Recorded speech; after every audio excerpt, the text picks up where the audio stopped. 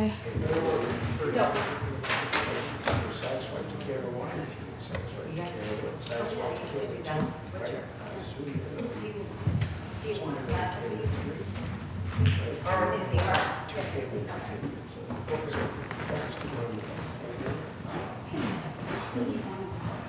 You need one more copy, okay. two people, two cable.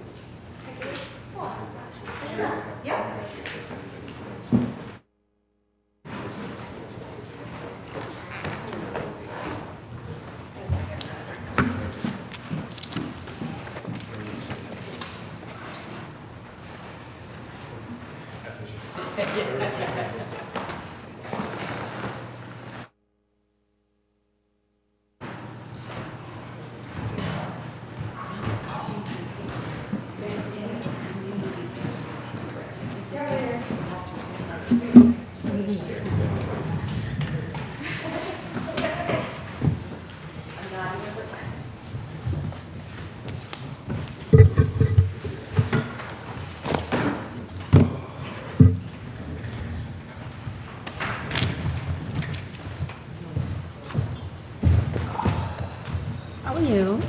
Good, how are you doing? Fall season's going. Yeah. Official. Yeah, they won too. I know. 5-2. I got nervous.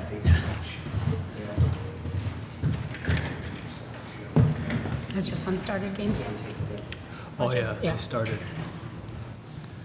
end of January. Like division game? All right, I'll get going here. It's Thursday, March 27th, 2025. This is the Lunenburg Finance Committee. In accordance with the requirements of the open meeting law, please be advised that this meeting is being recorded and broadcast over the Lunenburg Public Access channel and on Facebook Live on the Public Access Facebook page, and will be uploaded to the Lunenburg Access YouTube channel after the meeting. For anyone looking to join via Zoom, that can be found on lunenburgma.gov under calendar. Just look for the Finance Committee agenda. There's also a call-in number for that. That's also listed on there. And with that, let's rise for the Pledge of Allegiance. Allegiance to the flag of the United States of America and to the republic for which it stands, one nation, under God, indivisible, with liberty and justice for all.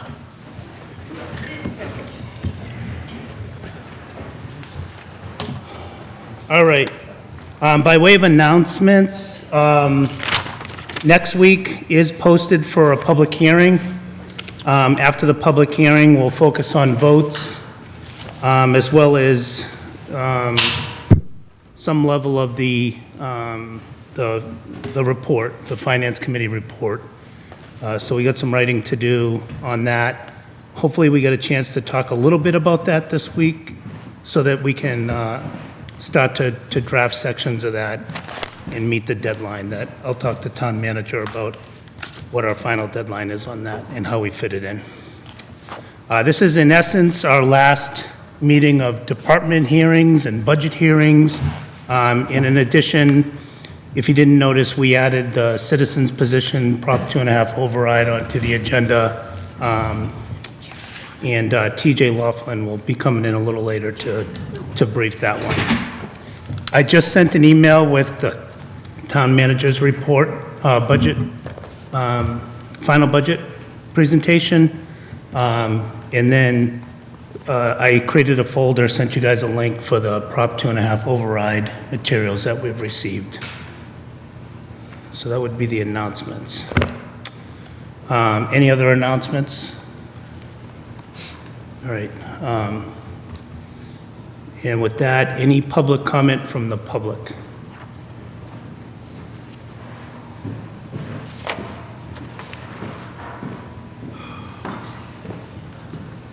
Hi, everyone. John Bowen, 162 Highland Street. I just wanted to ask, during the public hearing, we're going to be able to comment on each particular subject during the public hearing, or should I make those comments now? Whoa. You can certainly make comments now. I have been opening it up to people after each section of the, it does say under public hearing, it should have been under scheduled meeting, so that's an error on the agenda, but yeah, you can make comments as Okay. we go too. I So- would ask that everyone try to keep it to a minute or two, because we have a lot of material to work through. I know, that's why I was asking, would it be more feasible for me to make that comment as those items come up and then discuss them? Yeah, that's fine. Okay, I'll wait till then for my And public. there is a full public hearing next week. Yeah, I'm aware. Thank you. Yep. All right, any other public comment? Any public comment from the board? All right. See how quickly we can go? Any town manager or finance director reports? All right, so under what should be scheduled hearings, the first one up is town manager final budget material.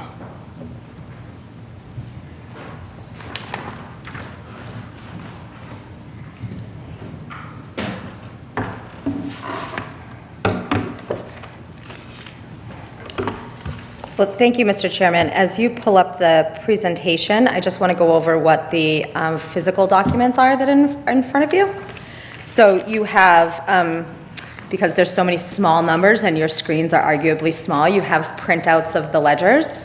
These are, they're both the same document, just one has a certainly greater level of detail than the other, if you wanted to look at that, but otherwise are generally the same. And I am ready when you are. I'm ready whenever you are. Okay.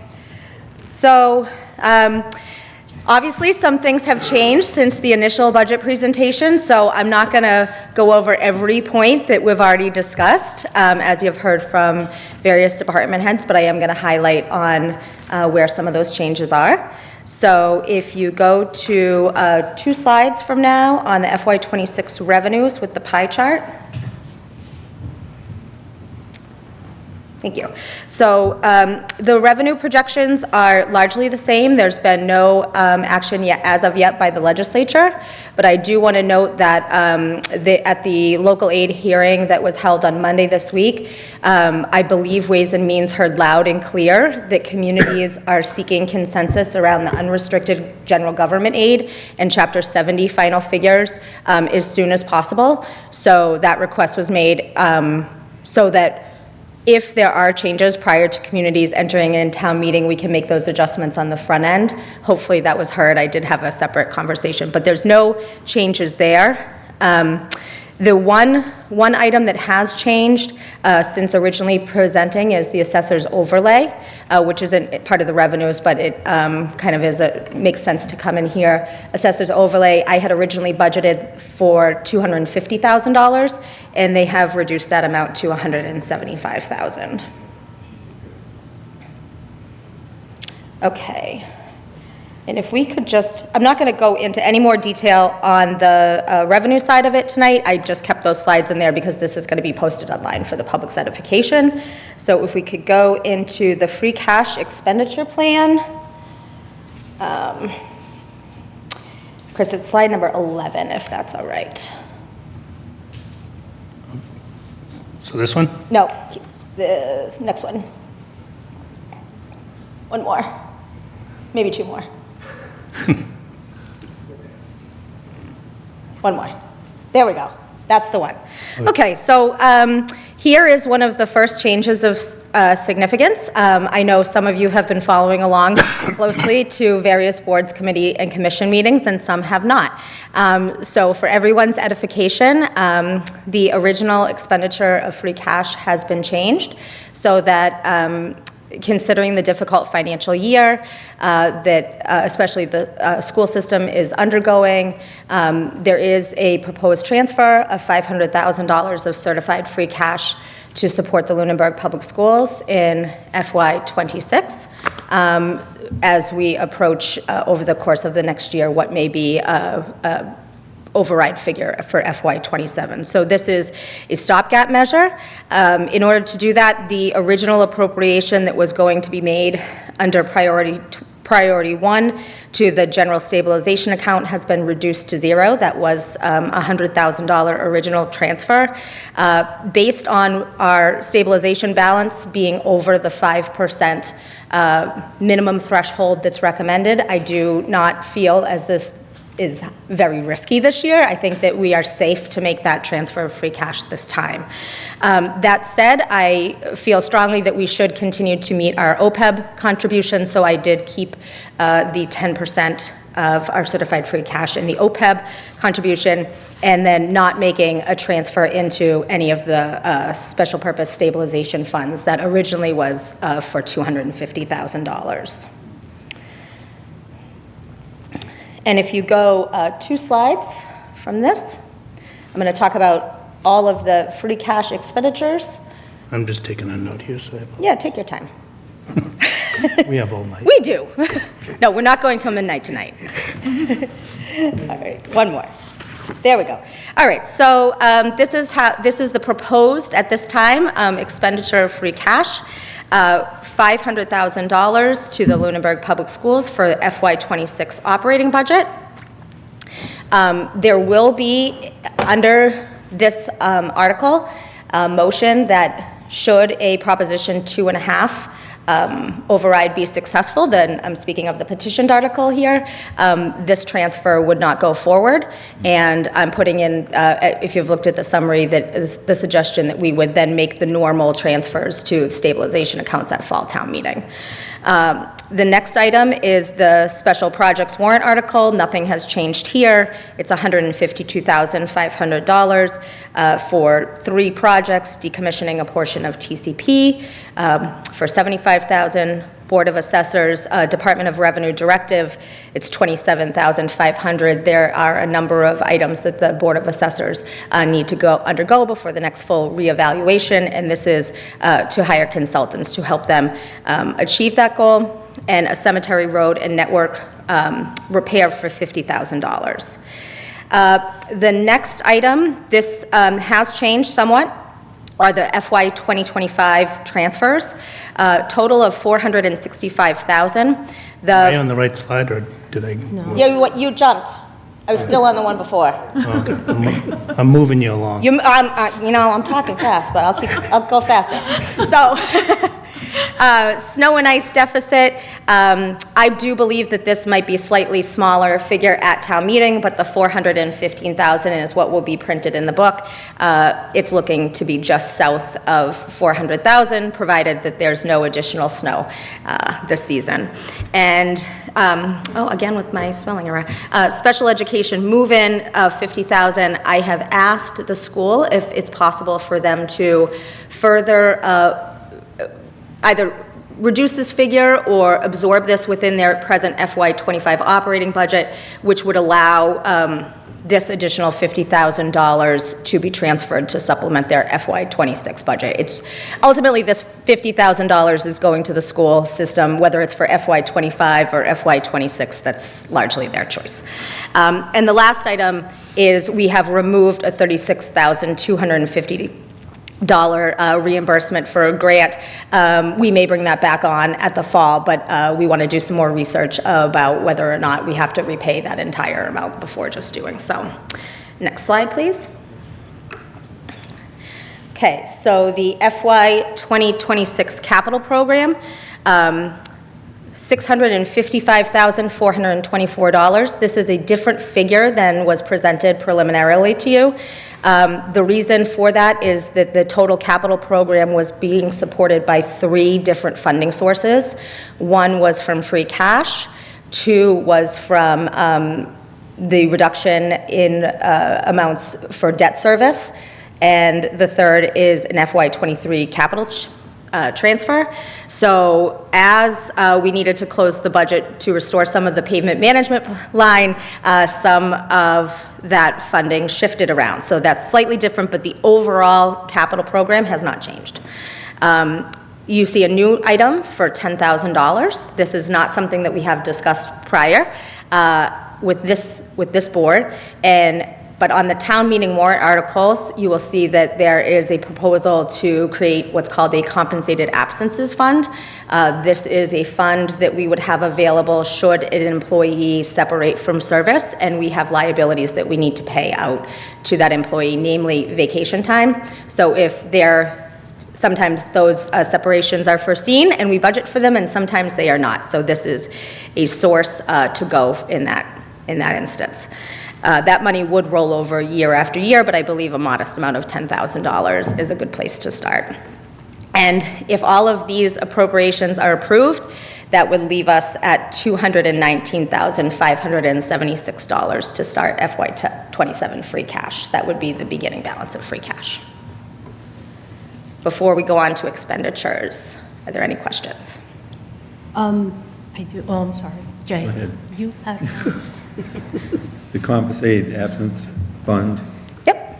why wouldn't we just take that out of this salary reserve fund? Because it's a mechanism, so compensated absences and salary reserve are two different things. When we're creating the salary reserve fund, we are thinking about things like collective bargaining agreements that haven't been approved, raises, new positions. This is vacation and any other time that's owed to a person. Paid time off. PTO, correct.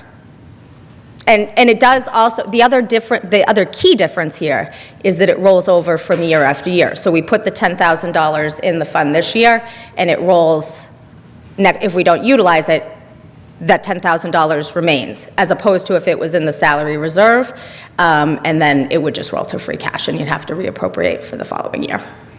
So historically, what have we done in the past? I would imagine that historically in the past, you probably did interdepartmental transfers within the year, or a FinCom reserve transfer if there was one of substance, but you were probably transferring between budget lines within the year. This just gives a dedicated place for that. How do you withdraw from this fund? You can just do it as Correct. town manager? Correct. There's no vote or? No. We do have one known retirement this year. But, if somebody were to separate from service tomorrow and they had 4 weeks of time that we owed to them, this would just be a place to go. Will this be a continuum? Oh, I'm sorry. Go. Thank you, Chair. So sorry. I'm just I didn't kidding. hear you. I guess my only follow, is there an accounting best practice associated with how much should be in a fund like this? Or- I actually don't know the answer to that question. Do you? If not, we can certainly follow up. Typically, the best practice is to do the calculation of all the PTO that's on the books of all active employees and do a worst-case scenario. Typically, is 10 to 15%. Okay. We haven't done that calculation. This was, Jen had brought it up at the last minute, so the 10,000 I think is a good start. But starting next year, we should actually do the calculation going forward. Sounds good. Thank you. Sorry. Sorry, Chris. Will this be a continuum fund where if we use $2,000 this year, we'll start with 10 again next fiscal year? Will we always keep the same amount, or will it just dwindle down until we need to It would, if we don't make, it would dwindle down unless we Okay. make another So appropriation. this is a sure. one-time, Yeah, budget one time, this- yep. okay. Yep, so, and to that one-time money, one-time thing. on this item, I could be wrong, but isn't the PTO, the vacation part of our town employee salaries, is there a maximum that they can transfer from year to year? So it depends on what bargaining unit they belong to. It's different amongst the organization, but yes, there are maximums. It's just not a one-size-fits-all. Okay, and so you can't give us any details of the max, because I'll tell you why I'm asking. I was under the impression it was not 5-10 years or, unlimited amount. No more than a couple, so typically, if an employee's been working for a number of years, they may have somewhere in the neighborhood on average of 4 to 5 years, 4 to 5 weeks on the books. Right. So we're talking weeks. Right. I hope they don't have 4 to 5 years. Right. Really? So what I'm I'm a little confused about it is, help me with this one.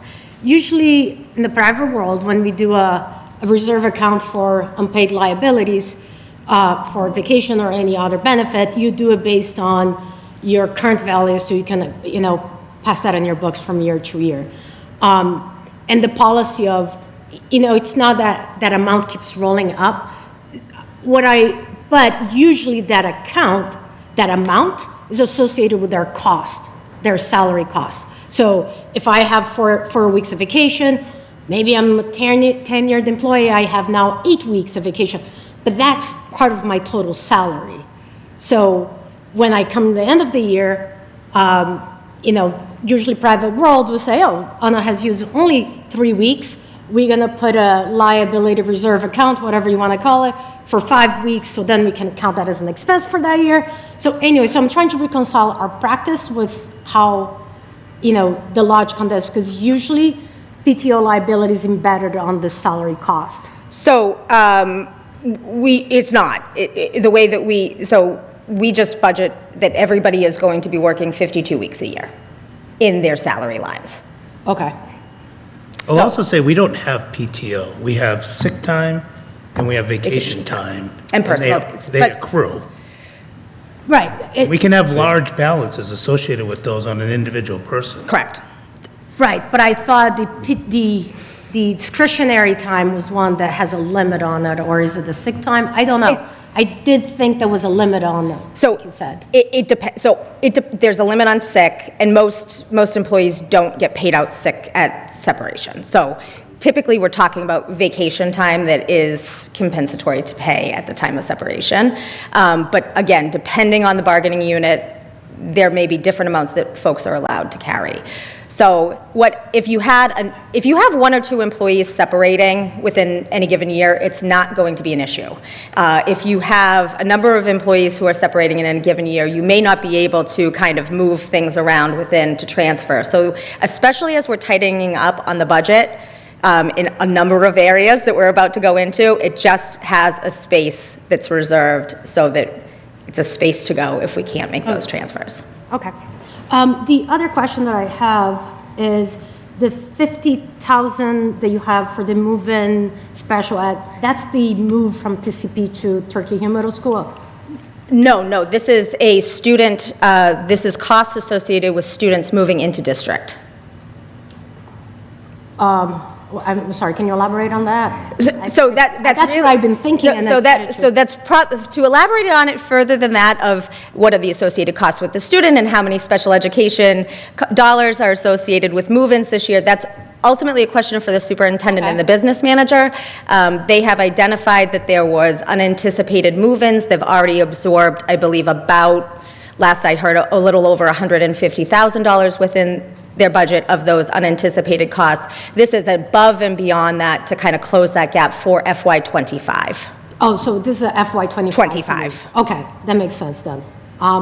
The last question is, have you discussed with the superintendent how the $500,000 of free cash will be used? So, somewhat. Ultimately, that is going to be a decision of the school committee. What I have said, and I'm happy to share publicly, is that one, that I would like that any unemployment costs that are associated with potential layoffs in the school district be absorbed within that $500,000 so that we're not increasing our unemployment line further. And 2 is, I have urged that folks reconsider restoring the school business manager position to a school business manager. Okay, and that's the information you have about how they're planning to use the $500,000? Yeah, I do not believe that the school committee has formally met and decided what they're going to be restoring, as far as to my knowledge, with this money. Okay. And there'll be a new superintendent, so there's also Right. potentially other things at play. Well, it's the school committee budget, so superintendent makes a recommendation. But anyway, it was a question. There'll be a new school committee, too, with 3 new members. So. Right. Anyway, it was a question. Thank you very much. You're welcome. That's all I have for now. One more question. Okay.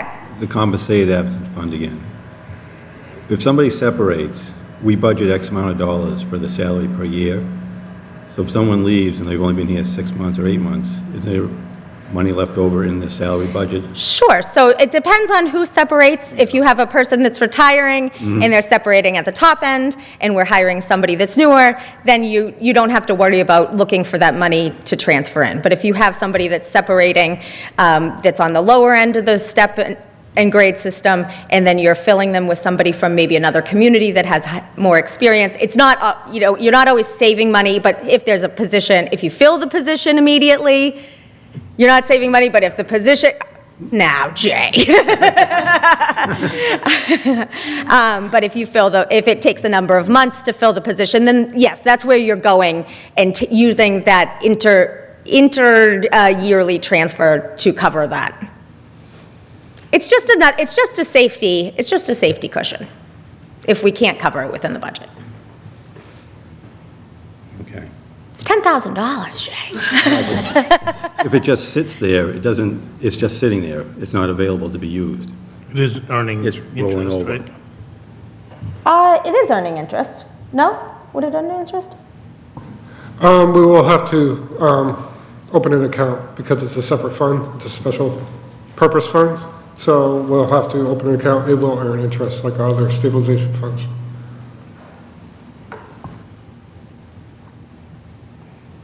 Can I just ask one little quick thing?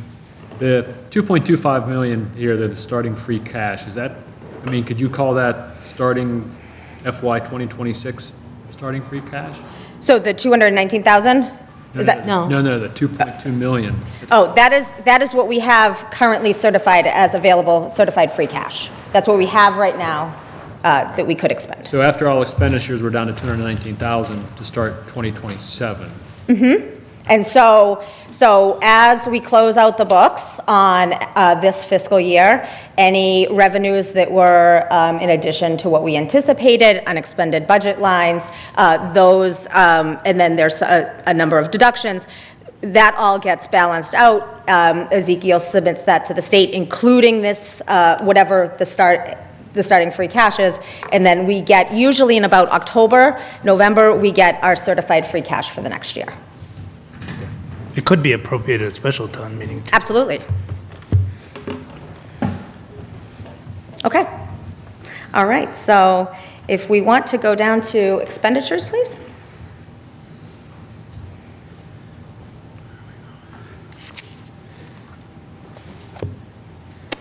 Is it up? Okay, it's just slow over there. Yeah.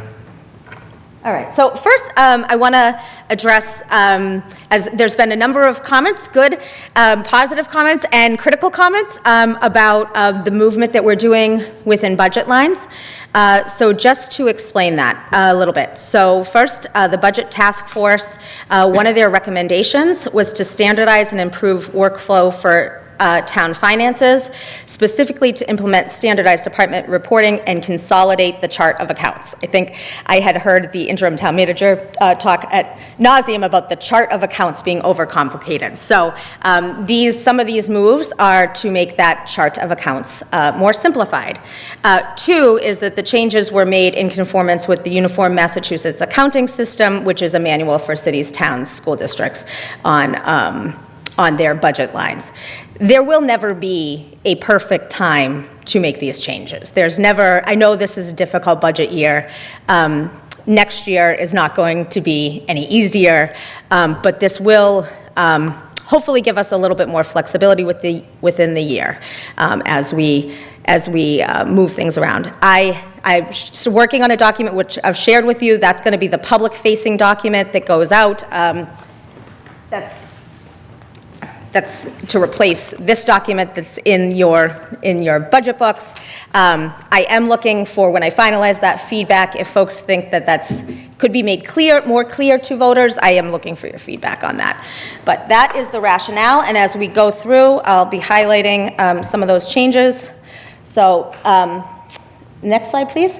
General government. As we go through these different categories, these major categories, these line up if you want to follow along with your spreadsheets that are in front of you or not, but they follow in that order. So general government has a whole host of different departments. It's largely your town hall and Ritter functions. Select board, town manager, finance committee, 2 accounts that have been moved into general government from general government unclassified were the reserve fund and the salary reserve.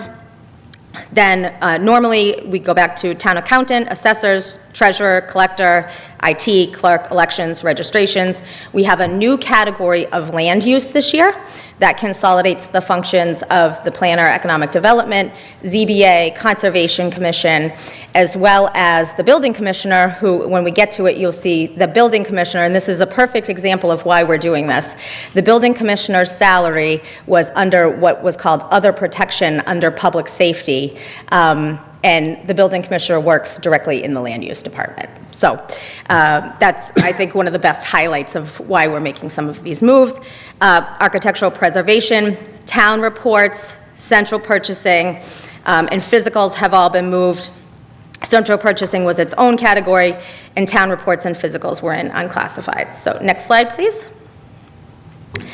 Lines that have been moved out, or moved under lines within the general government. The audit has been moved under the accountant as opposed to a standalone line, but there's no changes there. Banking charges have been moved under treasurer within general government. Legal expenses moved to the town manager. And as I stated, land use now encompassing planning, building, Concom, and ZBA. Next slide, please. So the total general government budget proposed for FY26 is $2,962,263.14. I'm going to highlight, as we go through, just kind of the major changes in any of these budgets. There was a $10,000 increase to our legal line. Our legal expenses are, we are on a contract. It's not hourly. It's probably one of the best contracts for legal that I've seen, where it's unlimited, but it is going up. The $50,000 grant manager position. That position, as the Finance Committee is aware, has remained unfilled or unutilized. It's not a real position, it's a contract position, but unutilized for FY 2025. And I do know that there might be some use by the Parks Commission as we go forward, but that line has been eliminated to restore the pavement management line. If I may on that one, the reason that is that Heather was supposed to come up with a policy for how to use it. That never happened. Correct. Carter dragged his feet on it, and now here we are, 3/4 of the way through the year, and we're not applying for all the grants. I don't think we have a line of sight on what all the grants we should be applying for. And this body was the one that recommended establishing grant services, not a position, like you said, grant services. So I don't think it's a good idea to get rid of this one. So this originally was not being cut at all in the preliminary budget. In fact, we were talking about ways to expand this position because we really are, in my opinion, lacking in contract management and grant management, in addition to potentially the need to research and write additional grants. However, this is a direct result as the restoration of the pavement management line. Direct result. So this is a 1-for-1 on there. I would prefer to keep this and take $50,000 more from Chapter 90, that's well over $2 million at this point, and fund it over the next 5 years potentially at over $600,000 a year, than to eliminate this position and this service, and really start to go out and identify where grants are. We get capital planning, no indication of whether grants are available for things. We make decisions lacking insight and knowledge, and I think as a result, the thought behind this is if those services were available, it would have a return on investment. I don't disagree with that there would be a return ROI here. But again, I had a pretty clear directive to restore the pavement management line as high as possible. It's not, when we get there, it's not back to the 550. It's up to 279, but this was directly proportionate to that. Clear directive from whom? both this body and the select board to restore. I heard pretty clearly from you the first time I presented that pavement, except for Tanya, that pavement management should be restored, and that there was great pride in the roads and a lot of money spent through a prior borrowing to get them, and there was to where they are, and there was substantial concern about potential degradation if we weren't to keep that level of funding. So we went through and made a number of cuts in order to restore that. I would prefer to take 50,000 more out of the current state of pavement management and restore this 50,000. I think if we wanted to have a conversation about bringing down free cash a little bit more and using $50,000 in free cash for this, so it's not operational and it's one-time in nature, and see how it works with opening up a program where we can actually advertise it and see how it's utilized and what the benefit is as a pilot, I think that I'm willing to have a conversation around that. As a means. Let me say one more thing. Do you think you'll get to a position where you can have a policy and a rules of the road, if you standard operating procedures for how to use 50,000 next year? For July 1? You bet. Yeah. I don't think I don't think we would have any issue with how to hire folks, share it, who gets to use the grant writer, who doesn't. Certainly, I shouldn't be utilizing the grant writer, right? The planner whose job is largely to write a lot of grants, they shouldn't be using the grant writer, but should elected boards or appointed board committees and commissions maybe get priority there? Sure. I mean, I think, so if we were to restore it with free cash as a pilot, I don't have any hesitation that we could put out a program around it. Okay. Okay. Excuse me. Oh, We were previously funding pavement management $50,000 from excise tax. What is the revenue source from excise tax?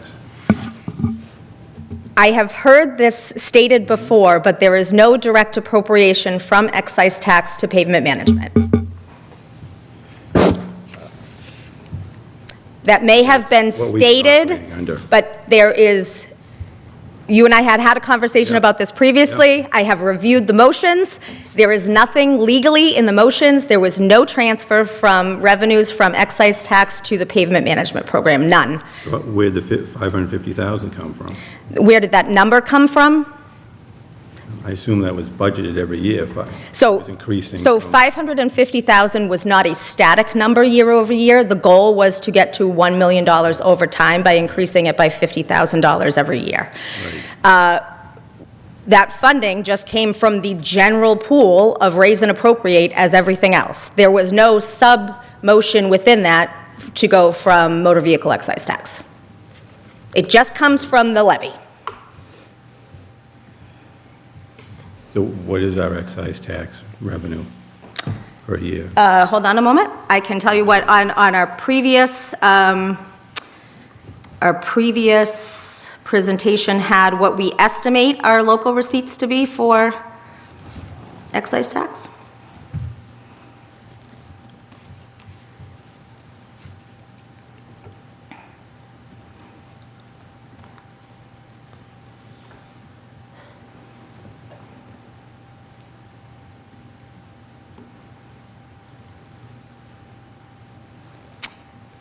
Okay, we are projecting $1,875,000 in FY26 excise tax.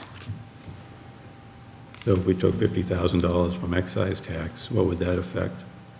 Then we need to take $50,000 from somewhere else in the budget.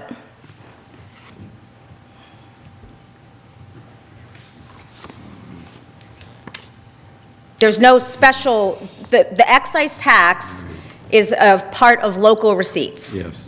So the local receipts coupled with the state aid, coupled with the taxation, all come into the available revenues, and then appropriations are made from available revenues at town meeting. So if we are to take $50,000 from there, we need to reduce $50,000 elsewhere in the budget.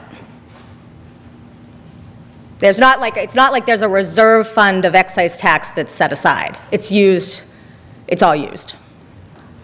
I guess what Jay's saying is more of a, what was represented to us, it was more of a budget practice than anything else, so. And I can't speak to No, why that representation was made, but there's just simply not, it wasn't a one-for-one from excise. No, I understand. I think when we got our pavement excluded borrowing, there was a plan overall created on how we were going to fund it, and on the overall budget practice was to, before you allocate any money from receipts, to always reserve 50,000 for that. And that was the budget practice. That's all we're And referring to that, I would comment that at that time, there wasn't unprecedented long-term inflationary pressures and crippling school budget pressures across the Commonwealth. So we are living in a very different time than that. Unless that was in 2009, 2008, 2009, things have changed substantially. So DPW director has a pretty detailed assessment of the roads that was just done. I think he can look at inflation trends Yep. over the next 10 years.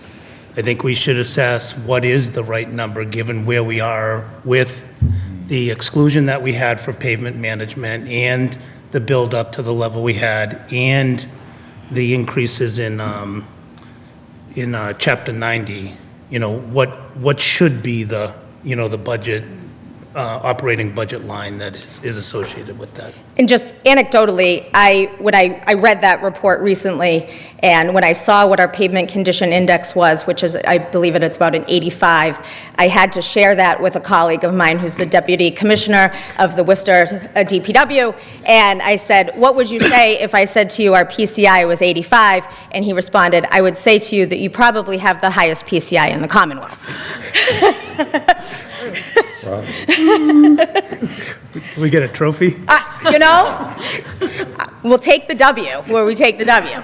Well, one thing I'll say is that we probably have that, we have been told that, but that has been because we have had a policy and a practice of funding pavement management, and it's paying off. We shouldn't simply walk away from all those practices without doing what Chris have said. And so respectfully, we are on general government, and when we get to DPW, we'll see that we are funding it at the same level that it was funded last year. Okay, so, all right, so the $50,000 grant manager position, we talked about that. There was a $15,000 decrease in the reserve fund.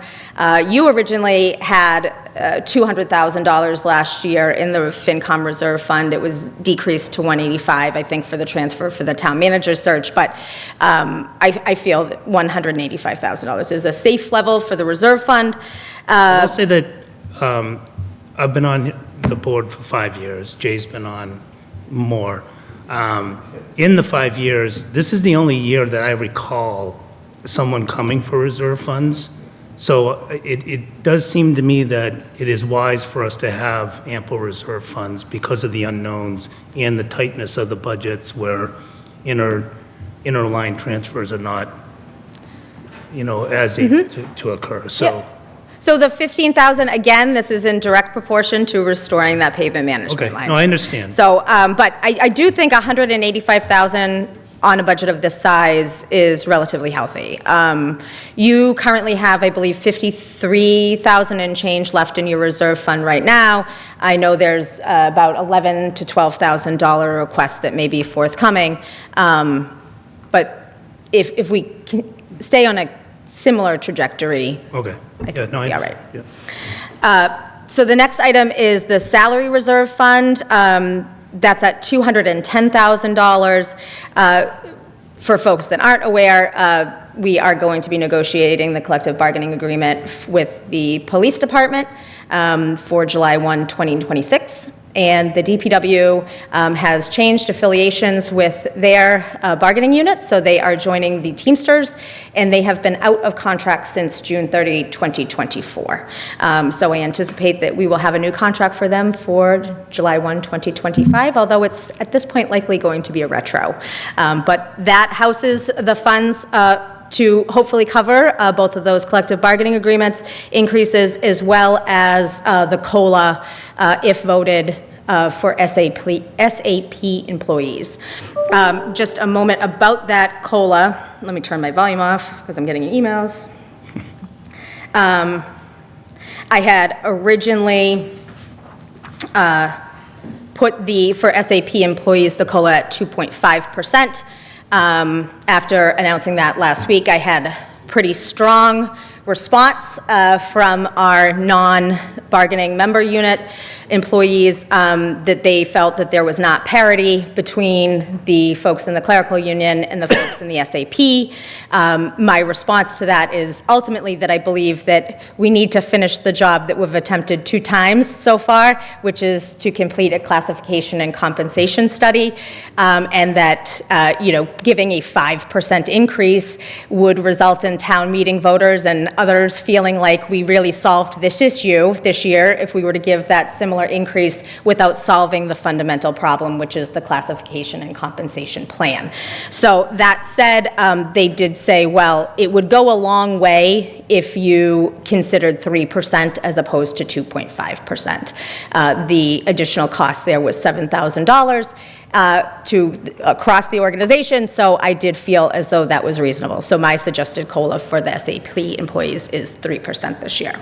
A good time for a public service announcement that there is no personnel committee right yet, so we None. need at least 3 volunteers for a 5-member body. So I have a question. You said that you thought a 5% increase was too much 1 year.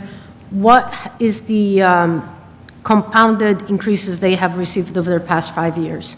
For SAP employees, For the one that you reduced, yeah. I didn't reduce, Well, you changed from 5% to 3%. No.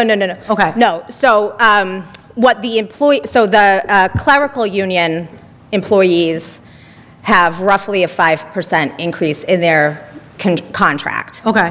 What the SAP employees were saying is if they have that increase, we want that increase. Okay. That was not on the table for me because I don't think that's the answer for what they're seeking, which is a readjustment, realignment within the compensation classification plan. We have a very large compensation plan with a large number of grades that don't have many positions within the grades, so it makes it very difficult to grade an employee. And then you get a real there's not enough distance between the grades, I guess. So that's the fix. So I had proposed a 2.5% COLA for the SAP employees. Oh, for the SAP, okay. SAP employees. Okay. And based on their response and saying that the 3% would go a long way, and it only having an associated cost was $7,000, I thought that that was reasonable. So what would have been the 5%? My assistant town manager is going to be presenting that to the select board on Tuesday, but I believe it was somewhere in the $40,000 range. Is that right, roughly? It was about 35 to 40, depending on retirements and things, but we had anticipated about 40,000.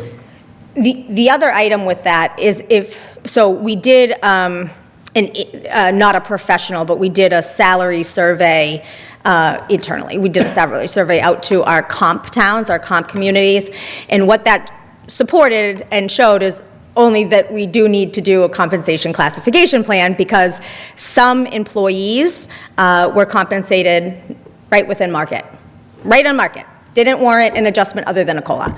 Some employees are under market, and some employees are slightly over market. So just increasing the whole grid by 5% doesn't fix any of those internal inconsistencies or lack of parity. I'll make a comment, and then we don't need to rehash it further. It's just we have had a problem in town over the past few years fulfilling some positions in town, and over the past year, and we haven't had a personnel board, and over the past few years, we've been trying to push it and address some of the needs, some of the things that the SAP employees have asked. I would be, I don't want us to go back to what it was 2.5 years ago with a lot of openings, people leaving. left and right. And so I would just, I'll look forward to seeing the assistant town manager presentation, and maybe I'll have comments after that, but that's just my comment. Yeah, I am going to comment back to that, because I think that you have to support salaries based on data. And that data did not support the 5% increase.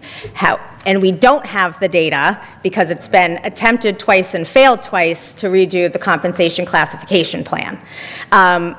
In talking to the employees, I think that they understand that the interim town manager did make some strides in the fall town meeting to improve the SAP, allowing folks to be hired at a higher grade, making some changes there that make us more an attractive workplace. But the last kind of comment on that is that, again, just like there's nothing special about Lunenburg facing financial difficulties this year, there's nothing special about attracting, recruiting, and retaining qualified municipal employees. The name of the game in this business is poach from your neighbors who pay a little less. All right, so IT department. Our IT department is largely outsourced now to Suzer IT.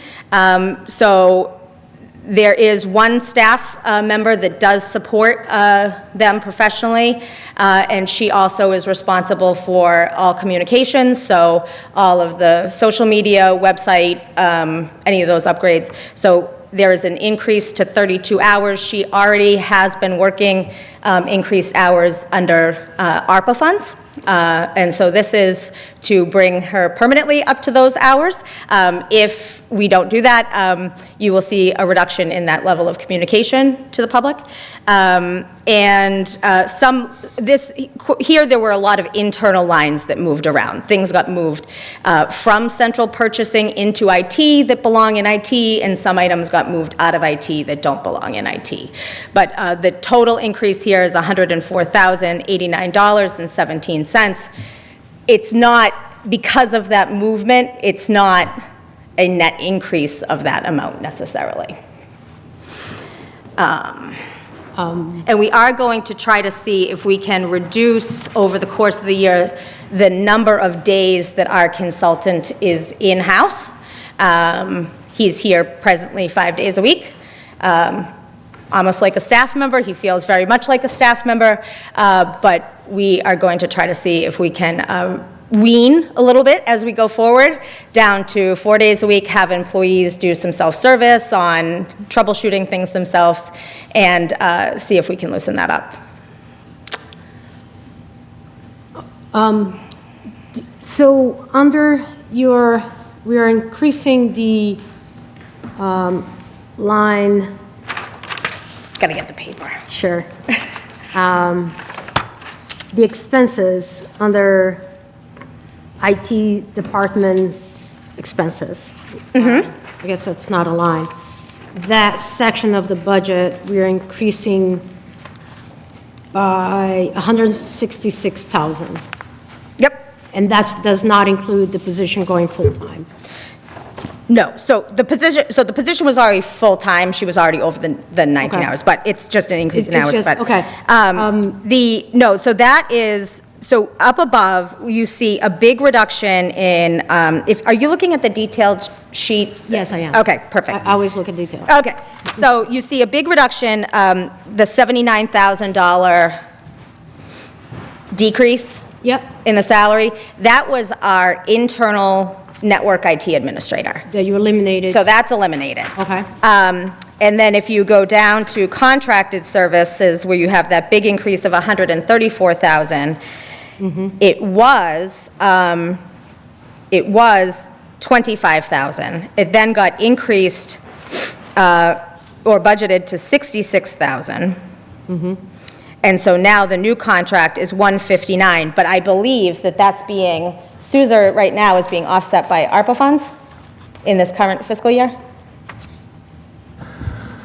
I believe. No? No, not with ARPA funds. A portion of the contract, yes, previously, for the first half of the year. because we did it. That's Sorry, what I mean. not going forward. That's what I meant. That's what I meant. I meant that you're not seeing the total cost in that budgeted line this year because Suzer's contract is being supported by ARPA for the present fiscal year. Yeah. Okay. And which line is that? Purchase of sale or? So that's contracted services. So the contract for this year, the total contract is $159,285. So that is the cost. It's not, there was an increase. That's the cost. That's the cost last year. For FY '25, the cost was actually 159. No, so, FY '26. no, so FY '26 is 159,285. Okay, And FY '25 budgeted was 25,000. Right? Then it was increased to 66,203, but that does not include the ARPA funds that are offsetting it. Okay, and that's my question. Yeah. FY '26 is 159, and it's represent that way because ARPA fund is not here, but Yes. because my question was going to be, what are the extra services we are receiving? But we are not, it's just that line item was offset by a different revenue source. That's correct. Okay, so, okay. So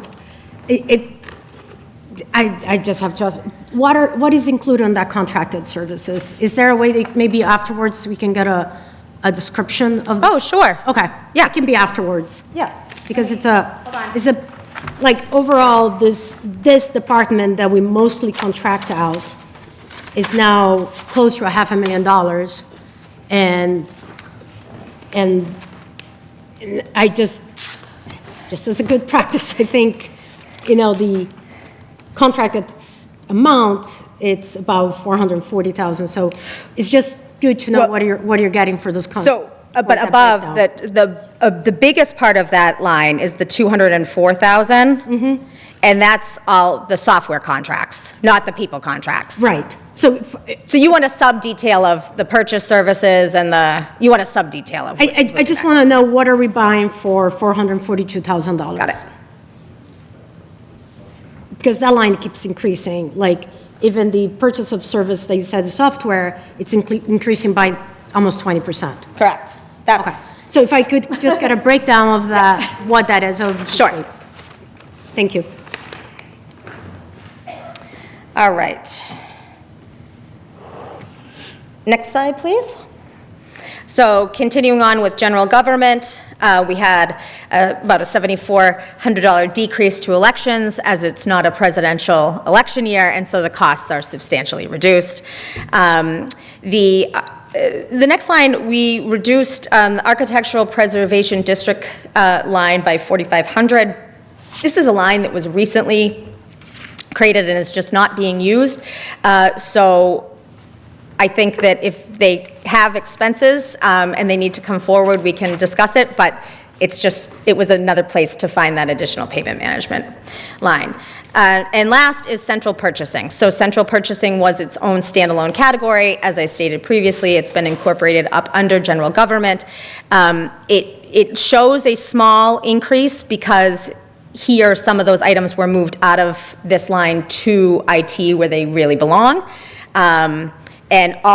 But it shows an increase, if you look in the sublines, it shows an increase because every single department's postage has been moved into central purchasing. So there's, instead of, the treasurer's running over in postage and the town clerk's running under and having to transfer from one to the other, it's just postage.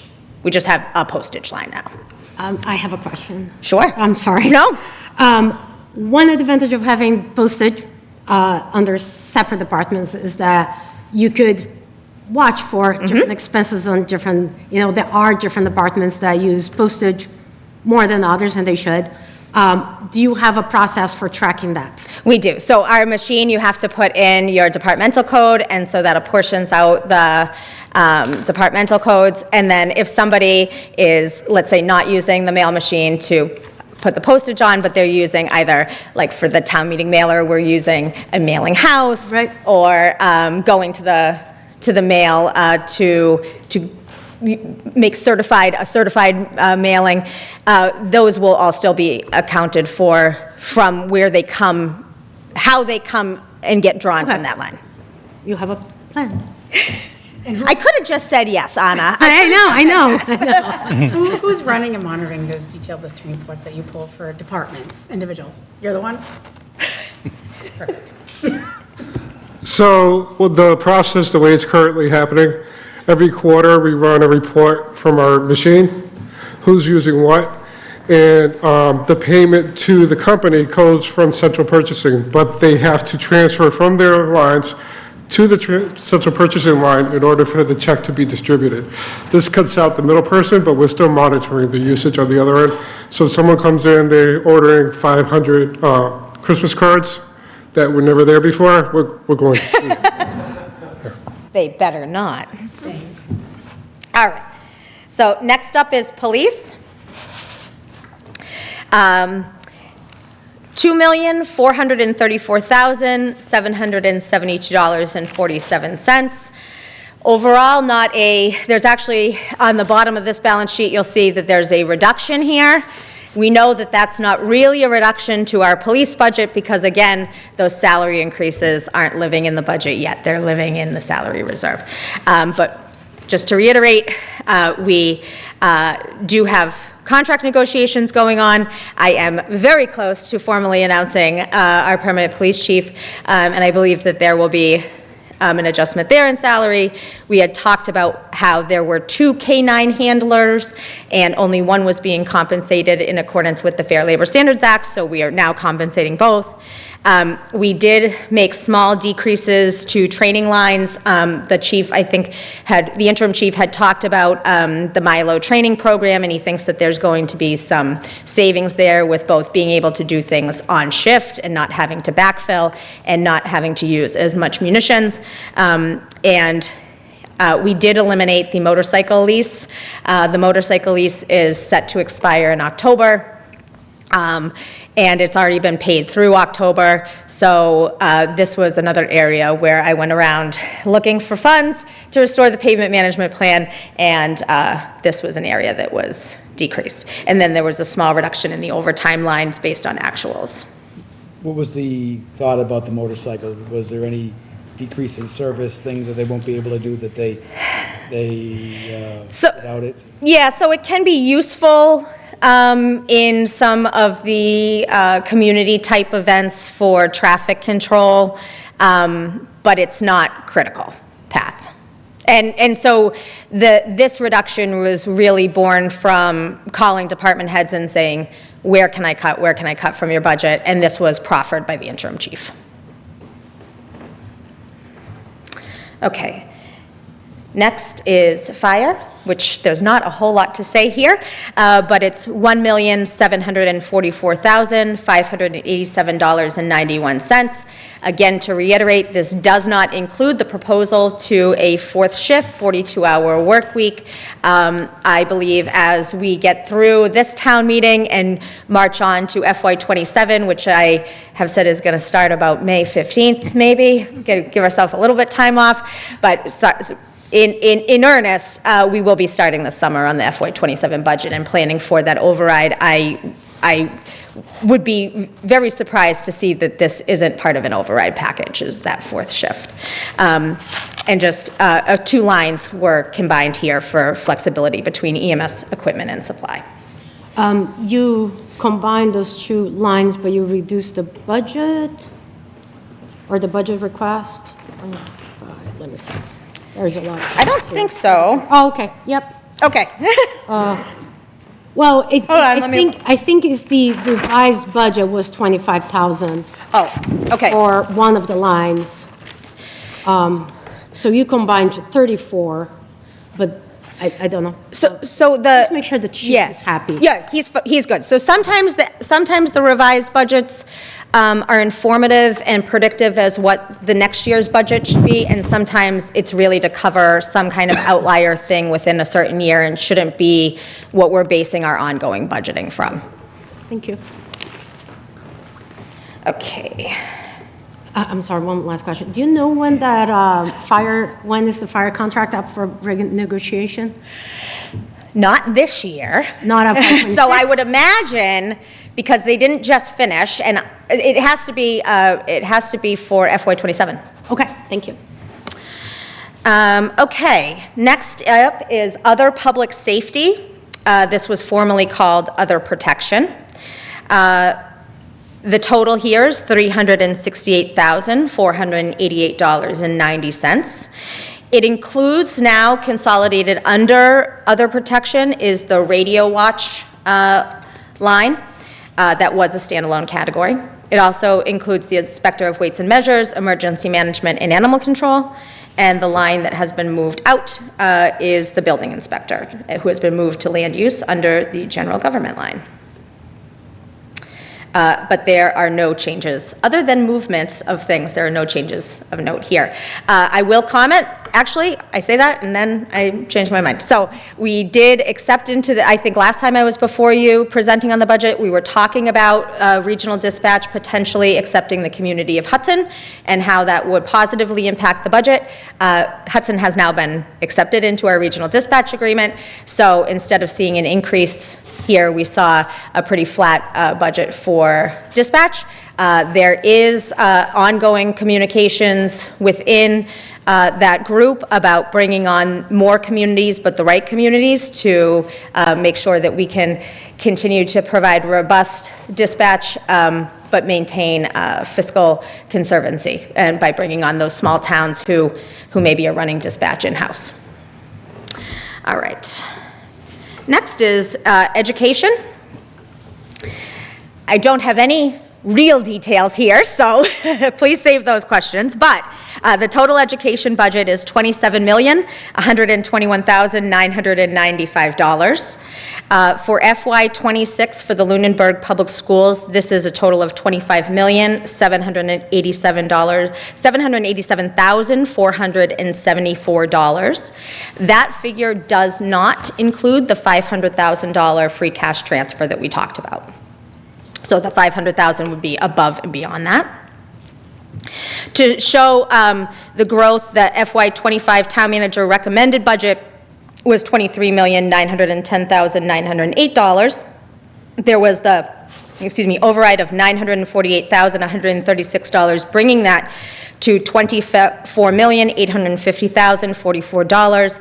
And then at special town meeting, there was a small transfer of $31,882. So the increase of $904,098 is over the adjusted FY25 Lunenburg Public School budget. So after both the override and after the small increase at special town meeting, it's a $904,098 increase for 3.64%.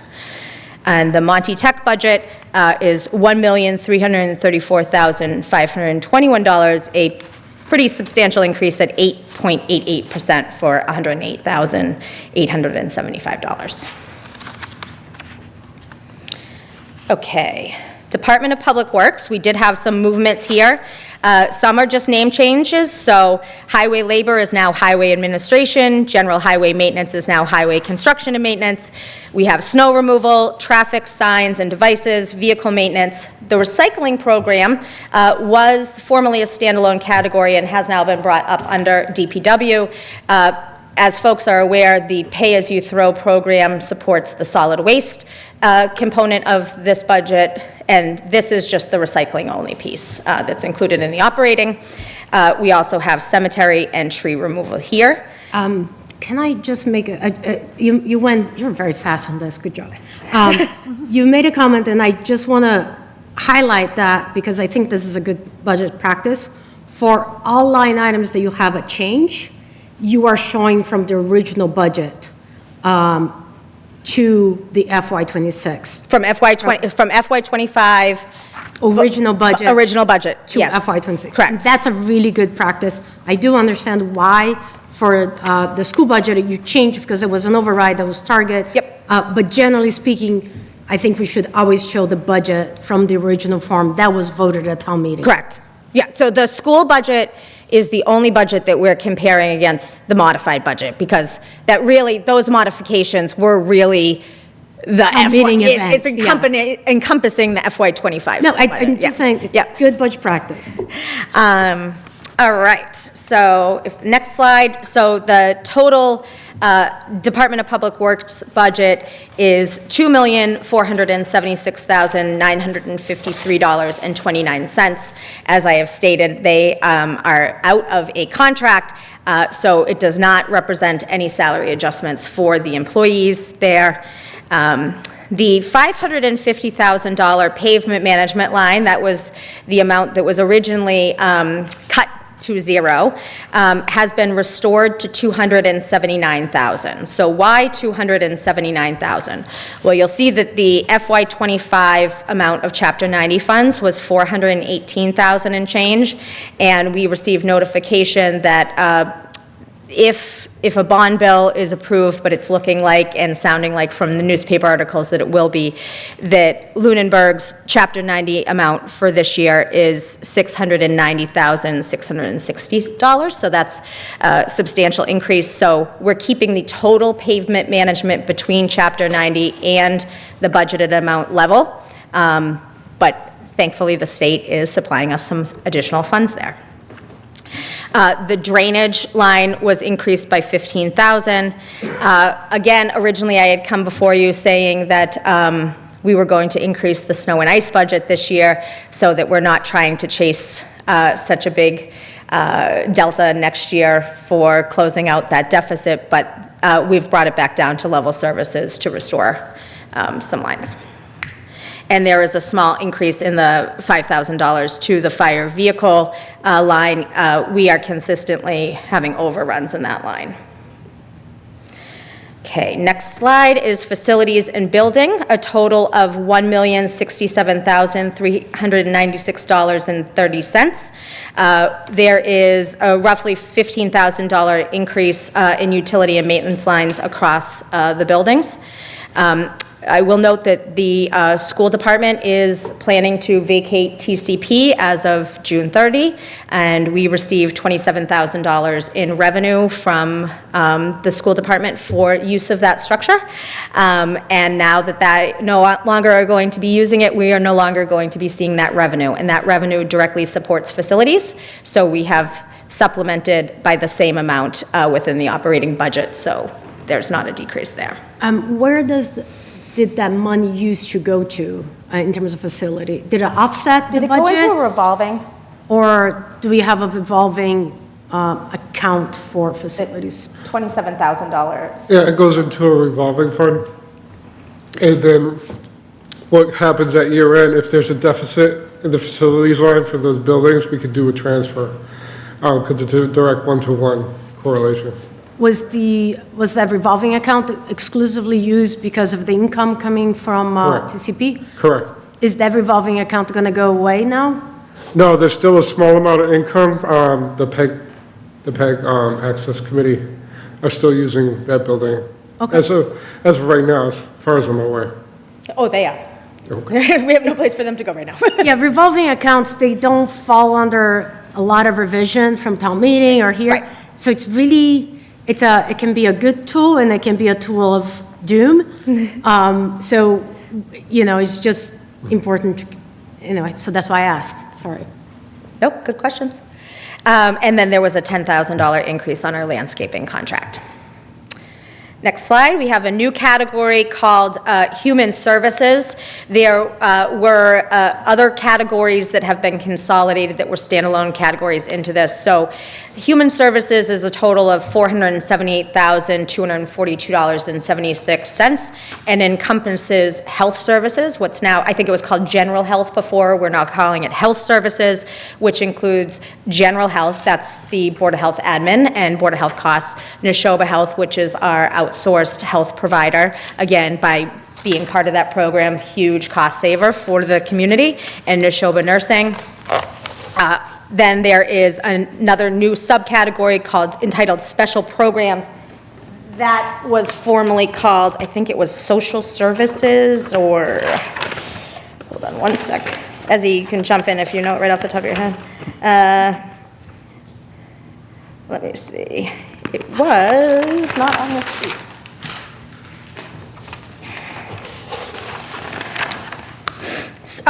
assistance, public assistance. So public assistance is now special programs. And that includes the Council on Aging and Veteran Services. And if you go to the next slide, we can talk about those changes there. Council of Aging has an increase of $31,059.46. This supports increasing one position up to, an increase up to 36 hours, and the 2 kitchen assistants that were being supported by the formula grant, which cannot be supported by the formula grant, have been brought into the operating budget. There was a 10-hour-a-week position of part-time outreach worker that has been eliminated. The thought here is that that position can function with volunteers. Based on what they're doing, and a small increase to programs, $3,000. This is in line with what Deb asked for? Correct. Okay. And Deb and I had discussions about how to make this work, and it was through mutual agreement that the part-time outreach worker elimination was the best way to make this kind of all work. So was a person eliminated or just the position? So the person and the position were eliminated. The person was planning to retire anyways in the fall. So, but we did talk, if she changes her mind, how there's other opportunities within the organization where we can find a home. So, She actually likes minutes. So just saying, she really likes drafting minutes. Can you just lose some minutes? Oh, I've lost a whole executive assistant. So. I know, but just on minutes. I think one of the minutes. Oh, yeah, Andrea Mastra Totoro. I think she was supporting Parks Commission. So we did talk about that 10-hour-a-week job for her. We pitched it. Okay. okay, so the full-time mill site, it's just salary staff, it's probably the 44,000, and okay, I mean, makes sense. Oh, okay. I was just reviewing. Okay, and then the Veteran Services benefit line was reduced by $22,275. This is not reducing any Chapter 115 benefits that any of our veterans are actually receiving, and does leave us enough room for, in the case that an additional person qualifies for benefits or moves into the community. And if there's a whole host of folks that we need to account for that we're not, we'll have to do an adjustment at a future time. But based on trends, I think that we will be fine there making that reduction. And that's in line with the request. So she knew in advance of making her presentation to you that I was cutting that line. And so there's just, I mean, if you don't have anybody who's utilizing the Chapter 115 benefits, they're just sitting there and they turn back to free cash or become a place for transfers. Also, this is one of the lines that gets mostly refunded to the town. It's just, Reimbursement. Was- We get reimbursed? Yes, we do get, so we, not only do we get reimbursed, but we're also turning back funds from this line. right. Why not manage some of these accounts through like a revolving account? And I just criticized them. But, because that way you can set up a line item that you think it's going to be the one that you use, and then there is a built-in reserve. I think it's versus- because I believe, and I don't know if Ezzy knows, but I think it's because of the delay in the reimbursement is a number of months behind. I don't know if you know Okay. that. Is that? Yeah, so I don't typically see any other towns that have a revolving fund for veteran benefits. I think, like Jen just said, there's a delay in the reimbursement. It could be several months, and you don't want a deficit spend on a revolving account. Here, you appropriate, and any reimbursement goes back into the general fund, which is essentially where it's coming from, anyway. Okay, thank you. Although, just to your general revolving fund questions, there have been conversations that are not ready for prime time about ambulance receipts revolving accounts. So, you know. I mean, not that someone brought this up a few months ago. All right, the We can next. fund this fire department like the first year, just with money that's floating up there. The next slide is culture and recreation. Again, this is a new category that consolidates several categories up inside of it. It's total budget of $639,036.70. It includes band concerts. The library budget, I know that there was a little bit of confusion on the library's request and then what I gave the library versus what the interim town manager had provided for a figure. So To be clear on that, the library does include 100 extra floating hours for the library director to use as warranted, but does not include the additional $18,000 a year position to cover the teen room. And the Historical Commission has been reduced by $2,000, which is more in line with actual expenditures. Again, if there's a need, we can find a source. I just want to make a comment. When the library director was here and he asked for the extra librarian, the librarian assistant, he said, you know, generally speaking, they just want to have 3 people there. So, you know, like, we just got to, you know exactly. I think when they're there, people usually serve in multiple functions, not like we are not funding the team room, is my point. Correct, and thank you for clarifying that. Because that matters. Yes, it does matter. So we are, for those in the public that don't know about libraries, we have a required minimum aid requirement where we have to support the library at a certain level, or else we do not qualify for the CW Mars program for interlibrary loans, and we are well above that minimum here in Lunenburg. Yes, we are. So culture and recreation does not include recreation, contrary to the name. But facilities, which you would never believe includes recreation, does. All right, next up is maturing debt. We've talked about this a little bit. We have a decrease of $393,881 this year as debt is being paid down. So these numbers have changed a little bit in order to balance out the remainder of the budget, but of that reduction, $244,576 is being used to support the FY26 capital programming, and the remainder is supporting the operating budget. Again, that's not a good financial practice, but we're doing what we need to do to make it work. This is both regular and... All debt, yes. Oh, this is all that? Yep. Inside debt and, yeah, so it non-excluded inside debt and excluded debt, outside debt. Okay, and the $2.5 million is the amount of principal and interest associated with that debt for this year? For this year. Correct. All right, next is another new category called intergovernmental assessments. I'm going to stop on this one for a minute and talk about the sheet that is typically included. You don't have it in your packets, but the sheet that is typically included in your handout. So when folks get to, and I'm sure there was good reason that it was done this way, so I'm not being critical of it, I'm just saying I'm changing it. So when you get to the page, the last page of the handout, it has a total omnibus figure on it. And then if you were to flip to the next page, you have a revenue and expenditure apportionment, which is very small, that's at town meeting. You don't have this in front of you. This is in your usual books. This is in your town meeting handout. What wasn't living inside the omnibus budget that is sizable, that was living on that other sheet, is the Worcester County retirement. So that was living outside the omnibus budget for some reason. I have brought that directly into the omnibus budget, and it is now inside intergovernmental assets. So that is a substantial line. It will look as though there is a substantial increase to the total omnibus, but it's not. It's just that it was outside of the total omnibus. So the total of that line alone is $2,392,572.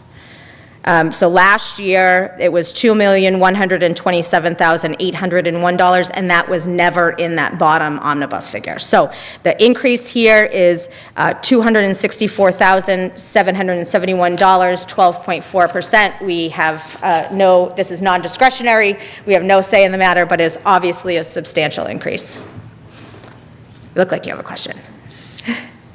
No? And this is retirement for all employees. All current employees? No, all retirees. All retirees, okay. But all From town types. and school. from town and school. Did you have a question? It went up 12%, did you say? So I think that, Ezzy, you can correct me if I'm wrong, I think that there was a standard of Worcester County retirement was going up 10% every year. And then Governor Baker had signed a one-year COLA a couple years back, and they polled all the member communities, and it was going to affect retirees for that year only, but we have to pay back the addition for like 15 some odd years, and so that's why it's above 10%, I believe. Does that sound accurate? I believe it's going to keep going through 2029. They have to reach a certain threshold to recoup. For a one-time adjustment for retirees, but moving on. So this intergovernmental line also includes the state assessments, the cherry sheet assessments, and the Montechusett Regional Planning Commission assessment, which was formerly under general government unclassified, which we will now move on to. So general government unclassified, it now includes Worcester, workers' compensation, unemployment compensation, employee retiree insurance, and liability insurance. There have been a number of items that we've discussed previously, but just to go over, that have been removed from this line. So physicals, town reports, that Montechusett Regional Planning Assessment, Historical Commission, band concerts, reserve fund, and salary reserve fund. So those have all been moved out. The total budget for general government unclassified for FY26 is $4,107,709.13. It's been pretty loudly broadcast that our health insurance increase was 14.84%. That line has not, you'll notice, increased proportionally. We have about a 7% increase there. And the reason why is because this was one of those areas where there was an intentional buffer to supply transferability and to allow for certified free cash. So that's my belief. I didn't talk to the former town manager, but that is my strong belief that this is typically how that line is budgeted, with some extra room for those reasons. So we are reducing that room substantially by not increasing this line proportionally. Medicare, we have a $24,000 increase here. Slight decrease in workers' compensation. And again, I do want to thank the former town manager for negotiating on general liability insurance, because we had a rate guarantee and we have 0% increase for our general liability insurance. The last item. Can I ask a question? Yes. Why, do you know, is there a reason why we call out the school retirement health insurance in particular? Or is it just, It was just practice of the town? I don't have a good reason why on the detailed sheet that's, maybe it could have been just to try to show how costs are apportioned, what the town absorbs on behalf of, it's not like we don't assess, though, the school for that, if that was. Okay. I have a question. So I know the previous full-time town manager budget practice for health insurance of current employees used to be that I believe she would budget everyone for the most expensive. Maybe that's what I thought it was. Yeah, well, that's how the budget. I don't know. I can't tell, to be completely honest, by looking at the formulas and data that she had prepared on this particular budget line, what the thought process was. Okay. So what, my question is, what is your budget? Okay, so good question. So what we did is we started with actuals. What are our actuals? And then we did the 14.84% on those actuals. And I think we assumed, I want to say it was roughly five additional family plans coming on, which would be those most expensive ones, but 5 additional family plans coming on. So whether there's somebody who might be getting married or having a family or just new to the community or coming off of their parents' health insurance. We have room for roughly 5 additional folks. I think that on this particular line, because I don't have a firm understanding of how it was budgeted in the past, this is one that I have marked out of, we need to closely monitor this and see how this line actually operates for next year's budget, especially as we are considering the override for next year, because we have been told that the percent increase is likely to be the same, or roughly the same. So we're looking at those double-digit increases, roughly 15% again next year, could be worse. And so where we have contracted this that buffer, we're going to want to make sure that we're fully understanding how this operates to project out for FY27 and beyond. Okay, I have a few more questions. Why did you choose 5? And what is the total number of current employees using the program? Well, there's a number of different plans. I can get you the report on. No, why did you choose 5 versus 10? Just because I don't think we're having that, with people coming on and people going off, it's just an estimate for, relatively arbitrary, but I think it's a reasonable estimate of how many additional family plans you might get. And plus, if somebody comes on and they don't take a family plan, like myself, I don't take a family plan. So it's not a net. What is the total number of employees we have using or health insurance? Yeah, I'd have to get you that. We have reports on them. And it changes every month, so. All right. But let me put that on my. My only comment about choosing the 5, somewhat arbitrary, and I do appreciate that it's your first year, and you're making note that you're going to be, monitoring closely, is that the parameter that you want to use to be consistent, so that for in the future years, if you need to change the parameter or not. Oh, sure, yeah. So versus. No, yeah, I think that this is one that we need to really dial in on, especially because this is the largest driver of the town budget, is health insurance. This is the largest uncontrolled driver of our budget. We don't have a whole lot that we can do about it.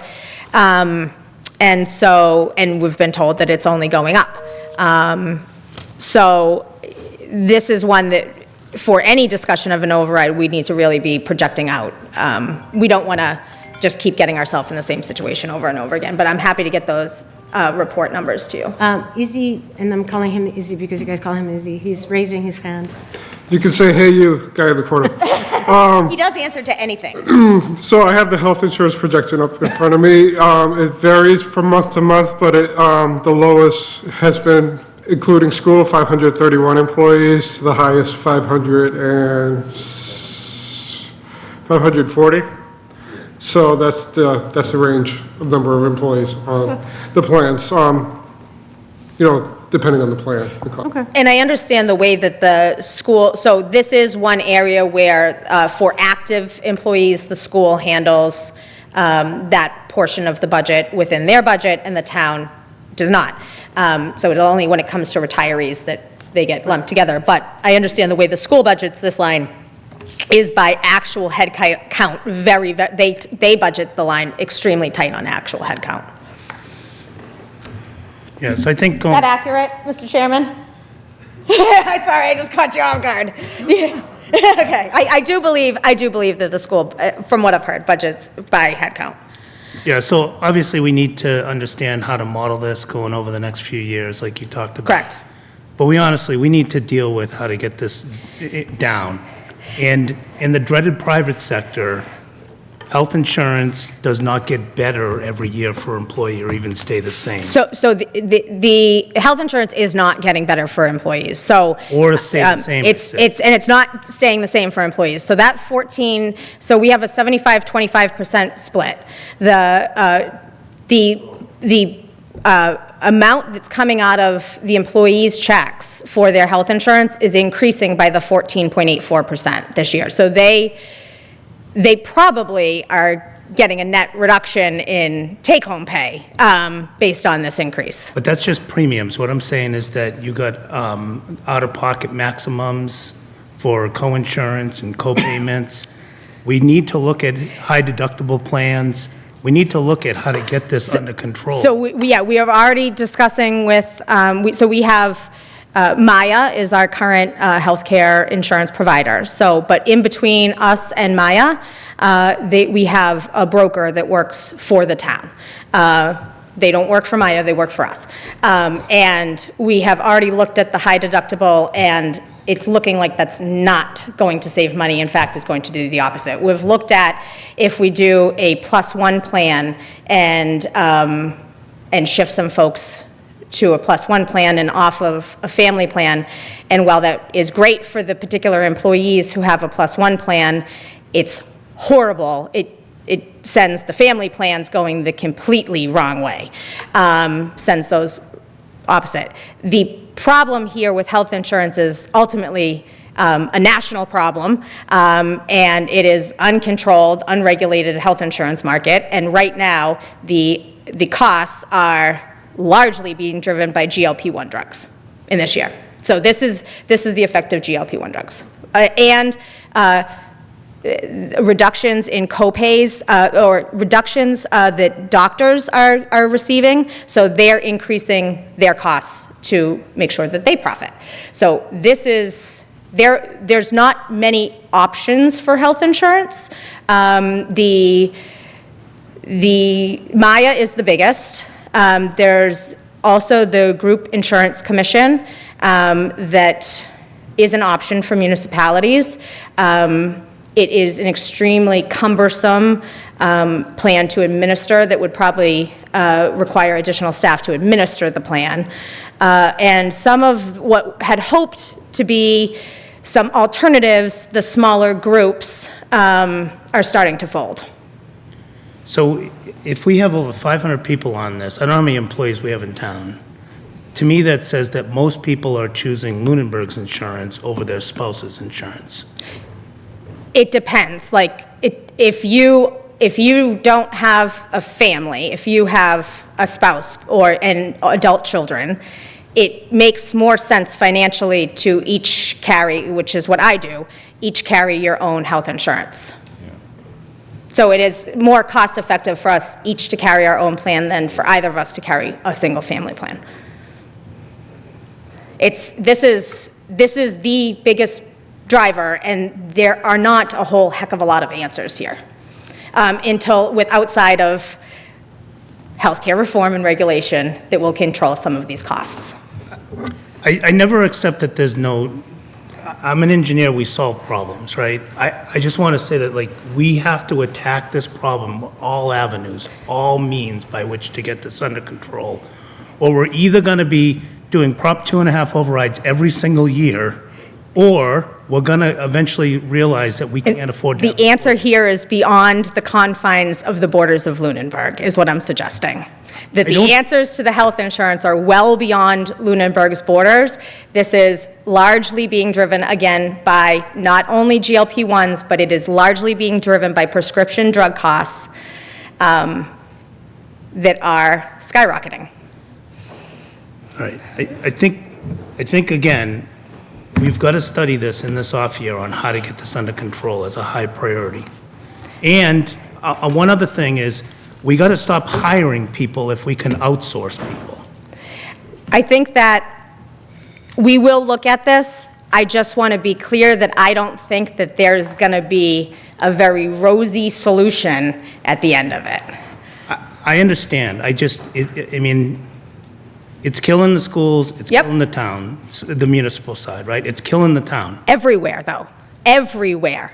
Across the country. I mean, this is well beyond Lunenburg, well beyond Massachusetts. This is crippling to everyone. I just know from my own perspective, my limit on copays is astronomically higher than it used to be.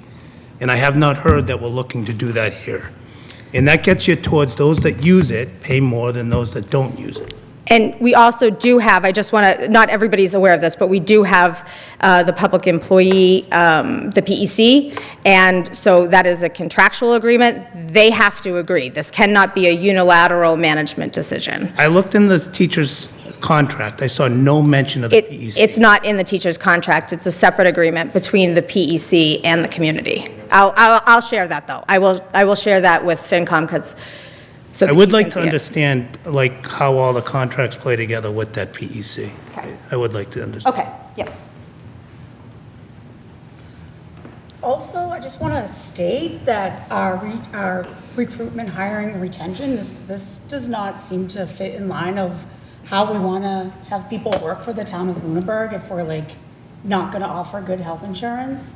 And if this is the same across other communities, which I know that it is, like, we're going to outsource these positions instead of hiring town positions.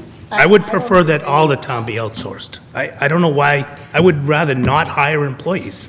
Employees I don't like cost it. a lot I don't of like money that. out of control. I The think I'm not- IT is a great example of, the Anyway, I we think got I'm a not going long, to respond back to outsourcing 100% of the staff. IT is a great example of how you get a better service by outsourcing a service IT is a good example of that. than hiring it in-house. IT is a good example of that. Building commissioner is not, fire is not, police is not, any treasurer, collector is not. I understand it can't be everything.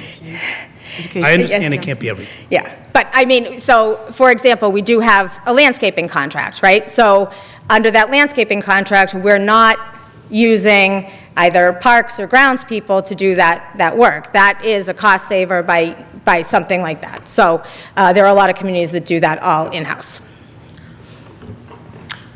if I may, totally unrelated to the current conversation, but somewhat related to health insurance. I know you mentioned a few times that in part, the increasing costs in healthcare is largely being driven by semaglutide medications. I don't know that for a fact. I do believe that you're likely correct. There were a time in the early 2000s that health insurance costs were largely driven by increases by Viagra, and now we have something else. It is likely that that medication will become more widely available. That's gonna level off. Yep. That medication it's helping a lot of people. A lot of people with diabetes is using and they're living better lives, healthier lives. And people that are using for other purposes, also they're having better lives. So there is a value to that. It's just, good old capitalism that right now the resources are very limited, resources, yeah. So There's no generics yet. Every manufacturer Right. has a proprietary device. Right, so we just, this is a health-related increase, and it is helping a lot of people. I just don't want to, I just want to, for the benefit of No. Mayor Lunenburg, I don't want anyone to be listening to this and think that there's some shame associated with being on that medication, which it should not. So I'm going to go out and in full transparency say I am a proud user of a GLP-1 medication. Wonderful. So, That's great. And so, but I'm saying it because when our insurance company came out and they gave us kind of the flyer that because the insurance company is getting screamed at across. No, wherever they it's go. okay. So when they give us the flyer, this is like, the number one thing is that the doctors are increasing the cost to make sure they're still taking home their net revenue. And then the number two bullet is the GLP-1 drugs. Right, So and, it's just- like it I is what said, it is. early 2000 was Viagra. Right. It's just how it goes. It's good old capitalism, that's all. All right, and then the last item, this one still is living. So this is one that was living outside of the omnibus budget on that sheet that lives behind the omnibus budget, the revenue expenditure sheet. For accounting purposes, it's still going to live there, and that's tax title at $30,500, and there's no changes there. So that is the conclusion of the FY '26 budget. Hopefully. Now, if the House does something and we get more money, because then I think we revisit it before town meeting. But unless anything changes, this is where we're at. Thank you. Thank you. Is there any other questions from the board? I know we asked them as we went through. I had a couple of questions. Go ahead, Jay. Under the WRRS assessment, regional transportation and Mass Bay transportation, what are those costs for? Oh, on our state assessments? Hold on one I'm not second. sure what's WRRS stand for? Last page. Are you on page 9? Yes. Jay, you are so soft-spoken that every time you talk, I'm just careening to here to. So the WRRS assessment, that's Worcester County Regional Retirement System. Okay. And then the Mass Bay Transportation Assessment, so that comes off our cherry sheet.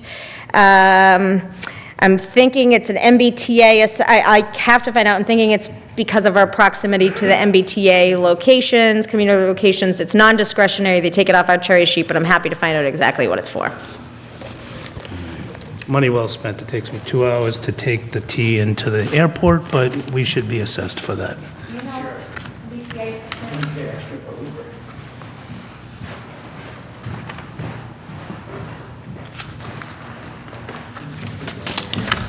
So we'll supplement on exactly, I'm sure it has to do, I don't know if every community, what I don't know is, does every community in the Commonwealth have to pay an assessment into the MBTA? I would think no, but you never know. But I'm thinking it has proximity to the 2 commuter rail stations. All right, so that has to do with the commuter rail? I believe so, but I'm going to, so I don't want to speak out of turn, but I believe so. So it's not related to the MART, transportation? I don't believe so. Excuse me, I just looked it up. It's for, like you just mentioned, it's the distance between rail stations, bus stations, and it's the general zoning, just the distance where you're at between general and MBTA transportation sites. Williamsburg used to be part of the Fitchburg Railroad. My wife's grandfather was a Fitchburg detective on the railroad that went through town, so that qualifies this town as an MBTA community. Okay. And one other question on fuel charges under DPW. Fuel charges in the DPW, I may not be able to go that granular with you, but we'll see.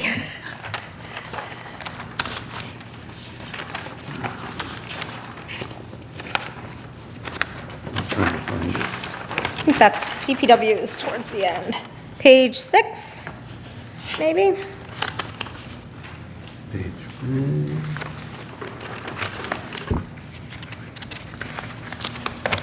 Page 6, all right. Fuel charges, are you looking under cemetery? No, under police and fire, you increase fuel charges, like under fire, we went from 25,000 up to 32,000. Under police, we went from 15,000 up to 18,000. Why are we increasing that when the cost of fuel is down now, and historically it's never gone, like on fire, it's never gone over 30,000? And we're putting it up to 32. The price of fuel is way down right now. Let me look at the actuals. And You even know, on- actually, let me talk to the department heads. I'm not prepared to go that granular, and I don't want to speak off the cuff on fuel charges. Okay, Okay, so I'll supplement. okay, thank you. Yep. Is there anything else? The assessment, you put the state assessment there. Is there in terms of tuition, is that the balance of the calculation, or is that like the net, the delta between the assessment and, because they have 2 lines when you look at a cherry sheet on the website? So that's just the assessment. It's not the balance. Okay. So the other part comes in on the revenue side. Okay. Yeah. So this is how we offset for those assessments. Right. I was just Yeah, but it's wondering- not the net. I was wondering where I was going to see if it was here, like the school does the circuit breaker on their budget, which is, anyway, I'm just trying to follow the budget practices. All right, in the beginning, you said there's no good time to make these switches. I would actually argue that maybe upon you coming on board might be the best time to do it, so. And really, I mean, this is something that the finance director, who also, this is his first full budget, I mean, he has been really driving this consolidation practices, so. Okay, and I think So- it's more logical in the way it's laid out. It's not 100% maybe, but I would be supportive of that. I know it's, to folks, the biggest concern I think that I've heard raised is that for folks who are going to town meeting and who are not following along to all of these meetings, that when they get there, how are they going to be able to watch the budgetary trend lines over time? And so that's what I'm hoping to be able to illustrate in the other document, is how those trends, even though they've moved, how you can still follow the overall trend. Okay, makes sense. All right, so we do have a habit of allowing the public a quick question or two if there's anything either online or in the room related to the final town manager's budget. And again, reminder, name and address.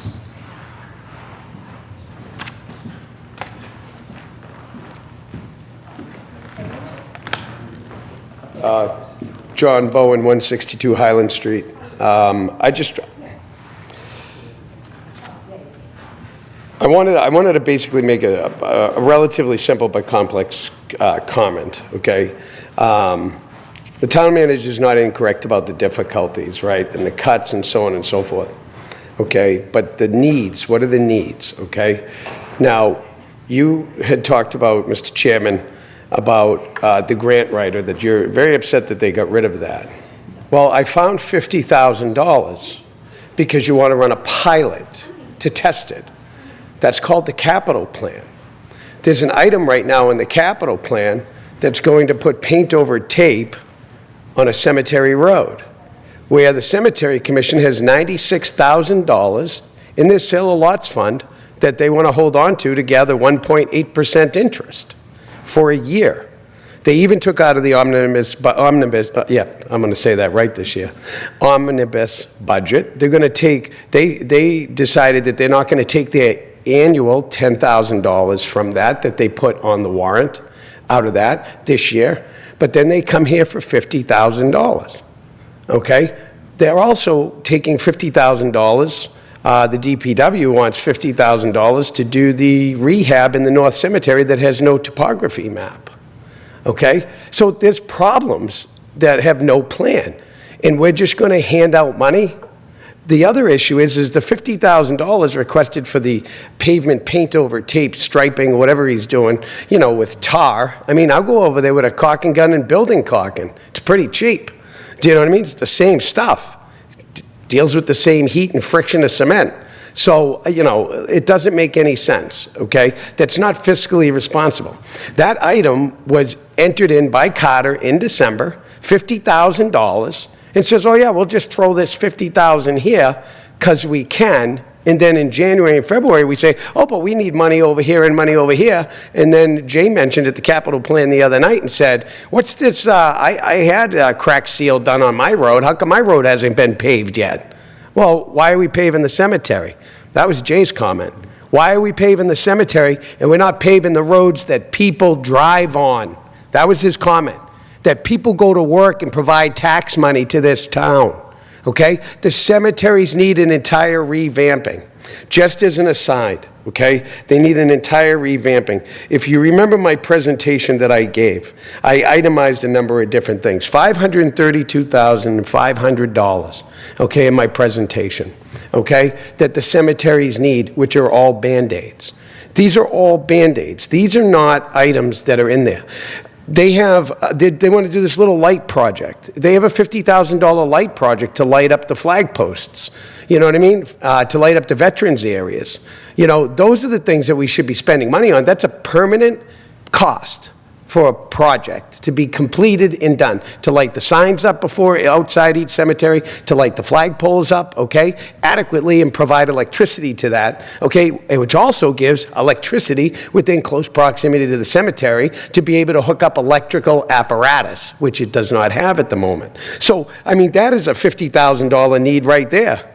Okay, why are we not spending it on that permanent fixture? Instead, we're going to spend $50,000 on crack seal?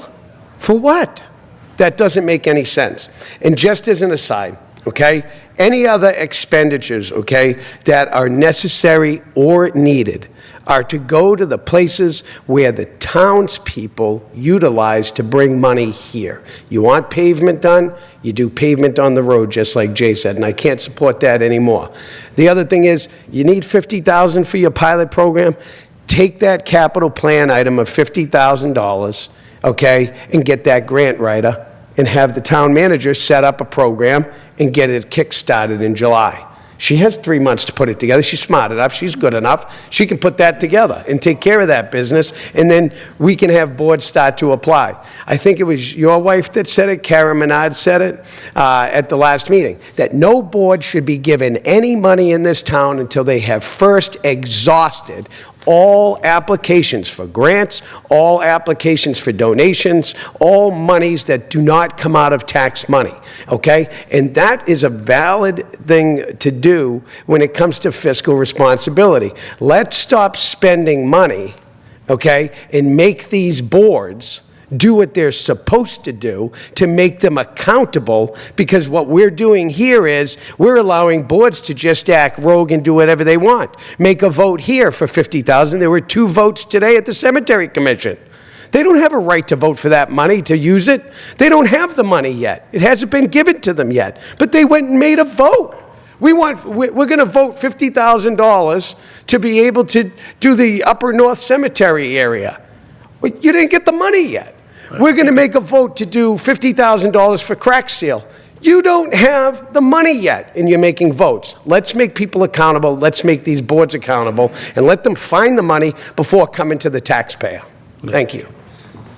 So I will just say on that, I think the $50,000 request for the cemetery is kind of a strange one, and we talked about it at capital planning, that it is kind of a capital planning item that lives outside the capital plan. So I think I will address that maybe when we get to voting on warrants and that sort of thing, because that one is kind of sitting weird with me, and I don't know the history, but. Glenn McLeod, 436 Reservoir Road. I just wanted to give a little perspective as far as being a retiree from the Worcester Regional Retirement System. That when if we are awarded a COLA raise, it is on the first $16,000 of the pension. So if Worcester Regional does issue a COLA for 2%, that equates to about $25 or $26 a month on my pension. And so that's just another issue to consider when these discussions of healthcare come in. It also affects the retirees, and we're essentially on what we all hear as a fixed income. And it's a lot different being on a fixed income than hearing someone talking about a fixed income. Thank you very much. Thank you. Thank you. All right. TJ, okay. I'm gonna take my laptop for now. Okay. Is there somebody online? Is there any questions online? I don't see any hands raised. There's one hand up. Shannon. There is? Shannon? Is that a hand? Am I, Oh, Mandy? Maybe? no, I'm seeing one hand. Unless that's the cursor, it looks like Mandy. I don't see any hands up. I think it's the Oh, cursor. is it? Yeah. Yeah. That is a hand, though. It looks like a hand. It is. It is a hand, it's just the cursor hand. Yeah, it's yellow usually.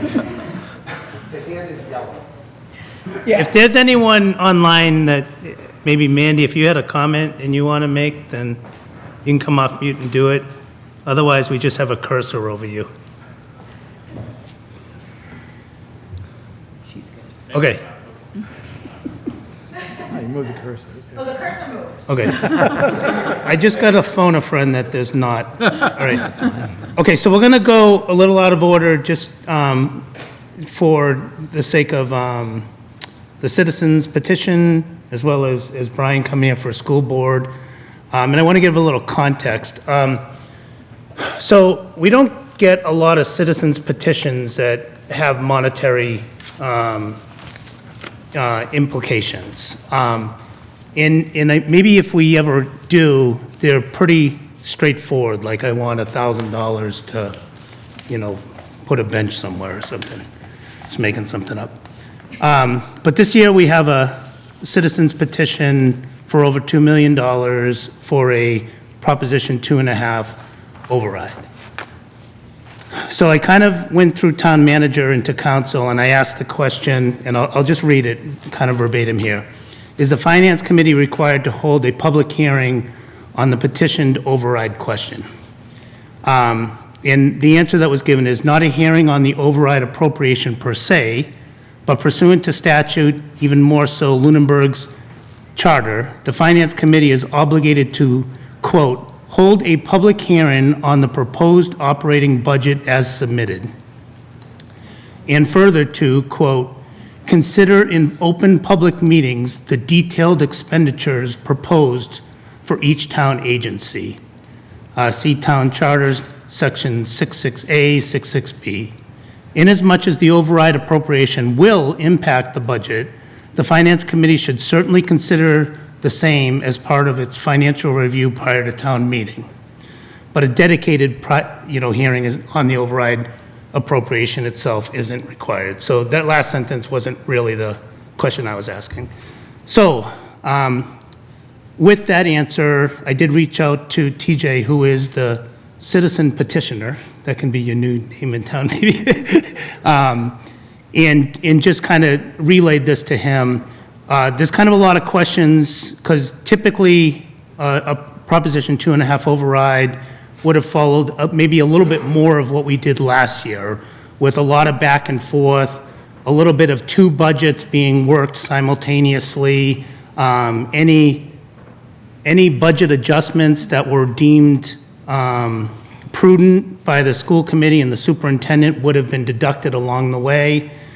So to me, this is kind of a tough situation we find ourselves in to review this budget. But we are where we are. There is a warrant article that has been properly put on the warrant.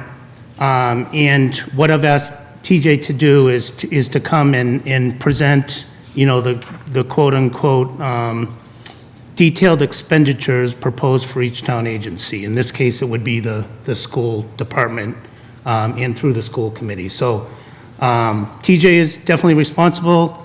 I've put in those two documents, that the one that you sent, and then Brian sent me one, which was the final detailed budget from the school. The only thing I did on that, they're both in the SharePoint. I sent you the links. The only thing I did on that was I added a column that took the level service budget, or the 2.5 budget, and subtracted the budget from the town manager requested budget to show where the deltas were. So if we kind of go through that, it's just a highlight as to where the deltas are. Now, I did get from Dr. Gilson the final budget, and I sent that off to you guys today. So there may be some minor discrepancies in the one file that Brian sent. I'm not sure, because I did receive that other one from Dr. Gilson. I would assume they're reflective of what Dr. Burnham spoke to us last week about. So for this article, I guess what I'm saying is that the town manager's budget is what is approved by the school committee and what has been presented to us. So this is really dealing with the deltas to that arrive at the 2 million and some change numbers. I have a question. The one that Dr. Gilson sent today is just the approved school committee budget, is that correct? Yes. Okay. Yep, that would be what was presented to us last week with last-minute fixes. We know we get into this part of the year, changes happen rapidly, and spreadsheets, get out of date and unlinked, and formula errors and stuff like that. So Dr. Gilson should reflect the what was reviewed last week. Right, but TJ's only addressing the override budget, which is the one that had, that was sent, I think, in March 6th, that has all the different colors. And he's Yes. addressing the. And it's the one I sent today is the one we should be using, because that's the one that Brian sent to me. Is that all clear to everyone? All right, so with that, TJ, I'll turn it over to you. Do I have to say my name and address? I guess not, because you're officially. Okay, great. Love it. First time ever. So I'm hoping this is relatively simple. I'll just give some context, I think, to what you said too, is the override that I filed as a citizen is a very, very simple override. It is the subtraction, the difference of the level service budget from the town manager approved budget. So the school committee put these two numbers out, they approved the town manager budget, and what's left is the difference, right? It's as simple as that. So what, to me, that signals is that the schools have said, you know, we all, you know, me and a bunch of others, including Finance Committee last year, School Committee last year, Select Board, said last year's level service we couldn't support. But we came up with a budget we could support. And now this year, that budget we all fought hard for last year is this year's level service. That's how it carries over, right? So when we say we're cutting this year, we're basically saying we're going to upend last year's level service.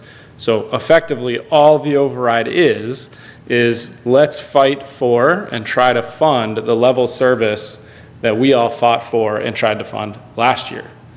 So it just takes that difference and brings it up to the top. So there was no other math, there was no other calculation except the two values from the school committee that they approved, and that's what I put in the override. And I do think, for context, I do think the process by which the override was filed this year is different than the process last year. So those negotiations that I was a part of and watched the whole time was really trying to figure out how we could reduce the amount of money we needed in various ways.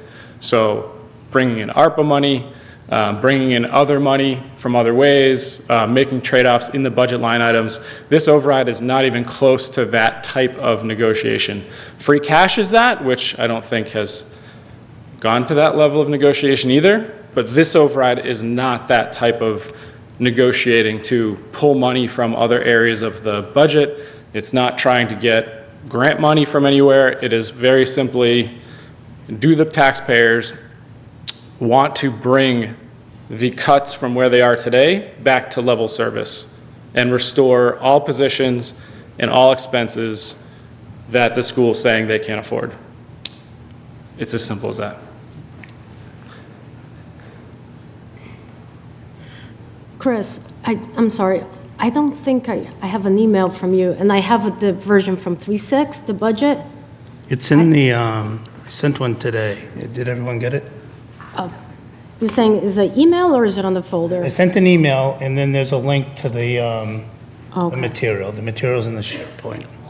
Oh, okay, there is an attachment on that. No, I have one email from you that has an attachment with a spreadsheet. And that one does not include the override. I do have the one that was sent on 3.6. I don't know if there is any difference from that one. This is March 12th? Looks like that. Yeah, I don't have that anymore. I'll show you what the email looks like.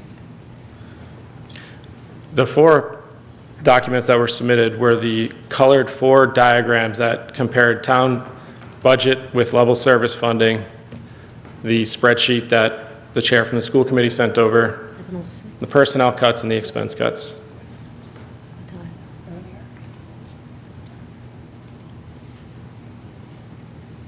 524. 524, okay. And the Oh. 2.5 is down the bottom. Oh, okay.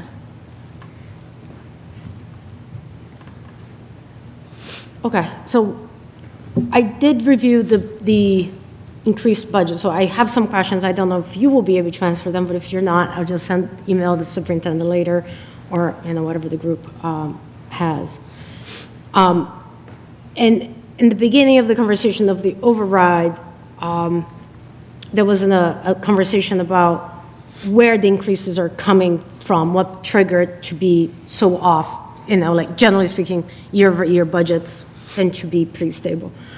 And on those conversations, it's been represented that I guess this is a folder. And the information that you shared with me, because you also shared some information with me, was a little different than what Mandy had posted.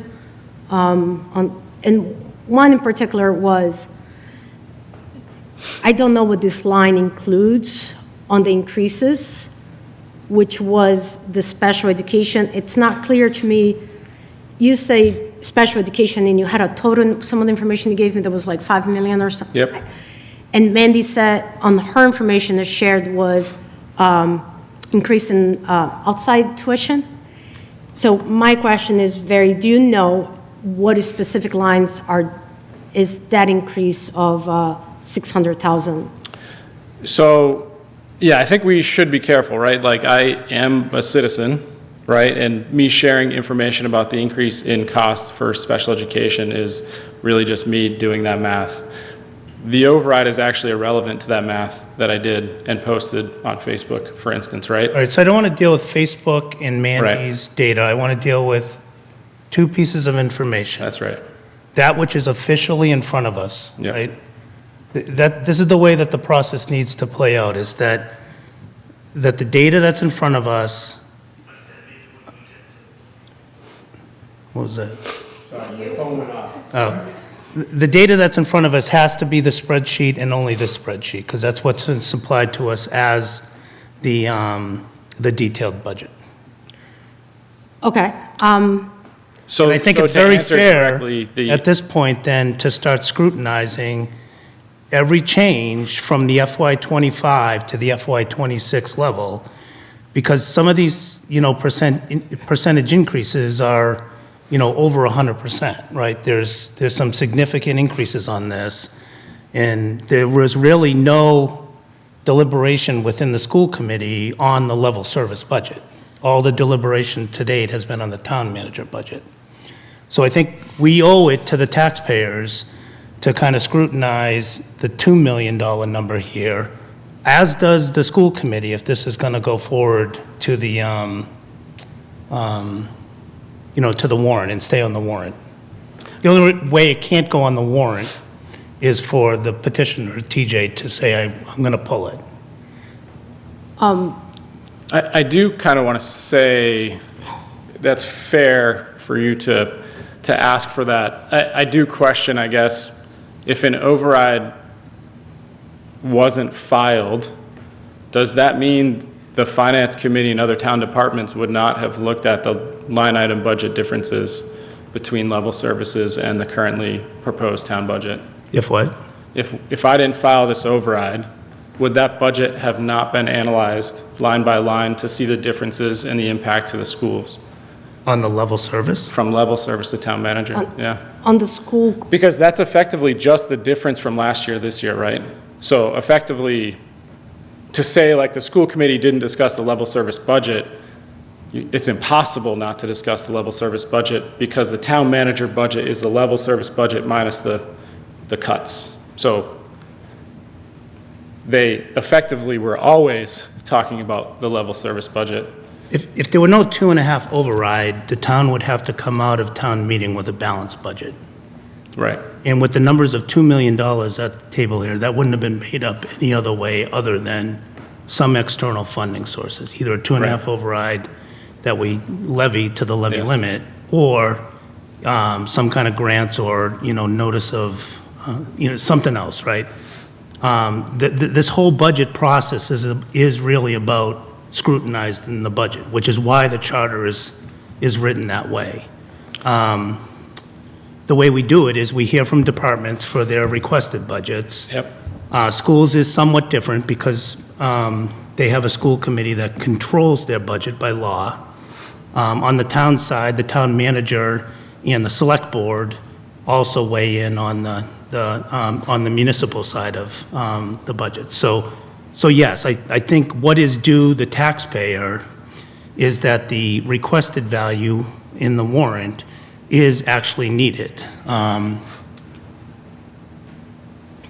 so, I had questions specific to some of the line items on the level service budget. It doesn't sound like, I hear you, you're not part of the school committee, you trust your school committee to have analyzed it and done it, so I will reserve my questions, not to you, how's that?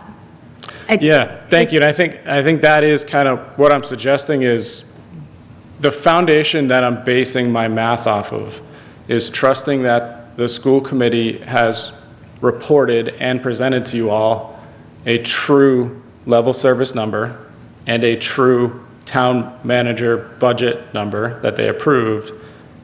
And as long as those are true, then my override number should be accurate.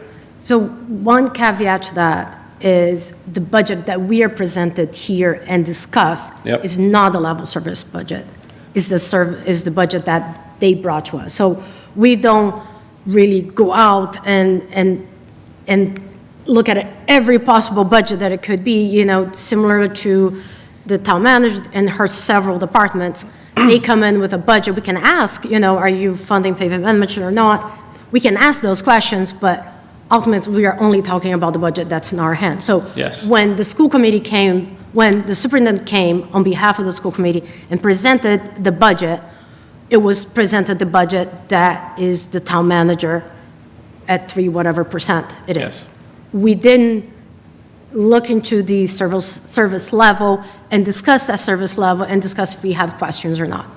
Which to me, right, suggests if the school committee can present a budget that's decreasing by $2 million, I would assume the finance committee would want to understand the impact of said budget and understand the cause of the impact, which is effectively what you're asking me now. So I would say... So I know you don't want to ask those questions, but if they, some of these things are a little more nuanced than that. So there are estimates that go into it. That is, movement of, they moved athletic expenses, they're now there and they're not, there's so much conversation to be had. I don't think, I'm not sure I would be discussing a budget that where no one is voting for, but generally speaking, the school committee has reported what is their plan to do, which was they're going to submit, they wanted this budget, they approved this budget, they know there's some more free cash coming likely if town meeting approves, and they had a conversation with select board about exploring an override for next year. That is what they reported to us, and that's it. So No, and I understand, right? To ask me, for instance, what the increase in special education cost is. Which you don't have to answer. I was going to ask if you knew. If you don't know what it is. I'm just using it as an example to discuss the override is, that number is baked into the math of the override. Okay. And so because the finance committee was presented with, I think twice by the superintendent, with the town manager budget that got approved, effectively they showed you all the increase in the special education cost. They showed you the increase in the transportation cost. They showed you the increase in the health insurance cost because it's baked into that budget. If you didn't ask about it to understand where those costs came from, that's a separate thing that I don't think is related to the override. And I'll just say these words. This is not, and I think you used these words when I was talking to you, it's not an override budget.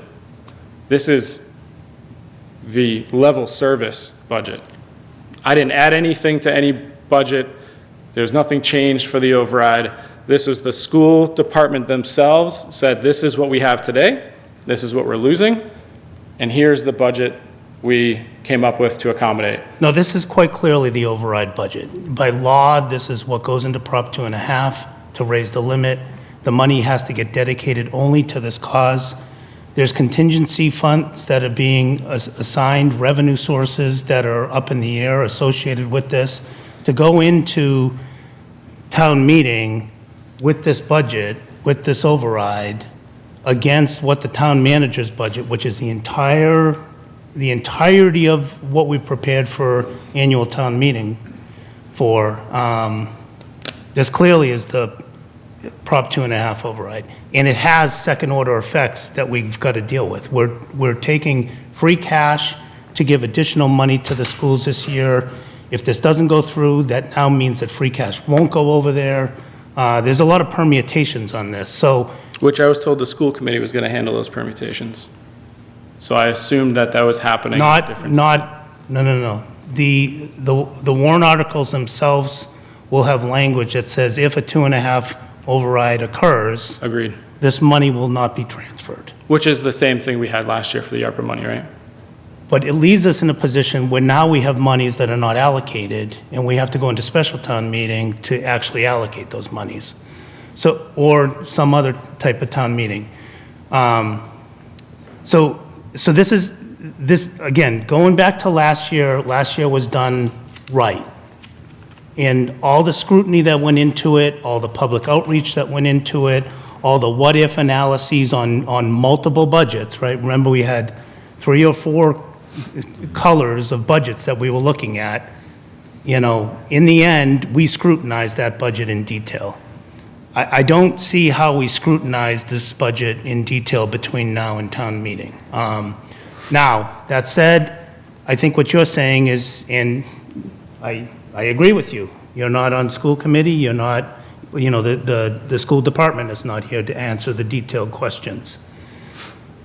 But what I guess I do need to have is how we arrive at getting to a detailed budget analysis, also based on the recommendations that both school committee and select board will take up next week as to whether they support this or not.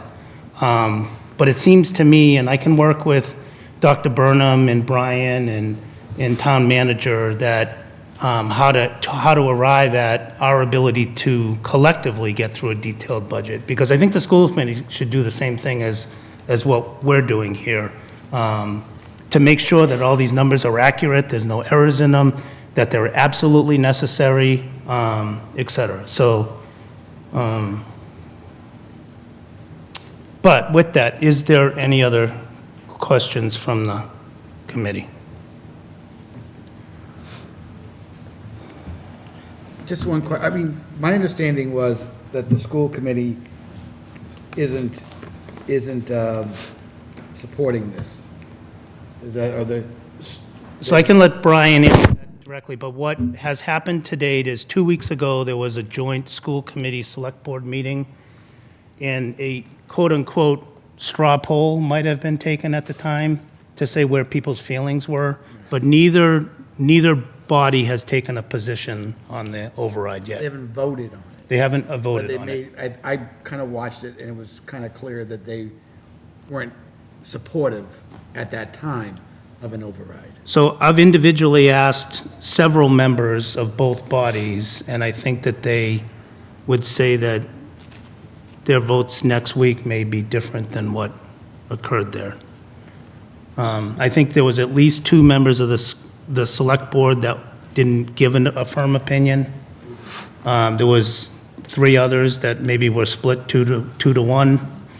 So, and I don't know, maybe they could have changed between now and then, right? Maybe they've seen. So, yeah, I agree with you, Tom, though. I think that's how we've arrived at the state we're in, though.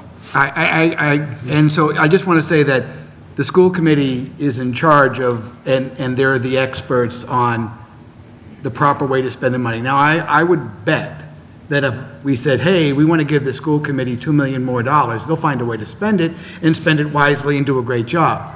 The question is that if at the present moment, their feeling is, for the town, that's not the way to go, then I would take their expertise on that. I am not going to say, is this teacher really necessary? Is that teacher really necessary? I think all teachers are necessary, but I think it's hard for me to sit there and go like, well, the budget that they wanted originally with an extra $2 million, if we had the $2 million, I would have probably supported it. But if they're not willing to make that judgment and say, yes, we, school committee, want an override and want $2 million, and here it is, then I think I wouldn't, until I see that, I wouldn't want to do anything because they're the experts. I don't know how this works. Can I Yeah, comment? no, go ahead. So I think that's fair, and I think that's all valid. I think there's a subtle difference in what was said, as I don't think the school committee said, and I don't want to speak for them, but this is what I'm hearing as a citizen, hence why I filed a petition. I don't think the school committee said, we don't need this money, and that, you know, if they got this money, it wouldn't go to good use. What they said was they want the money next year because it's strategically better. So it wasn't undercutting or downplaying the need for the money. It wasn't downplaying the budget itself. It was effectively saying politically, strategically, it was better next year, unrelated to the funds themselves. I think that's a big difference. Well, again, you could say that about the fourth shift for the fire department. Absolutely. That's another one that, you know, they're not pushing it this year. My view is if they thought this was really important, I don't want to use the words important because we're talking about our kids. We're talking about education, something we all agree is very important. And so, but I think it's if they thought an override this year was the right way to go for not only the school committee, but for the entire town, then they would have done it by now, or will do it soon if they can. I'm not even sure if it's even possible to do it. It might be. And that's where I would like to leave it with them. That'd be my personal view, because I like the experts to make experts' decisions. I agree, and you know, not to bring Facebook in, but I put my position on Facebook of why I filed the citizen petition. One of the reasons was, you know, last year I was part of the override citizen committee, and I saw the politics of overrides, and there was people on this board that continually said an override's not possible, it's never going to pass, there's no way this is ever going to fly in our town. Meeting after meeting, this was said across many boards in private, right? Which would have scared a lot of people, and we continued pushing it. And this year, I saw the school committee, specifically the school committee, afraid of the politics of an override and trying to plan strategically for an override, which is totally valid and fair, from my opinion. What I did with the citizen petition intentionally was to take the politics out of it and try to bring it to the citizens to say, I don't know if this is going to pass or fail. I don't know. I don't want to try to guess if this is going to pass or fail, because we guessed last year and it didn't go like a lot of people guessed. So this petition is fundamentally just trying to take the politics out and trying to see if numerically we can get this number to pass by the citizens. Let the citizens decide, take the politics and guessing out. Next year, if we want a bigger override, which is the only other option on the table that I'm aware of, a bigger override next year, we can do that. That's fine. And that's the current strategy. So that's kind of the reasoning behind all this, which I don't know if you're looking for, but that's why it exists. Yeah, okay, so just one additional thing is, there is a process, right, a legal process, which is why I read that, and I sent the town councils. You know, we are the Ways and Means Committee, if you will, as it relates to like Boston or at the federal level, right? So things need to come through us in order, if they're moneyed articles, in order to properly make their way onto the town floor. I do think that, I do not think we've had open public meeting on the detailed expenditures on this, right? Now, could we get there between now and town meeting? Perhaps so. I do think next week's votes will be telling as to the support from the school committee especially, and also the select board, because they could choose not to put this on the ballot, which in essence vetoes it, right? It's a veto fact that so all this stuff was really kind of deliberately thought out when, I guess, Prop 2.5, I was about 8 maybe when that came out, was thought through. But I do want to afford the opportunity to the citizen who petitioned for this, and clearly he's got backing from people on town, to properly get this thing through our process. So I do think if the school is behind this in their vote next week, There should be additional rounds of discussions with us on the details of the expenditures. I would also say that I think the schools should give a level of scrutiny to that line as well. And, based on the votes, I can work with Brian, town manager, and the superintendent to make sure that we get that between now and May 4th. As it relates to our charge on voting on articles, it would probably mean that we would likely defer until the floor of the meeting on the article, and it will be something that we'll have to figure out how we put into our budget report. I mean, because it's going to be printed on, like, if the Finance Committee supports or not? Yeah, Okay. I think we owe the Finance Committee's report, next meeting, which is it next meeting or the meeting after? So,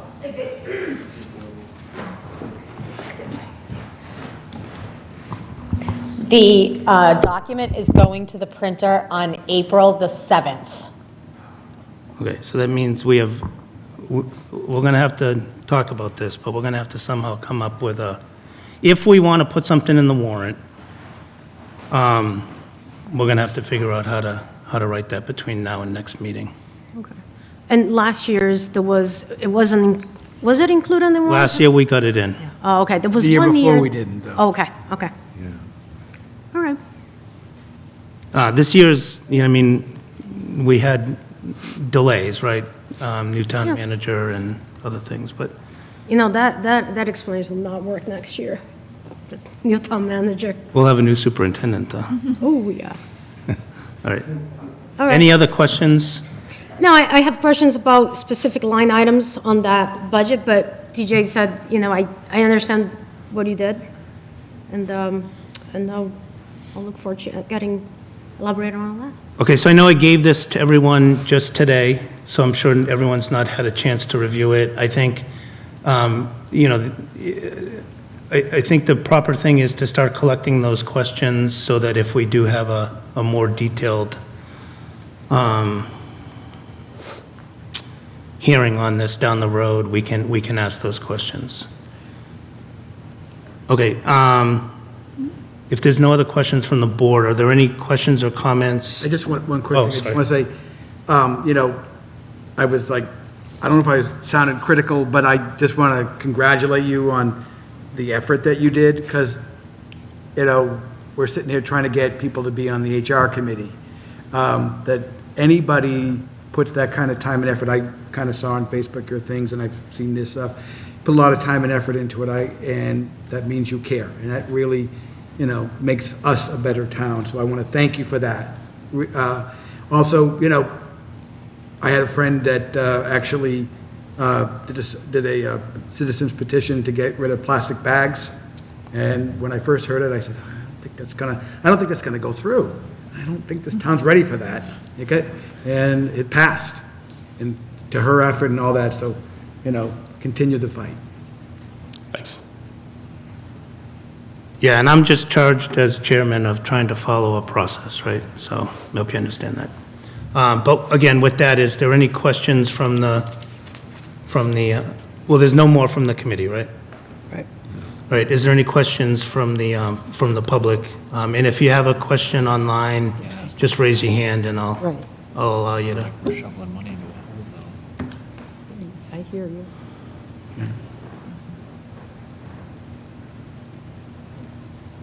And then, Brian, did you want to say anything, or are you just here to hear? Okay. All right. All right.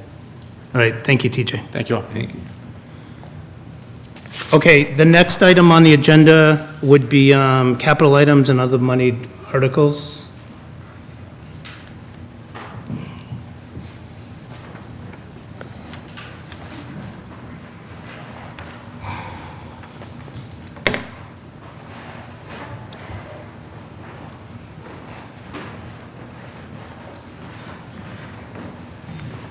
Mr. Chairman, as a recommendation, perhaps for your consideration, do you want to do these as we go through the actual warrant and do kind of two at a time?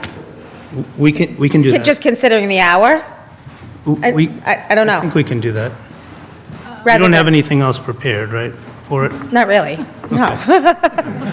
I mean, I could go through just the moneyed articles and then go through the rest of the articles, but however you want to do it. I am fine with doing this part of the, going through the warrant. So taking the hour, I do want to say that I have a lot to say, as we all have noticed, and I did put a presentation together with some questions that I have about the overall budget, and I wanted to organize it, that's why I have a presentation. So if we could allow me, and we have an agenda item for budget discussions, just to make sure that I'm allotted some time for that. Yeah, do you want to do that after the warrant? Sure, Okay. just ask. Okay, so you have, I think the most recent update of the warrant went out yesterday. It should say, if you're looking at the right one, it should say on the top of it. So I mailed one, but then 326. we got a hard copy. Yeah, oh, yes, you do have a hard copy in front of you. So, to explain the color coding, if the article itself has been highlighted in green, that means the select board has already voted to include it on the warrant. The yellow is just really for me to come back to different areas before it goes to print and make sure I check on those spots. So no real meaning to anything in yellow. And the select board, you'll see in some areas you have their approvals, but they haven't weighed in on every article. So the articles are not numbered at this point. They're lettered until we put them in final order. But I would suggest if we just go through one by one. The first is to hear the reports of committees and towns and to accept the reports that are included in the annual town report. I do anticipate that the Stormwater Task Force is going to be giving a short oral presentation to town meeting, and the Budget Task Force as well, giving a report about next steps now of the Budget Task Force as we plan for FY27. Any questions on that one?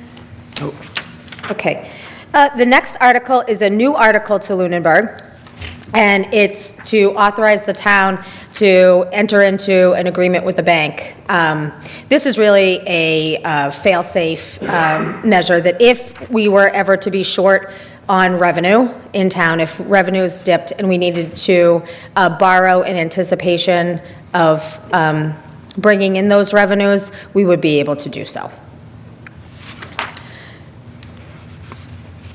The next one is also similarly a fail-safe mechanism that likely will not need to be employed, and that's to expend a Chapter 90 funds in advance of reimbursement from the state. And as I said, we believe our apportionment for this year will be $690,660.70. I do want to comment here that I am keeping up the new tradition of the interim town manager of including the summaries in the printed handout that go out to folks. And I like that. Yeah.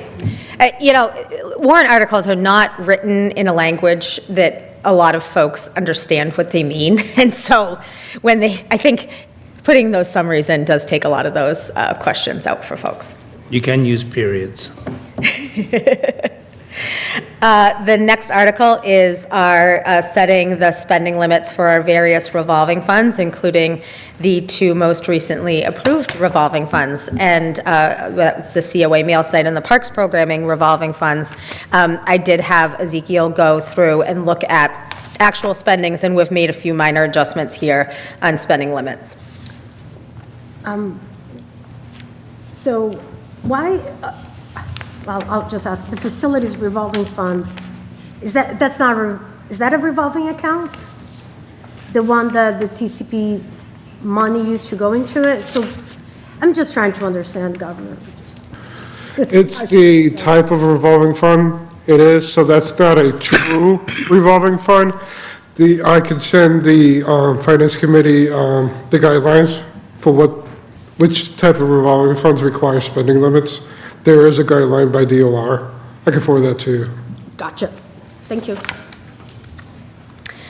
Okay, the next article is to pay expenses from a prior fiscal year. I actually thought I had one because it said July 1st of 2024, and to me that seems so long ago, but no. So this time I don't have any bills of a prior fiscal year, but I am going to just include in that summary so that voters are aware, just because they don't see one listed here, there may be one that crops up between now and town meeting. That does require a higher threshold vote, 4/5 at town meeting. The FY 2025 budget adjustments, this is here largely as a placeholder for right now. I don't know of any transfers that we'll be making at town meeting. Is this an article that would be to increase the overall town budget or to make Interdepartmental transfers, not increasing the bottom line. Okay. I didn't think we had to do that. I thought we only had to do like going out of not interdepartment, but Yeah, this seems like a placeholder. You have, your omnibus budget provides a substantial level of flexibility for transfers within lines. I think that this probably will be passed over anyways, but it's just a placeholder for right now. But we also had accounts though outside of the. Right, that's right, out of the right, you could transfer from other accounts.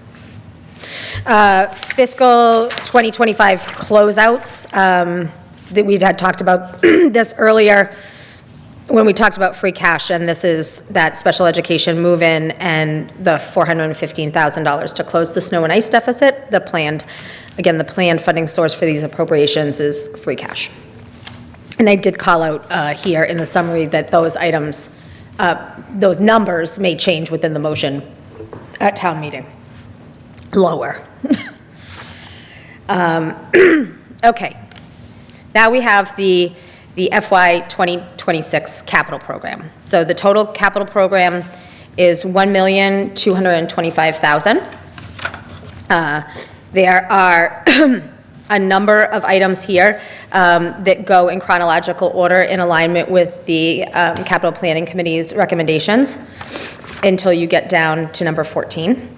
And then where you see jumps from 13 to 15 and 17 to 19 and 20 to 22, that's because the items that were ranked that have been skipped over are of a value that would eliminate the remainder of the listing. So this was the capital plan as put forward by Mr. Terenzini. I largely agree with this plan, and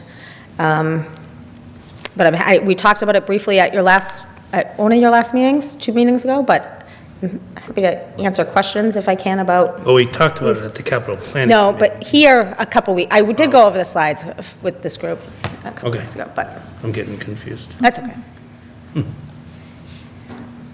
Okay, so just any questions specifically on the capital plan? You have patrol cruiser listed twice, being replaced? There's 2 patrol cruisers. All right. There's 2 being replaced, yep.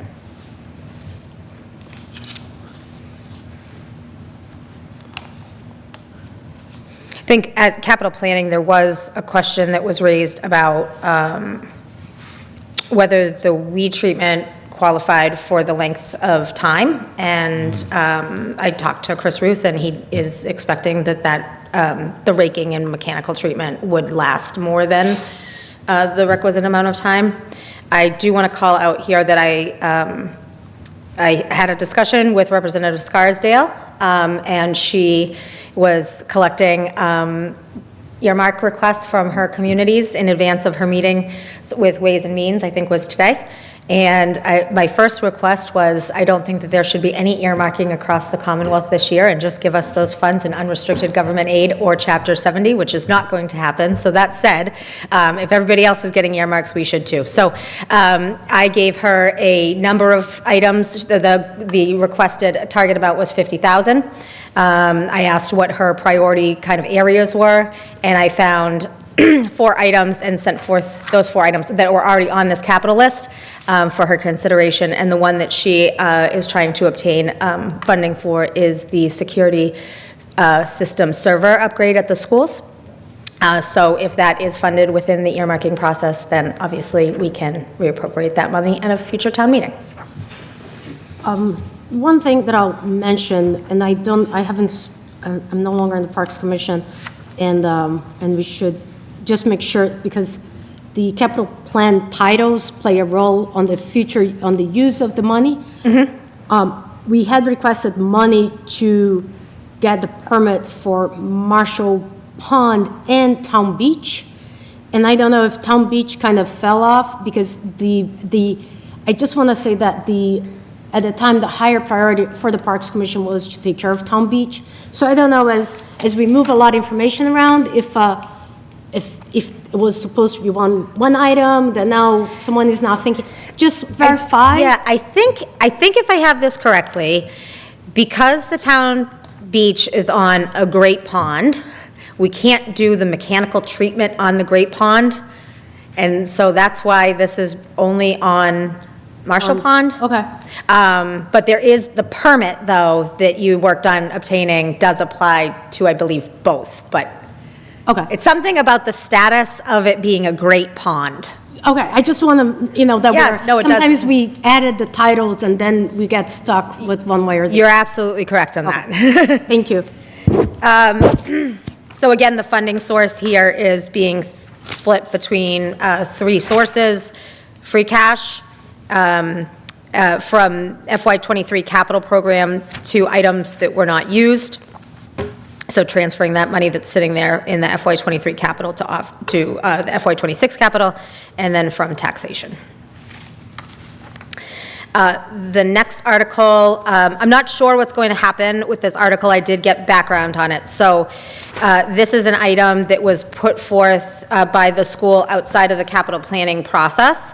There was a little bit of a timing issue, as I understand, with why it came up the way that it did. And the thought here was that if, not knowing at the time what our financial condition was, if there was additional free cash available, that we could apportion free cash to this project. It's somewhere in the neighborhood of a $100,000 project. I believe that the school committee may be withdrawing this article or asking the town to pass over this article at town meeting. We have not got to that point yet, but there is no funding source for this article. So it's... Is this the bulging wall thing? Yes. Okay. And the drainage. So the wall and the drainage, yeah. That's what's causing the Yep. wall. So what would we go out of town meeting with an unbalanced budget, or you would need to? No, so you could, if this, so first, you'll see that this one is not highlighted in green. So the select board has not voted yet to include this on the warrant. If it was included on the warrant and it has no funding source, I would imagine that the motion would be to pass over. Certainly, somebody could make a floor amendment moving funds from, you could say, instead of allocating $500,000 of certified free cash to the school system, I'm just saying, for example, you're gonna allocate $400,000 and then take $100,000 of free cash to support this article. But I do believe, I think that the school committee is going to ask either for it to be withdrawn or passed over, but I guess we'll see. So the next item, and this is, I think we're probably going to have some discussion, it sounds like, about this item. So these are those three special projects that are living outside of the regular capital planning process. The first one is the decommissioning of a portion of TCP, and I understand the reason why this one didn't go through the regular capital planning process is because it was not known until afterwards that the school department was going to be vacating TCP. So that is what kind of initiated that we can shut down portions of this building, drain the sprinkler system, put up a firewall, and start containing some of the costs associated with operating the structure. As we make, and I know there's a lot of uncertainty about the future of that building, but it's to contain the costs around that. The initial thought by folks was that $300,000 roof repair that was voted at special town meeting, that we could move that to the portion of the building that is going to remain potentially. And I had some great input from folks in the community about how specific that vote was at town meeting, of where exactly the $300,000 roof repair was going to take place, and obviously, it would be over the part that we have closed. So we won't be going to the roof repair piece without bringing that $300,000 item back to town meeting potentially in the fall. I just wanted to, I know that came up at capital planning, and having researched that after the fact, it was quite specific, the vote to repair the roof, the location thereof. Could you not take that 300 to fund the 75 associated with this? Well, I think that the goal would be that we would ask town meeting voters to re-vote the 300,000 for the roof repair on the front portion of the building. As far as I've heard, the thought is that that portion of the building would remain in a future whatever, even if the back portion of the building were to be demolished. But I think the Municipal Building Design Committee or some others really need to weigh in on, we have tenants in this building right now. We have users, so both internal tenants and external tenants. They don't have another location for the time being. And obviously, there's a lot up in the air with the vote that we're going to be getting to on the municipal building design that would change some of those things. So there's a lot in flex with the future of TCP. You've heard from the public about the cemetery road network repairs.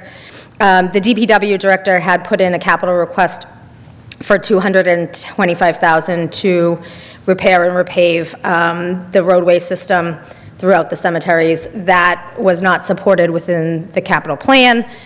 So this $50,000, the director was still, as I understand, still looking for funds to do some repair for the worst areas of the road network within the cemetery. So removing those really bad areas with this funding.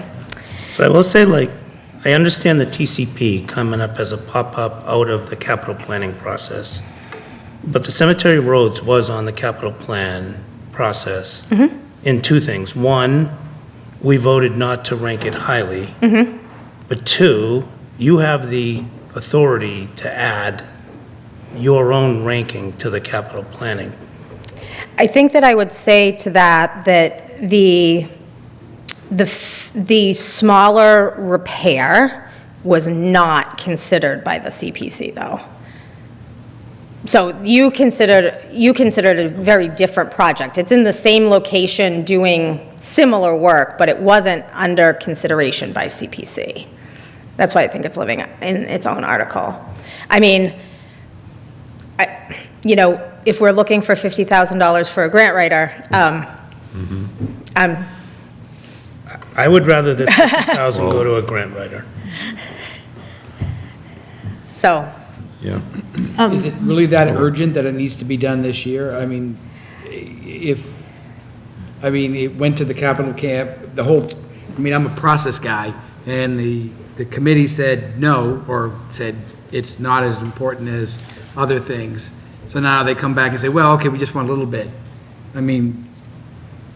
Can it be brought to the capital next year as a smaller project, or bring it back as the full project with, saying we now need it? To me, it was given us the shot in the beginning, unless there's something new we found out that says if we don't put this $50,000 in, we're going to have $500,000 worth of work next year. So in full transparency, I have not put my own set of eyes on the roads to look with my own eyes. But in talking about this with the director, he did feel strongly that he would like to still go forward with this $50,000 request to repair the worst of the worst. Is this North Cemetery or South? I'm going to ask John Bowen. I think it's north. North Cemetery. Yeah. It's not the worst of the worst. I'll make that comment, drive through. It's not the worst of the worst. You have trees pushing that up. Okay, so the other thing I would say cemetery related is I did drive through South Cemetery this past weekend, and if I were gonna put any money into cemetery, I would fix the gravestones that are cracked, fallen over, et cetera, over fixing roads. So I think part of the, being our representative on the cemetery commission, I think one of the things that led me to vote any of these cemetery items low is I see no cemetery plan. Right, so just little fixes here and little fixes there. A couple years ago, there was a $600,000 wall that they wanted to build. There's just no plan, right? So that's why I'm not inclined to do it. And so I think, I don't know how the cemetery works funding-wise as well as others do either, but especially on things like gravestone repairs, especially on these are like really old gravestones, right, if you drive through there. The historic kind of, I think they're historic kind of thing. Same in North Cemetery. I just haven't driven through North Cemetery, but It's terrible. Is the town responsible for historic cemetery stones? I don't think the town is responsible for the repair, but if repair, you're not required to repair them, but if repair work was to be undertaken, it would have to be undertaken by and through the town, if that makes sense. So you're not. Just the historic stones Yeah, that have been yeah. deemed historic. So, there are, communities get grants often for these and to repair these. Huh? so we could Yeah, use the grants through $50,000 to write a grant, right? To fix Now the we got snow. multipliers. As long as they manage it, write it and manage it, we don't want to be giving. I mean, It needs to be a bigger discussion. I think that, I haven't really fully considered, having heard it here tonight for the first time, of the swapping of the $50,000 fund from this as it's a portion now or to the grant writer.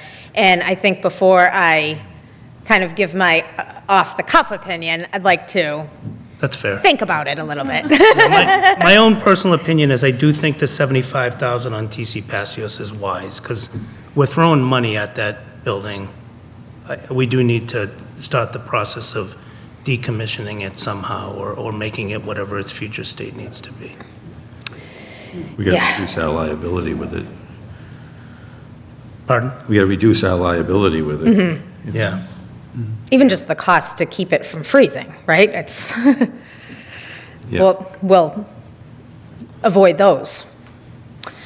The last one is the upgrading the neighborhood codes for the department, under the Department of Revenue directives for the Board of Assessors. And that's really that we have been directed to go through the entire coding of communities where we code the neighborhoods and update them, and that requires outside assistance to do that. So Now, is that like a finding? Is a directive a finding, like you Yes. better do it or else? Yes. Okay. And we have a number of them that we need to accomplish before the next full reevaluation. That's 5 years from now? Because we just had one, right? Right, so this is probably going to be something that we are going to be funding. Okay, we've done this directive.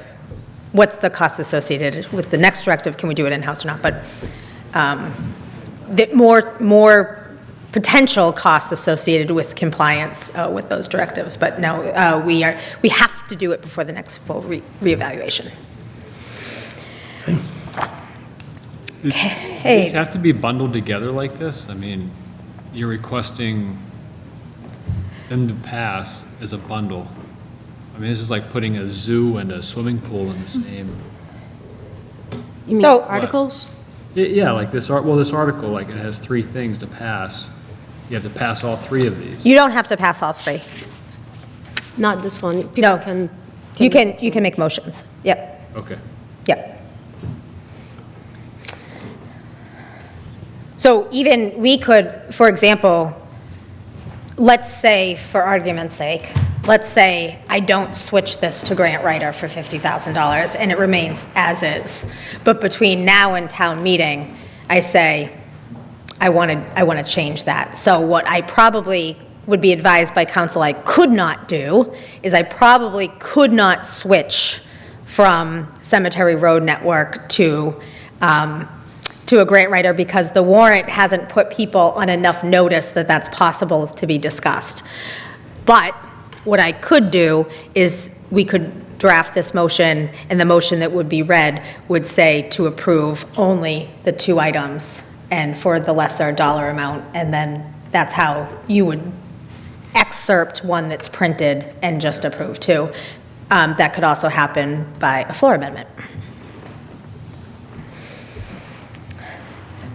So the Marshall Park debt exclusion, you had the separate presentation here. So I think you pretty well know what this is.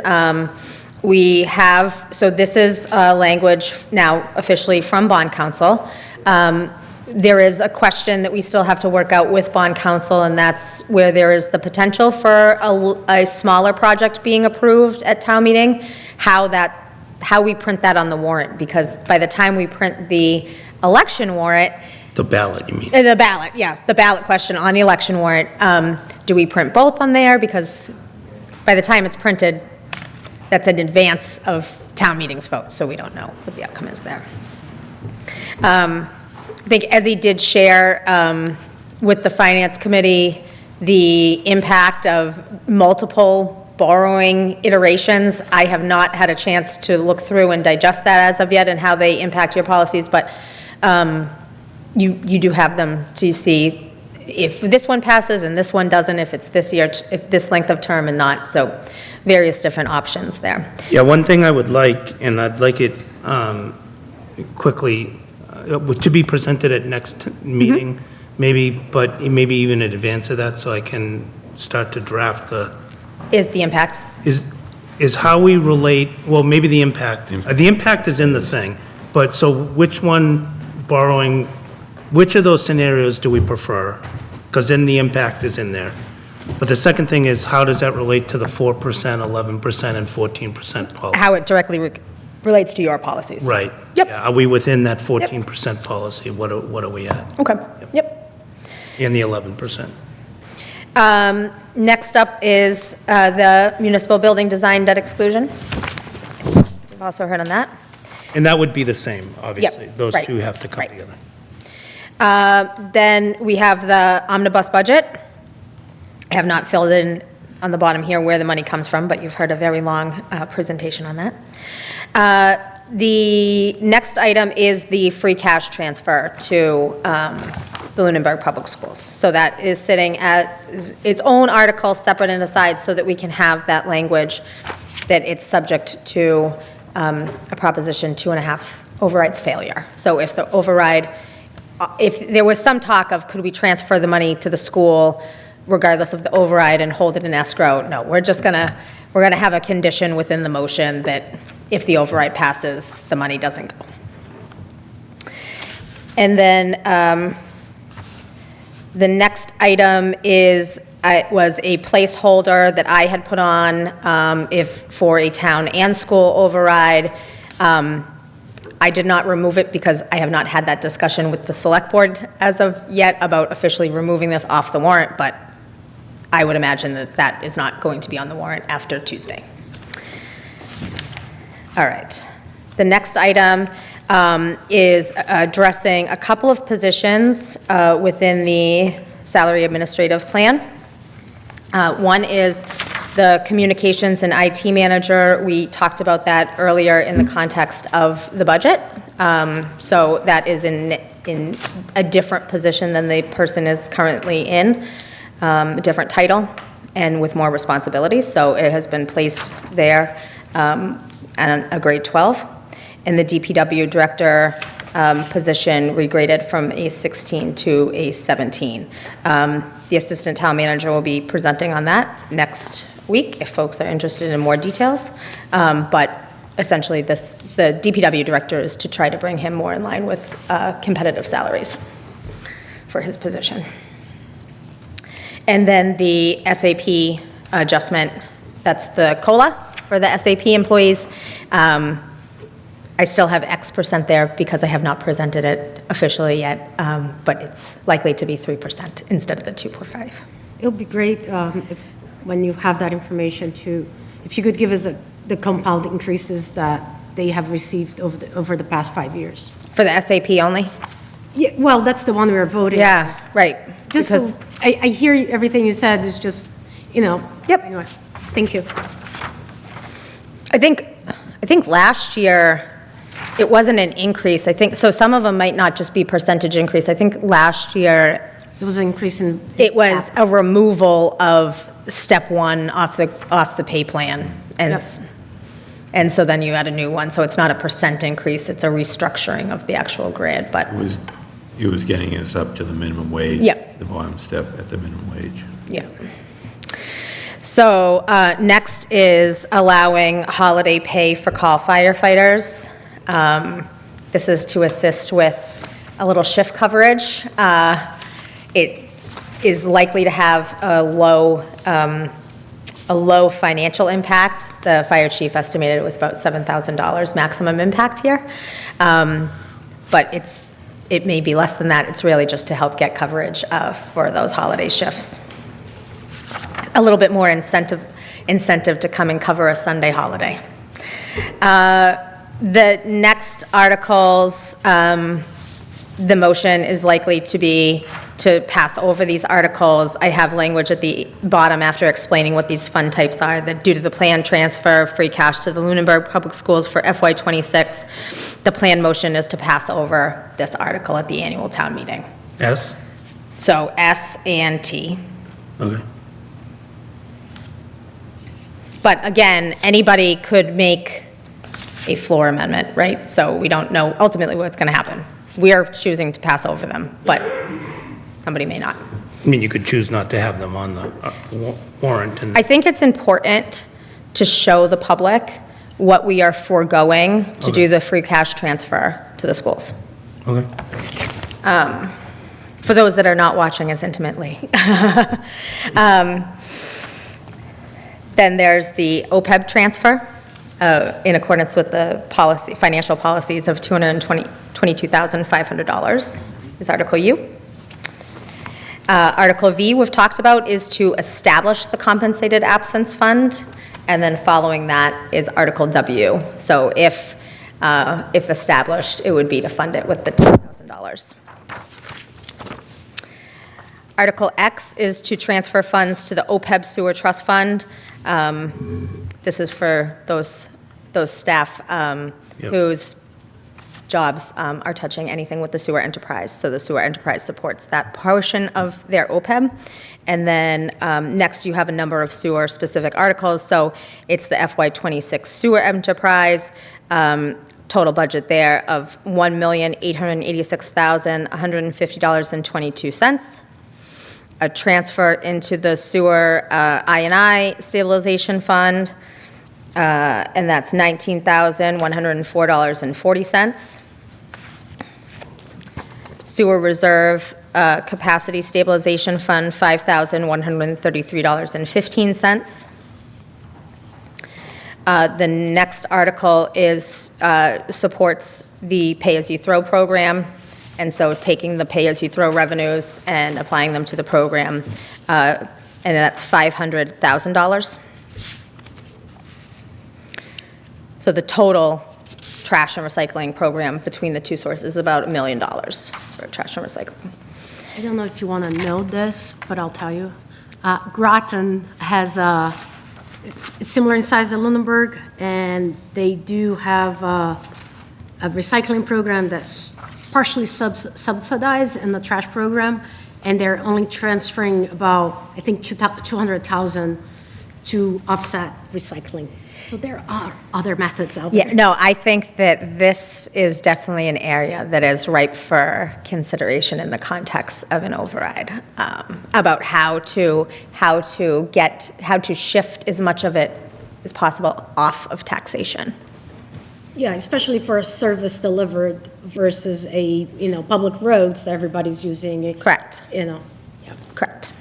It would be great if we don't talk about the word override a lot, because I get the, ooh. Okay, let me rephrase.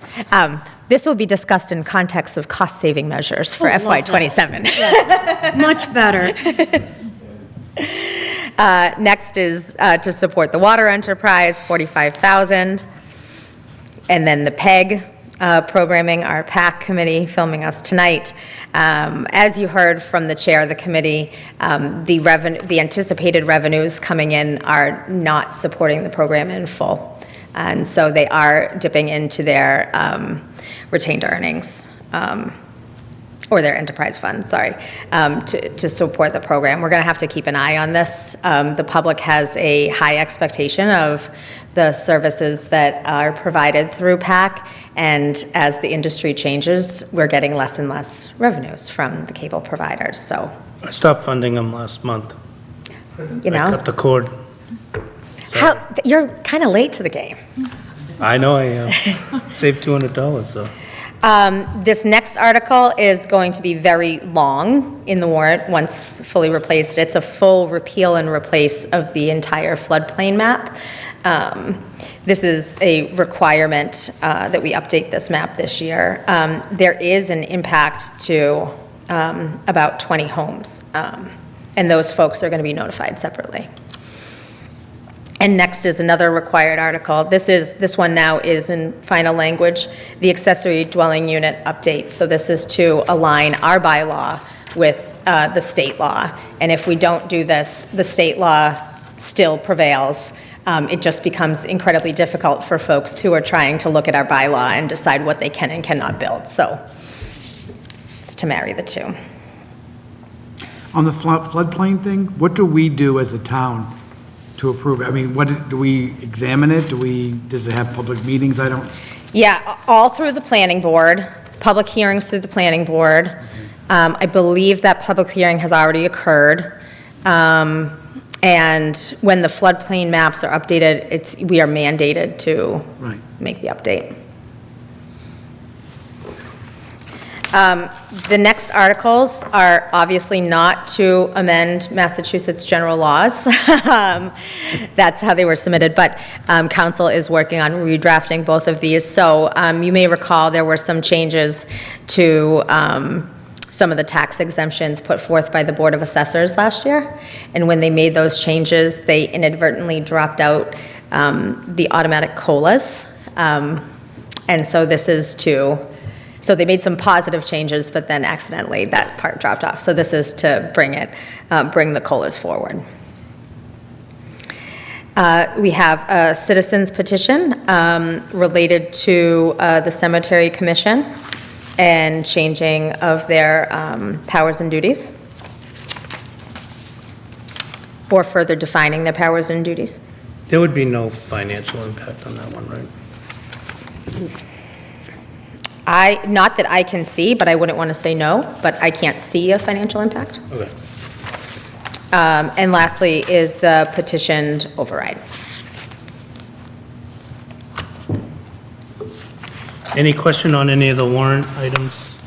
So just for the newer members, what we will do is next week, we will vote on each of them. We tend to vote either recommend approval, recommend disapproval, defer to town meeting, which means then we will vote publicly in front of everyone, or find no financial impact. So those are the four that we typically do. I don't know, maybe there's some other variants that we've done over the years, but. And Mr. Chairman, when you get me those votes, if I'm not here recording them myself, if they're not unanimous, if I could just know. Yep, yeah, we'll keep score. We'll Yeah, have a exactly. Thank you. scorecard for you. Thank you.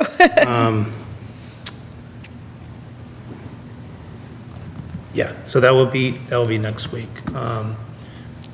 We'll also have public hearing as well, so again, we kind of have rolling public hearing, but this is an official public hearing. For that, I would imagine I'm not presenting again, but here for any questions? Yeah, we tend to usually do public hearing the same time that we do the final budget. Yep. But, this year's Crazy. a little out of sequence, so we will just open it up for Okay. any debate, I guess. Yep. All right, so I think we owe you everything you said by the 7th. At the absolute latest. Like, I need it to go to the printer during business hours on the 7th. 4:59, right? They might close at 3. Okay, so, any final questions for town manager? Okay, Anna, you wanted to present something. This would be under just general budget discussions. Yes, and I have I'm going to share my screen with a Okay. Zoom. I see there. Oh, hold on. Let me stop that. I have the thing muted. You have to mute your computer down here too. This one, your whole computer, not just the Zoom. Yeah, but this is a Mac. Where is You gotta mute your mic, your speakers. I did that, but it's on the presentation that has the mic. I think that's what it is. Okay. Let me see if I see where that button is on the presentation. Oh, here.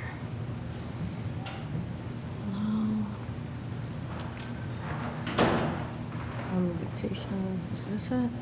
I might just show it and not do the presentation as in the presenting mode. It's just people at home may not see it as well until I figure out what that is. Oh, it might be the same thing. I'll try one more time. Is it? How about now?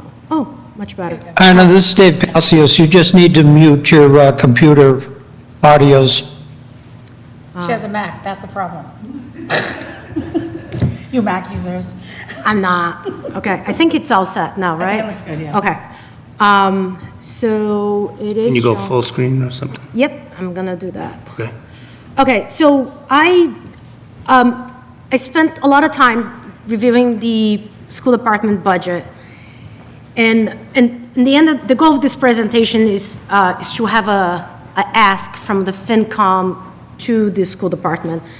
And I just thought I would organize in the presentation so that you all could see what I'm talking about. So this was my review of the school budget, and I utilized data that's there. And I just called out in this slide, the FinCom, what is our job, but basically we're supposed to advise town meeting and to review expenditures and make that decision. One thing I want to say right out of the bat is that the teachers' salary increase are not the primary driver of rising education costs. Between 2020 and now, school costs has increased by 23.8%, and teacher raises has only increased, including the 4.5% of the past year, by 15.2%. So the majority of the increases are not going to support the teachers. So I just want to get that out of the way because I did this for myself, so just we all know. So that was just recapping that overall there's been 23%, which is quite a bit. Can I ask a quick question? Is that teachers or all school staff? This was teacher. Just teachers? Yeah, and this is based on their contract and not necessarily how much school is spending. So that's the contract adjusted, Right. not how much the school. not the budget line? No. Okay, so, all right. Okay, So that's an individual average teacher? yes. Okay. Not including teachers that have been added full salaries, these are just, This is just based on their contract. okay. Based on their contract, they have received a compound of 15.92% since 2020, and the overall school expenses have increased by 23.8%. Next, when I started reviewing the school department budget, I had a lot of questions. Here are some of my questions that I was trying to answer. What is the school department head count? We know they're cutting some staff, but I don't know what the percentage is of that overall. The school department health insurance cost increase doesn't align with the schools. I personally feel like I need to understand that a little bit better because I think their level service budget is about 21% versus the 14%. And now I understand why the town budget only went up by 7%. what is the financial impact of the teacher headcount reduction? So one thing I have not seen it is, when you cut a specific line item by a percentage, you just usually see how much of that line item. We have seen where the increases were that led to needing to cut some teachers, but I actually want to know what is the total, because all the cuts that are being proposed, they should live inside of the FY25 budget. So, this is part of my goal of trying to understand how come cost has increased this much in just 1 year. I do want to understand what are the budgeting practices around the estimated lines, such as private tuitions, collaborative tuitions. How did we arrive at the FY26 estimate? Some of these tuitions, I think there is one line for the level service budget in particular is a total of an increase of 600,000. But over the years, since 2020, we have not spent more than 250,000. So my question is, what is your budget practice on this? And then, how can we have such a large deficit? I've been looking at their budgets quite a bit. And, and the biggest question that I have with some of these questions is how can we prevent that for next year? So those are the questions that I had sort of at the beginning. And what I think, I have 4 requests that this is what I'm hoping that I'll get from that this group will have for the school department, which is to provide an employee headcount from 2020 to 2025, including from all funding sources. I can show you, I did find other school departments that have provided something like that, and it is showing. This is from Hudson. They had a really nice little graph. Whenever that uploads, I'll show it. I don't know if you guys want to necessarily see it. I think it's page 56. But, something like this. FY20, we had this many employees. FY25, we have that many. And just an overall idea, what is our headcount? I do like that, and you and I had talked about this over the weekend. I wonder if FY19 would be a better year to start from, because it's interesting to me to say, how do we start to align to the pre-COVID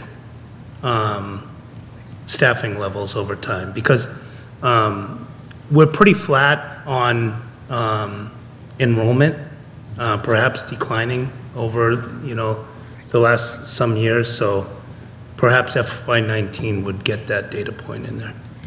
Yeah, if you remember, FY20 was voted it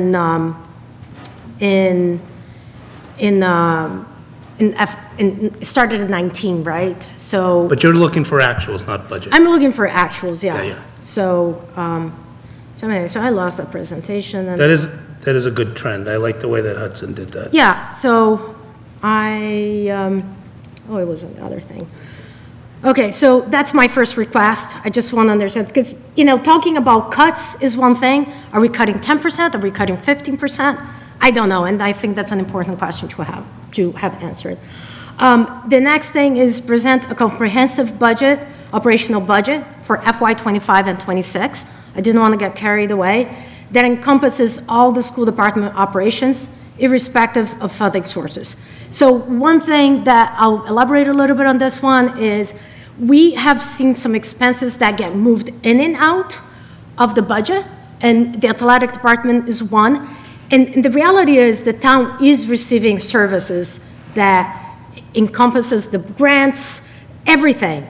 And when something goes away, we got to make a decision if we are going to fund it or not, or how we're going to fund it. But right now, we don't know how big is the school budget. And that's part of that request, is just put all your expenses in one page, put all your revenues in another page, and let's see what that is so we can understand our liabilities. The next thing is the detail of revenue sources, respective of purpose of origin. Again, it goes with the previous one. The last one is something that we're going to understand as I go through the presentation, is that future budget presentations to the FinCom show the changes from the last public presented budget to the FinCom not just the latest budget version approved by the school committee. This approach ensures consistency, transparency, and alignment.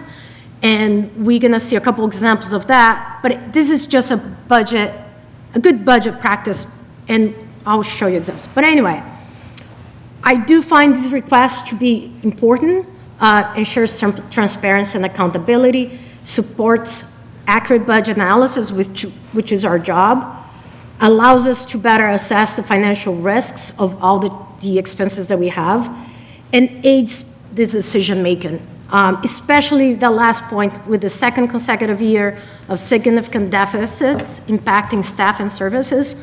We need to fully understand what we are funding and what we are not, and I think this is important. So I just want to go through some of the things. I wish I had all these answers and I didn't have any questions. I have gone back to the superintendent and asked her for some information, but I find that there's enough missing information that I cannot make a true assessment of the budget. So I'm calling this reconciling information, health insurance increase. We know why the town side is only 7.8% and not 14%, but the school health insurance side, it has a 16% for their reduced budget and a 22% on their regular. I personally would like to understand, more details about how that information was put together and so forth.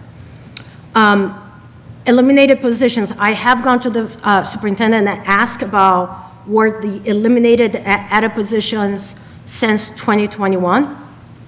And she did share with us some information on the school department presentation that she gave us last week. There is also a school department budget analysis that they shared in the school committee. These are hyperlinks to all the documents I'm talking about. I will be happy to share this presentation afterwards if you want to check them. But basically, this was a head count presentation that they gave in the school committee meeting, and it had this graph. On that presentation, they said, and I actually asked her, the superintendent last week about, if we cut 27 teachers, we're going to be going back to 2019 or 20 numbers, and she said yes. So at that point, I was thinking they're cutting 27 teachers. Okay. Then within the school department presentation they gave us last week, they also gave us this list of positions. So I got these positions, I put it in a little pivot table on Excel, and according to this list, there are 12 teachers, 12 roles, for a sum of 9.6 full-time students, positions. So my question, I'm left with more questions as I try to find answers. Are we cutting 27 teachers? Are we cutting 12? The full-time? So this was quite a bit. So anyway, I documented that. I couldn't find the answer. Again, I'm on staff. Staff is the biggest part of the school budget. And on their presentation, within their presentations, this was also from their budget analysis. They had this little pie chart, and I think 2 meetings ago, she said, oh yeah, all the salaries are represented on the pie chart. Okay, so for FY25, the pie chart represents $14.9 million in salaries. And again, I'm just trying to figure out the impact of staff reduction. But then I looked at the FY25 budget that was given to us for the FY26, and FY25 budget salaries is budget as 17 million. So I don't know the difference here is. I'm left again with more questions than answers. For their FY26, on that same presentation, it was represented that there would be a $15.6 million in salaries, but their actual FY26 school committee approved budget, the total salary line is 16.6. So I couldn't reconcile that information. Still on I went for another source, it's still in the same presentation, about staff. This is a staff representation that they have of all the school buildings and for FY '26 and '25, and the head counts. I was like, okay, this is good information, I'm looking for this. And so the primary school, the elementary school, which is Turkey Hill, the middle school, the high school, and then I realized they had not included central office. So I emailed the superintendent and said, can you give me a similar slide that represents the central office? And I did say on my email, I did copy and paste on that email that my goal is to add all these slides and get to the total budget line item. And she did send me, I did have to zoom in a little bit. She did send me that slide with the head counts and the total for FY '25 and '26. So I'm like, okay, great, I have the information that I need. So then I added out the totals on the slides for FY '25 and '26, and again, I'm not getting a number that matches. So I don't have that information yet. And I did try to go several ways about to answer, to find information that I could reconcile, and I wasn't able to. Okay, so then I moved on to getting the information that she gave us on staff reductions. On the list that she gave us, which is on the presentation that was, school budget presentation to FinCon, she represented, and when I say represented, it's just that's the information that's given to us. I'm not saying it was a misrepresentation. The information given to us, that a position called instructional coach, specialist coach math was added in '22. There was a reduction in '25. There was another reduction in '26. I was like, okay, we hired one, we're letting go of two. There was likely another one, and more staff on the budget prior to '22. I did look at her slide for central office. If it is the account, if the central office that I think she's talking about is the same as the 2110, but I saw that there were two positions. So then I started looking at the budgets, prior year's budget, to see what that was there. So for FY '22, I'm going to just zoom in towards the end. It's under curriculum, special education director. I do have a link to the budget there. This was taken straight from the school committee website. That was for FY '22, $67,000. All right, so here is $67,000. I don't know if this is one position, two positions, half a time position, but it's there. So then I kept following the budget. For FY '23, now we have that position that was 67. For FY '23, 70,000. I was like, okay, I'm seeing, that position there. For FY '24, and this was a presentation that is called out as FY '24 approved budget, it was 91,000. So there was about 30% increase. I don't know if it's more hours, another person, a half a person, but this is what was shown on the budget. So then I went to the FY '25 budget, and this was the FY '25 April 3rd budget. And this was not the override budget. So I just want to make sure we are clear on that. And this is the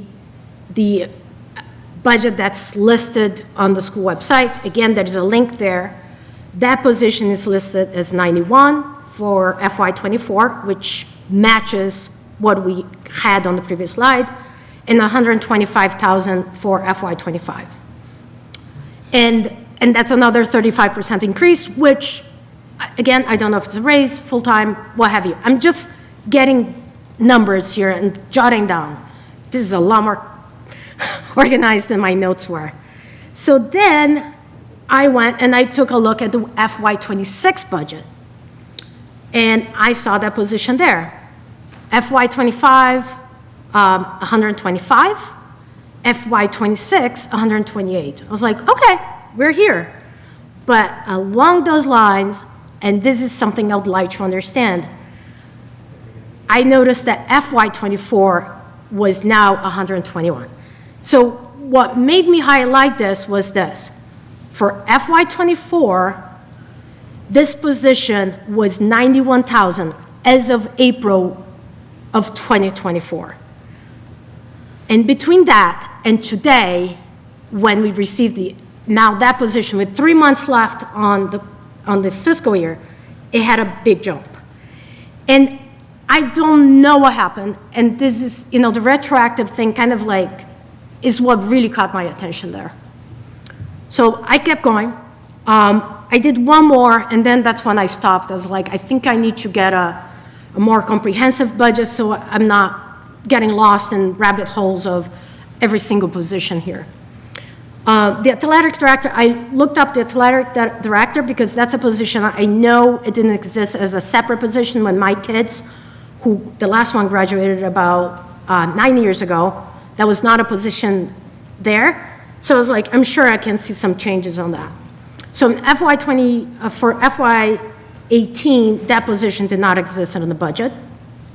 For FY 19, it looks like that position was hired for 49,000, and it looks like it was hired in FY 18. Now, it's important to mention this school committee does have the authority to assign the budget the way they want.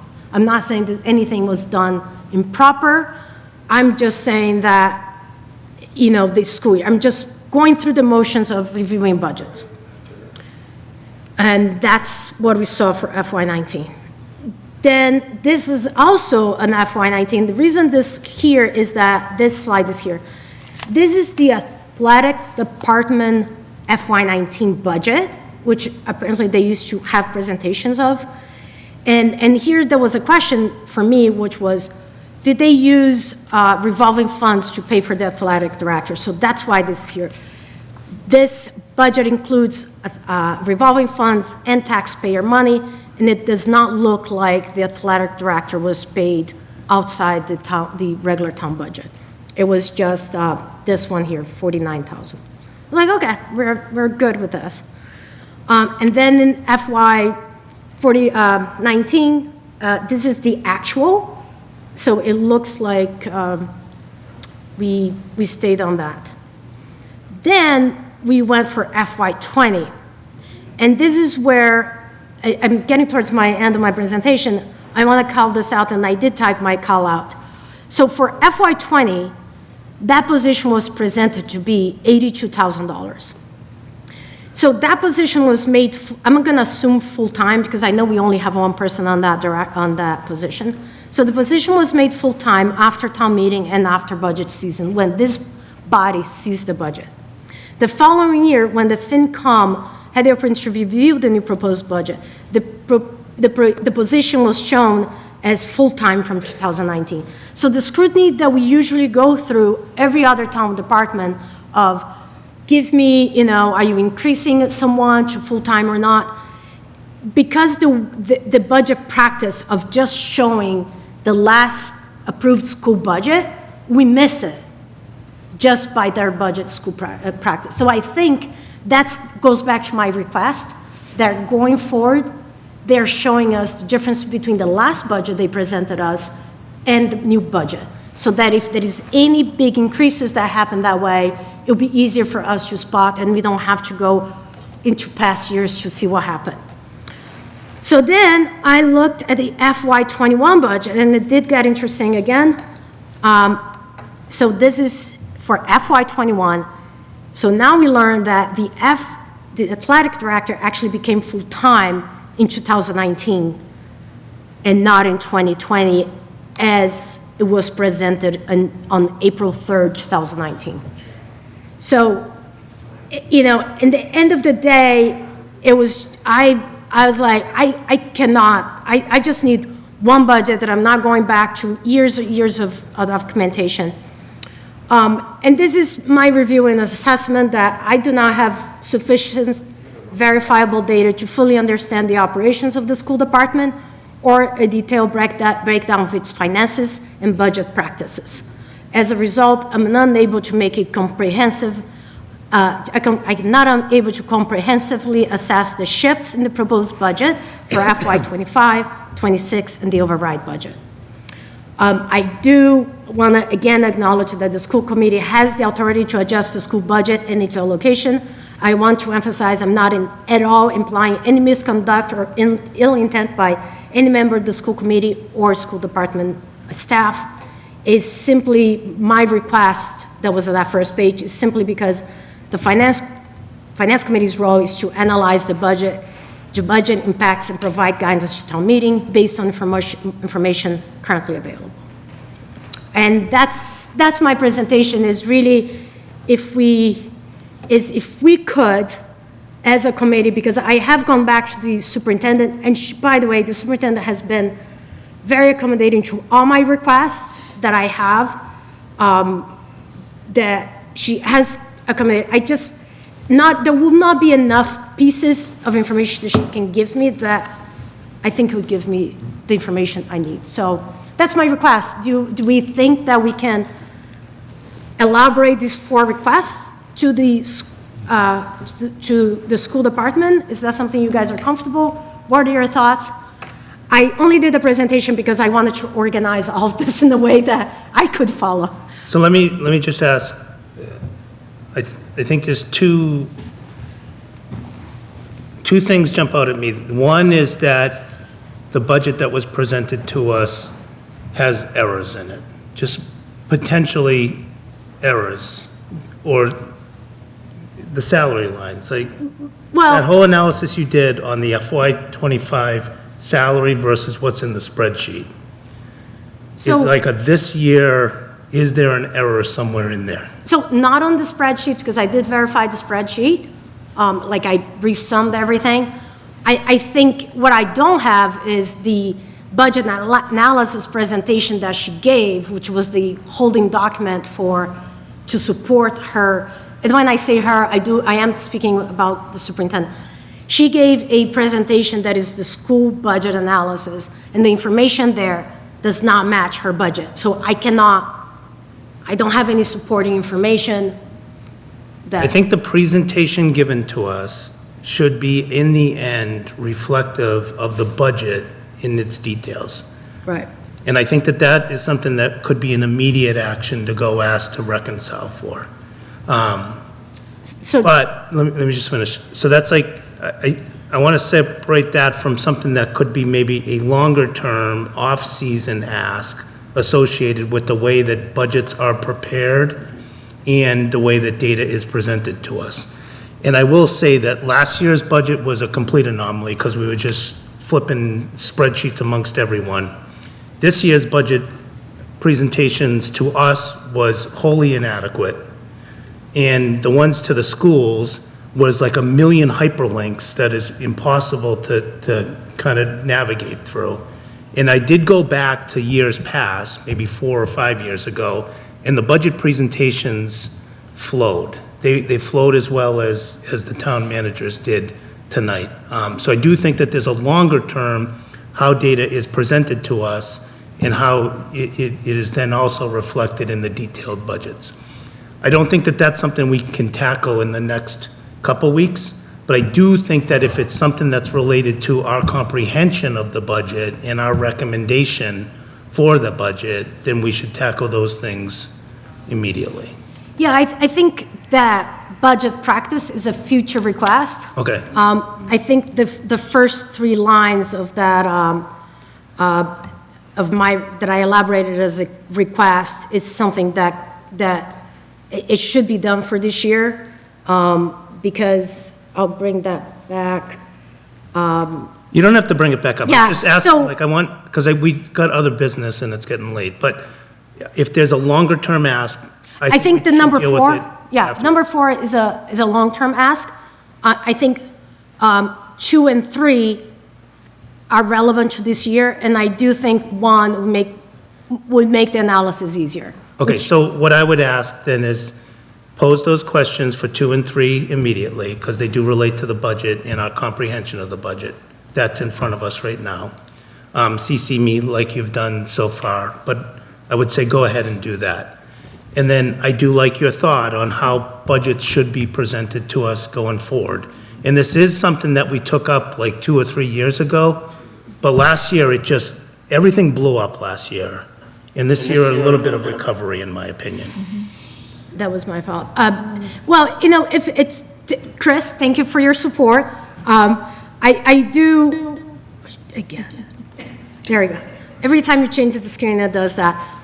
If it's possible, I wonder if the other members of the committee could speak, if they think this is a reasonable ask, because I don't want to be bothering, this is I'm not even here, I'm less time here than Jen is in town, and I just want to make sure this is the committee, the other members support, 1, 2, and 3, and I try to give the information why I think this is important for FY25 and FY26 budget analysis. So I don't know if any members have any thoughts on that? Any other members? I'll say real quickly, that's impressive, very impressive. That's a lot of work. That's crazy. So that's very good. I was like, wow, okay. I agree with Chris that we can't just be targeting school department on policies and procedures on budget submissions. We should be holding all of our departments accountable to the same process, to the same amount of information that we get, as detailed as we want it. And by the way, I agree with that. So just so we know. But do they have time? I feel like they've presented to us over and over and over. Is there going to be anything different that they're going to present again? Is it going to be more? So the main thing, one thing that has been a problem with the budget, not a problem. So when you look at the school department budget, by the way, I just want to circle back. The sewer department presents budget where it's comprehensive of all their operations and funding sources. So I do think it is possible. It's just right now what's missing is parts of their operations in their budget. And what happens, and I'll use the athletic department as an example, they used to fund certain items under some of their revolving accounts. And now all of a sudden, part of the $200,000 plus increase in transportation is because their revolving fund no longer can support that. So they moved the entire line to the town-funded, taxpayer-funded line.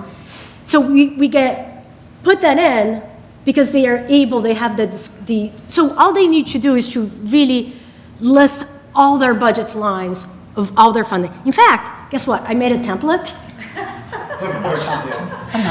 I made a template which has their budget, their FY26 budget there, and I listed some of the other lines that I know exist, like extended day.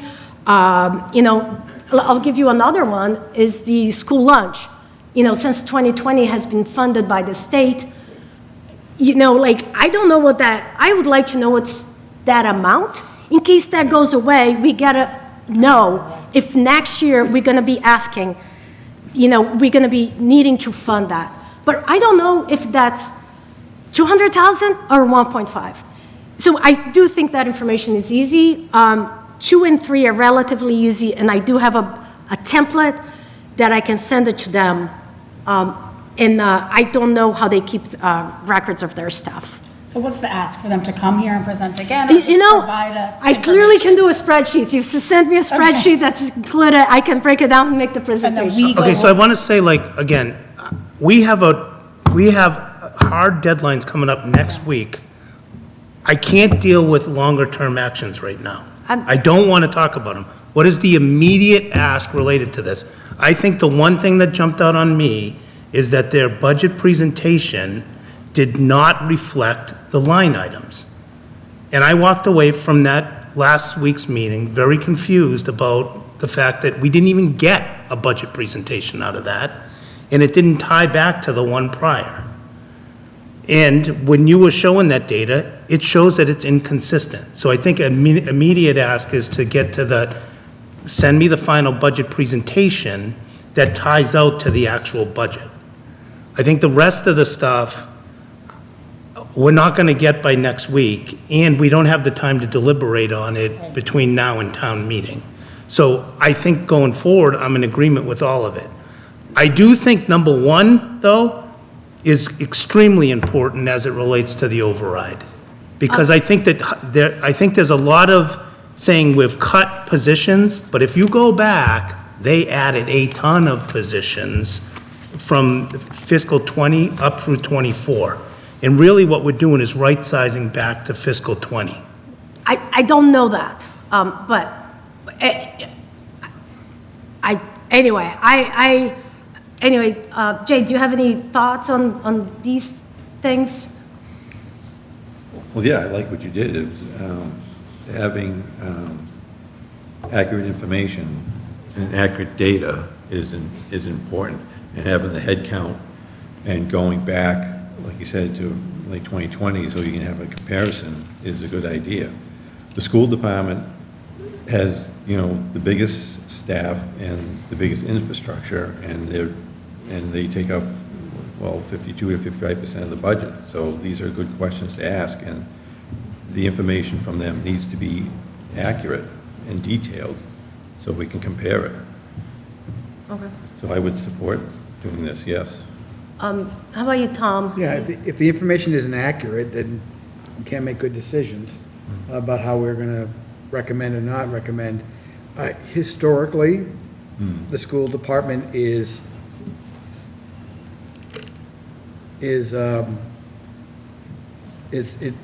and the school committee are unorganized on their budget. Last year was really bad, and for a lot of reasons. Plus, we didn't have a finance person in the school department last year. It is definitely something that I've always been concerned about, hence wanting somebody to buy a budget software where you don't have items that don't add up because they can't. Hidden cells that that are actually part of the total, but you don't have it, or vice versa. You have a huge budget, and doing it on the Excel spreadsheet doesn't seem very businesslike. So, but like you said, I agree.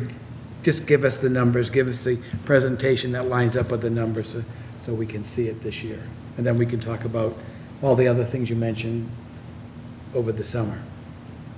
All right, Jean, do you have any thoughts? Again, I just, mirror what other people have said, and you did a great job. And for this year, I think the very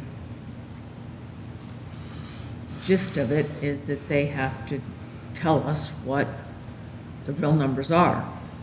And I don't know if there's confusion because of what happened last year, and Gilson had a hard time going over it, and again, with the software they use. But there's got to be a way that they can rectify the budget for this year. And as Chris said, that's an important consideration for any override. And to the extent they can do that, it would be helpful to all of us. I do think if they... Mike, just give Mike. Am I the chair? I'm just, I All right, so I do Mike. think... I do think that if they are voting for an override, that they support an override, I do think we need all of this data. And this is the details that's needed for us to review. I do think that if it's just the town manager's budget, they've gone through a lot to try to say how they might fit into that, but it's aligned with normal percentage increases that we've seen historically. I don't think we need to scrutinize it as much as if it is an override. But yeah, Mike, what is your thoughts? Pretty much what you're going to say there is, the budget's huge. We all get that. Tons of line items there. Maybe there's some miscommunication, miscalculation, who knows? But I would like to see kind of a final, something accurate. I mean, if we're going to comment on a $2 million override on a budget that we're kind of looking at, seeing a lot of gray areas. I'm not comfortable doing that, right? Right, yeah. Okay, so Anna, do you have my authority to ask for what you want? Based Okay. on this conversation? All right, I mean, it seems like the committee feels the same way, and I'll elaborate something around and I'll CC you. Okay. And I'll drop it. So this presentation, I have links for everything, all the documents that have been posted. I'm happy to share. It does have a lot of transitions, so I might have to just put it on separate slides because transitions look funny on. So what I would ask is, in the budget material folder, Okay. I know you created like a little subfolder where you were throwing some stuff in. I have a lot of stuff there. I know.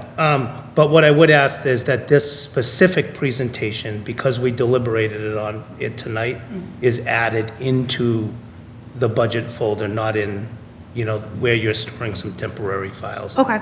Does that make sense? It does. I will clean it so that it can be saved in the permanent form, and it shows everything. Okay, because anyone in the public can ask now for Yeah, I'm that happy document, to, because it's part of the record. sure. Okay, One more comment. sure. One of the recommendations of the budget task force was, a deep dive into the budget, and perhaps, for future considerations is maybe the school department needs an outside source to assist with presenting a budget, an accurate budget. And perhaps maybe that's where grant money can come in. Are you talking about like an audit? Well, they talked about a deep dive into, both town and school side, but if we're seeing inaccuracies in the school budget, where it is such a big budget, they haven't had a finance director, they have a changeover in help. Sometimes it's, to have an outside source to review your work and make recommendations might be helpful. Yeah, I'm not doing this again. Good job. Thank you, Chris, for allowing me the time. Yeah, no, thank you for doing all that work, too. That was all in my head, so it was good to put it out. I know, you had to get it out. Okay, so the next thing I want to talk about is under new business, is the Finance Committee Annual Report. So I've been spending a lot of time in my car and on walks outside of town because we have nowhere to walk in town because of our parks aren't great. Thinking about what to write in this annual report. And I think we have two options, or maybe three options. We have the option of putting out something that we need to approve as a board next week, that would still have questions related to it, but would, in my mind, would kind of highlight for the voters what the critical items are that they need to come to town meeting to go on. And I think, there's a Prop 2.5 override, obviously, and two borrowing articles. And I think those things have to be highlighted throughout the, what's in the warrant. And then we can do a little bit of the normal, like what's the overall budget, what, et cetera, right? But I think that those three things are probably the critical things that the Finance Committee needs to alert the public as to, where we are on that. And to a large extent, I think those three things are very personal as to whether you support them or not, right? And there's going to be a lot of, debate and, et cetera, at town meeting and that sort of thing. So we may not have a position yet at the time of writing that on those three items. Maybe we will, maybe we won't. But what other things are on people's mind that should be in that? Oh, wait, so that was one option. The other option is not to put something in the warrant, and we did that 2 years ago. And then the third thing is to put something in the warrant and then give an update at town meeting. Have a handout of an updated kind of report. So first of all, what is people's thoughts as to how we should handle that? Well, 2 and 3 isn't fair to the residents, I don't think. To give nothing, I don't think is a good idea. And then to give something and then change it at the last minute feels, I don't know. I think that changing at the last minute, my thought would be that we would augment it with additional discussions that have occurred perhaps between now and then. At that one town meeting. Yeah, I still have a lot of unknowns. I haven't thought through everything. We're going to be voting next week, public hearing next week. We have 1 week to write something that we all agree with. So, sounds like you're leaning towards option 1. Write something. 1 or 2, as long as it's, I think it feels better than nothing, you know? But 1 or 2, I'm leaning towards. I don't like to get anything at the last minute, and then I feel like it makes that whole town meeting longer, then there's emotions, and then there's articles and changes, and it's just, it seems a little bit unsettling for residents to get something at the very last minute, but that's just my opinion. It would just be something they would read. It wouldn't be something they would vote on. It would just be, oh, this is, it'd be something in the pamphlet. They don't, look, what's this? Oh, so. Could they not pick up that piece of paper off the ground in front of that microphone and write something based on what we're Well, giving them? hopefully that will give them more information so that when, this is not an article thing, this would be more about, you know, it might affect how they think or vote, or maybe ask a question later on, but it wouldn't, I don't think it would, and it might change their mind, I don't know, but it's supposed to be informational and also giving our opinion on whatever it is. We've done it both ways, you know, we've done it all up front and then all the meeting. I think it would depend on where we are. We have really next week, right? We have next Thursday. We should be we have to vote on it, I guess. That's the last time we can do it before April 7th, so. The alternative is we have a Monday meeting after that. Yeah, we can, yep. Virtual Also, like, meeting. what's your capacity, Chris? You know what I mean? Like, I have like very little capacity. I mean, that's why I originally planned 2 full weeks for us to write a report on this. So I know some people think we can just delay hearing budgets until the end. We really got to accelerate into February when we hear budgets. And honestly, there's very few unknowns coming into the year. You know, we don't need to wait for the governor's budget to start this process. We largely know that we're getting 1.3% on Chapter 70 increases, right? I mean, there's not a lot of unknowns, I guess is my point. But I can certainly, does everyone agree then we should definitely try for number 1 is to put out as much as we can? A lot of the articles, they're not too controversial, right? It's closing out accounts and it's a typical budget.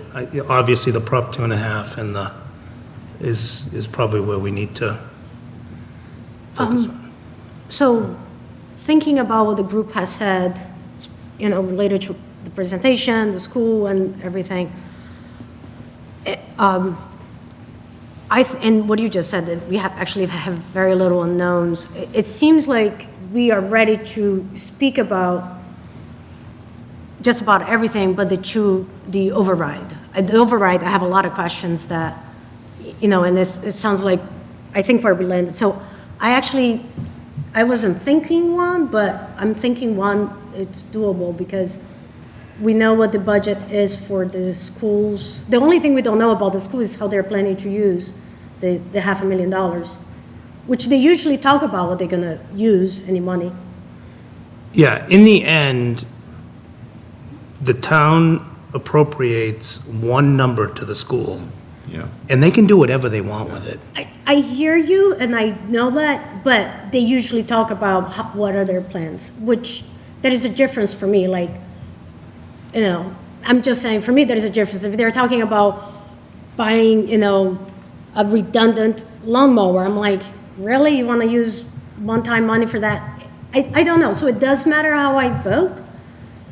they're meeting tomorrow. I don't know if they'll feel compelled to elaborate, but they've been talking about it since Jen came in, so I would think they must have a plan, but they haven't elaborated. Yep. That's the only thing on the regular budget that Okay, I so- don't know about it. Okay, so let me take a note on that. So, because I am trying to gather ideas of what should go into the report as well. So the 500K unknowns, where it will be spent. Another one that I'm thinking in terms of money and taxes, we have two money articles. They'll take which is the the building and Marshall. I think those, you mentioned, we have the numbers, help the community understand how much that would add to their bill. I know we have had some debt that expired, like in my mind, I want to know, okay, we approved these things. For me, I want to know, do I have to allocate more money for my taxes? And I think that's a just fair assessment of, we're adding these two things, kind of replace the others or not. We are adding, and I think that's an answer, something that we can tell people if it's going to happen or not. Okay, so I think, so for all three of those, there will need to be the dollar impact on the average. Sure. I also want to take it on the debt exclusions, because we have retired debt, and we've not put other things into debt. And I think it's best practice to have a certain amount of debt, right? Yes, For it is. For a municipality. For Which is everybody. why I asked for those specific, how are we against our policy, which is no more than 11 and no more than 14. Right. And I think if we're within those guidelines, it's an indication that we can afford to take on this debt because it is within the policy of the town. And we can also analyze how much, not analyze, just do the math of how much debt has rolled off of our books recently that does have an interactive impact on people's tax numbers. Because like the school, I think the primary school has been paid, maybe the library, and I think the public safety building is coming off over the next few years. Okay, so so mention retiring debt. And we can also give a value to those. We should also mention the expectation of future debt, for example, Turkey Hill. Are we going, renovation or, replacement is something that's coming up according to the school committee over the next decade, so we need to prepare ourselves for that. Will we have enough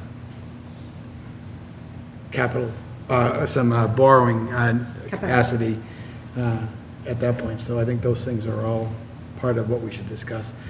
The other thing I think we should discuss in there is just overall, why are we in this, our perception of why are we here?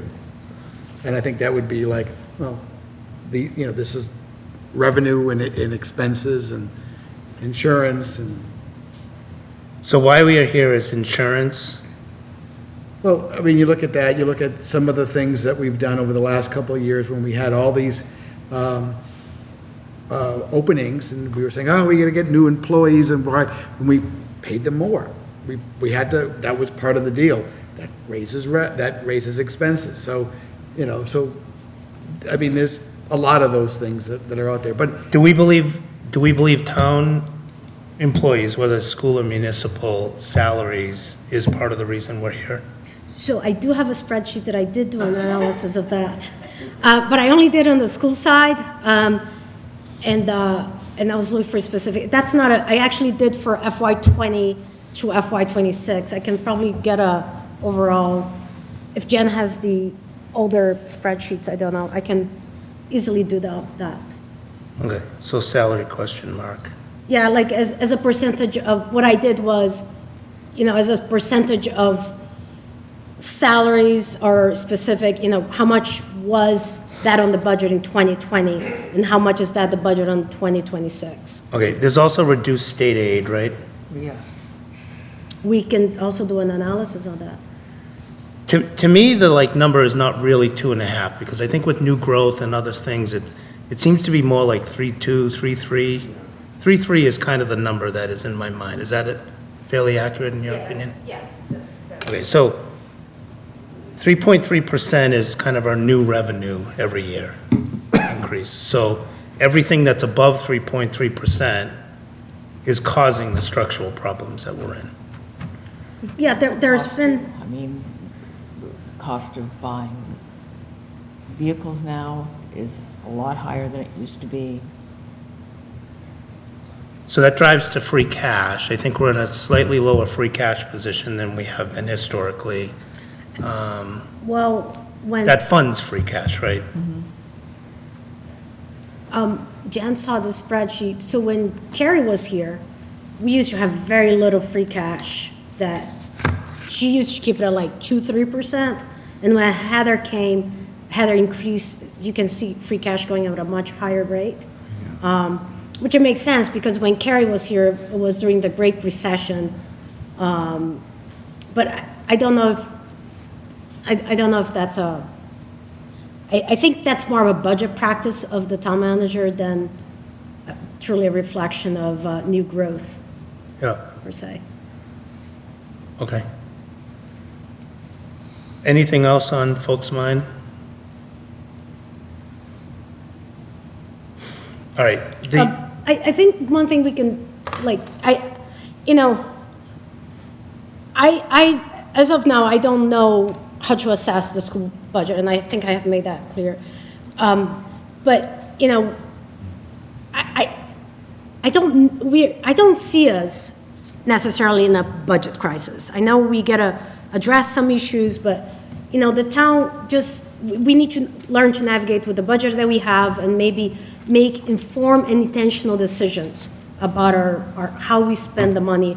And, like, the recycling program is a great example of something that right now you're using taxation to provide a very specific service. So as we go in the next year, I think one thing I would say on that report is that we do need to do an assessment of how we are operating government and make decisions, and we can use the recycling as an example of something that, and I think last year, in the beginning of last year, they increased fees for the building department because they were spending a lot of money on that. So I think there's a lot of things we need to understand, the functioner of government versus someone receiving a service, because I think that's where a lot of towns are going for it. so I'm gonna try to avoid anything that's not factual. So I won't use budget crisis, right?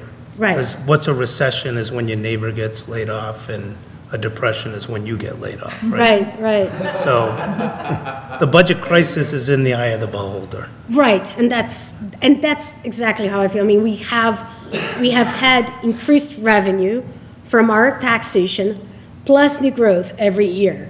Like, that's not a budget price. Like in 2010, it was a little tough. Yeah, okay. Anything else? Okay, the second ask I would have is there anyone, we can kind of do this, I can get help from less than half of you, which means one or two other people. Does anyone want to kind of help me over the weekend and into next week with pulling this together in any way? I'll help you. Okay.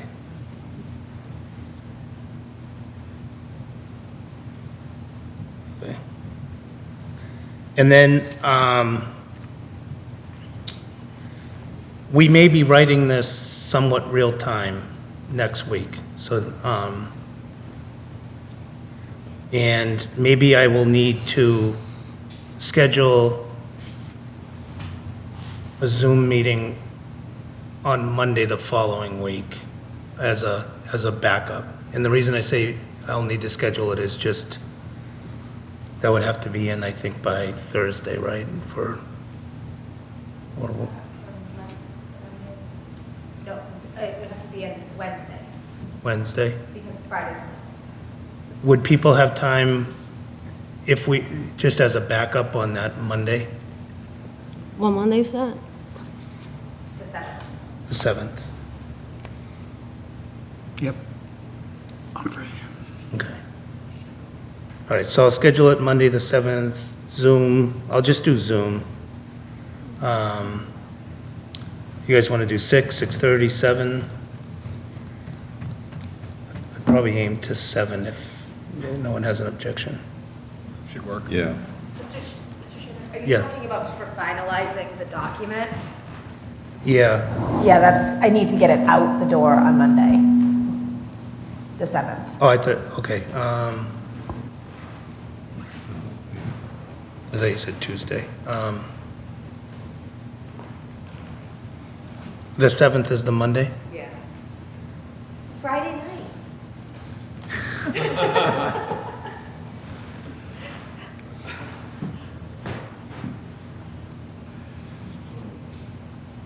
Okay, we'll just, We'll have to just do it. we'll just have to do it.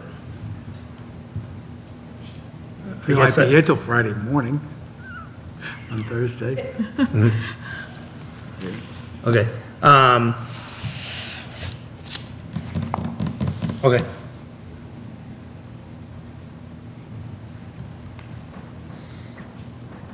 Anything else on that?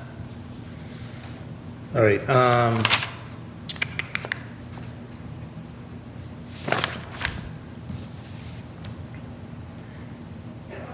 budget task force. Okay, so next week will be another busy week. Like I said, we'll go through public hearing, we'll vote on all the articles, and then we'll finalize our report.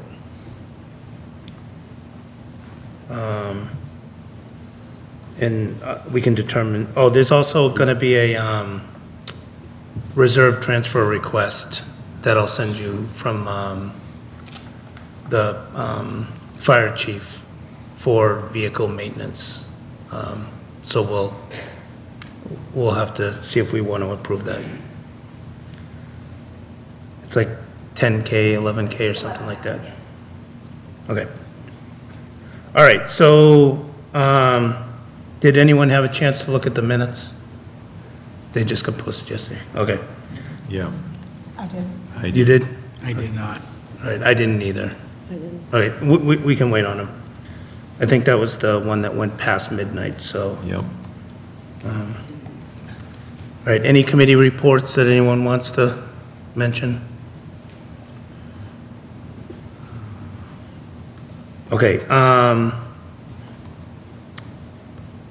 any actions or future meeting topics? I think we're nearing the end here, right? So that's the good thing. All right, any public comment from the public? And I thank anyone who's stayed. Hey, Chris, I don't know if Yeah, I hold just on one jump second. in or. Okay. Okay, go ahead, TJ. Awesome. I don't know if you can see me on a different computer today. There we go. Yeah, we can see. Yeah. You do need I to mean, say your first- name and address now, though. Man, I You're thought not I an got official over that person. earlier. TJ Laughlin, 207 Rolling Acres Road. Chris, your comment about walking is interesting because I see the vice chair walking around town every day, including through Marshall Park. So maybe she can give you some routes.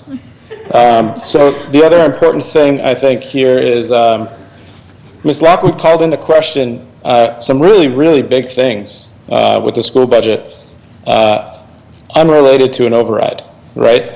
She called into question the number of cuts of teachers, the teacher salary line item altogether, she called into question, which is single-handedly the biggest part of the school budget, again, unrelated to an override. She called into question the salary increases and the impact of that. She called into question the transportation increase not being accurate. Again, these are all unrelated to an override. These are the fundamentals of the biggest budget of our town. So to go back to what you said, Mr. Chair, if the Finance Committee has the responsibility to do due diligence for the taxpayers, to do analyses of these budgets so that we can make a good decision as taxpayers, it seems we're not there yet, even for the core school committee, school budget.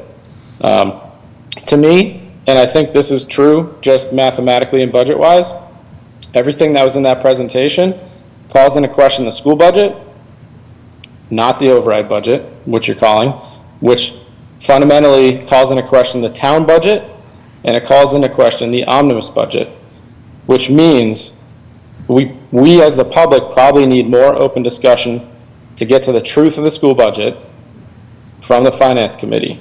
If you guys don't agree that this is accurate, truthful information, the taxpayers need that. With not a lot of time, it seems like we have some work to do to get to that truth. And without that analysis, how can we, to quote kind of you peripherally, Mr. Chair, how can we as taxpayers know what we're voting on at town meeting for the budget? So and kind of secondly, as a taxpayer, I can't reconcile how approving a town manager budget for the schools requires less scrutiny than what you're calling an override budget. Again, it's the biggest part of our budget, so why would that require less scrutiny? And lastly, I'll happily adjust the override dollars to accommodate whatever the outcome is of your analysis. I used what I had available as the truth. If you guys found that to not be truthful, happy to adjust. Thank you. Thanks, TJ. Dave, go ahead. Yeah, very quickly, it's a late night, and I congratulate you guys for making it through all of this. Dave Passios, Jefferson, New Hampshire Presidential Highway. Just a comment, I've been through the trials and tribulations of trying to get consensus for a Finance Committee report to be printed in the warrants over the years. I'd just like to throw out a suggestion, and that is put together the best report you can within the time frame you have, but then consider including on that page, maybe in the upper corner, a link or a QR code to additional information. That will give you the ability to put information out there to the public that is able to access it through the internet right up to town meeting. Just a suggestion, but I think it may be prudent to do that. Thank you. Thanks, Dave.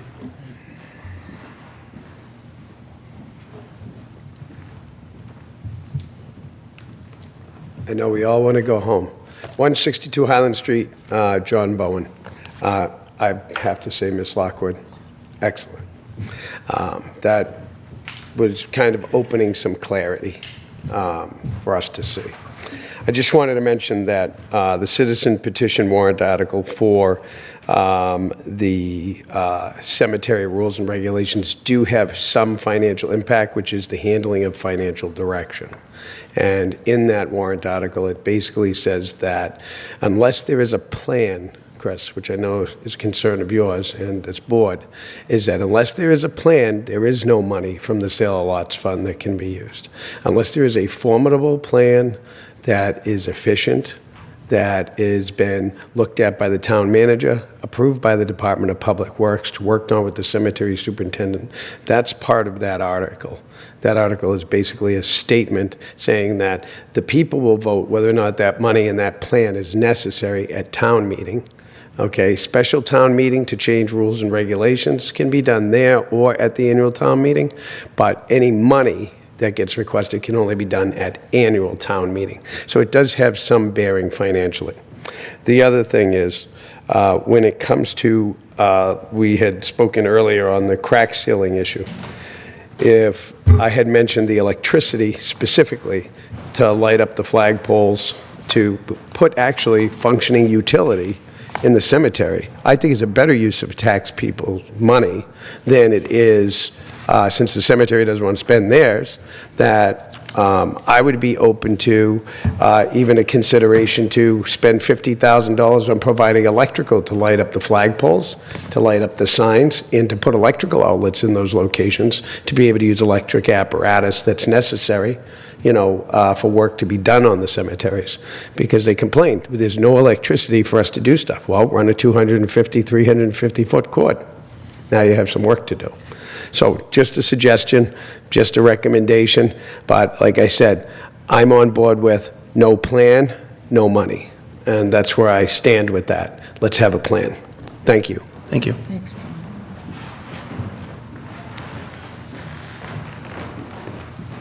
Glenn McLeod, 436 Reservoir Road. I'll just read so I don't go down a rabbit hole. So to your comment about making informed, intentional decisions, I would encourage you to reflect on a lot of the issues, a lot of the narratives that are currently going on throughout town at various boards and committees. And those include, this is just a list I came up with now, it is certainly not all of them.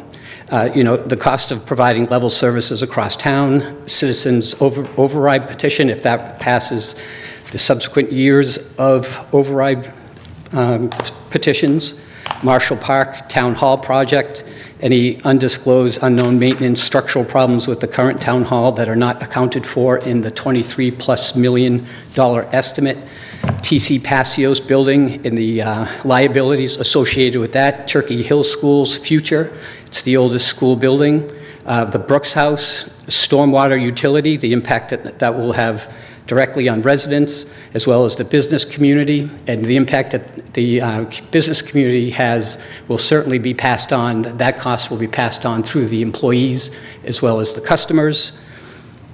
The Community Preservation Act, which would add, a lot of discussions are ongoing about that, and there seems to be a lot of support, and that's up to an additional 3% on the property tax. The Water District water takers are dealing with regulations on removing PFAS. I don't remember specifically the numbers that were previously presented, but it was like 35 million or 45 million, and that would be spread across those who are water takers. I'm in the Water District, but I have a well, so that would not apply to me, but we have to keep that in mind. Of course, one of the most pressing issues in town, fire department staffing, sewer commission default rate of approximately 27% of their customers. Now, I have not watched the most recent sewer commission meetings, so hopefully they had sent out demand notices. They finally worked through Munis and got those out, and so hopefully that was just a clerical mistake and people just didn't realize it and they're paying up, but that's a very serious concern for those people if they actually are unable to pay that bill. So if that holds true, again, last I knew, and it could be updated, 27% is very troubling, and I've concern for that. Elimination of the trash pickup service. And part of being, I think, a transparent government, I think part of that, if that were to go, it would be important to explain to the residents the impact that trash pickup has on their tax bill. So, for example, say it costs them, $10 or whatever, and then highlight what the ongoing cost is to hire a private contractor to come in and take your trash out. And then PAC with the dwindling revenue services. So those are just, and you mentioned several other issues tonight. So those are just some of the big issues that came up across my mind. And I would just encourage you to just reflect upon those as you make these very difficult decisions on the upcoming articles. And, God bless you. Thank you very much. Thank you. All right, any other public comment from the public? Any public comment from the committee? I have a quick one, just because I really want to emphasize this. Throughout my presentation, I didn't call into question the budget. I wanted to reconcile information. I didn't say what was presented was not truthful. It was truthful to someone's ability and information they had. It's just we need to get all the numbers matching. It's just a question of reconciliation. The school committee has the authority to make changes. It's just the supporting document did not match the budget. So I don't want my presentation that was very well, reconciliation. We just need to reconcile information. It was not calling into question how truthful the budget is. So that's all. So please remember that. Anything else? What'd you say? All right, motion to adjourn? So moved? Second. All those in favor? Aye. Aye. We're adjourned. Thank you.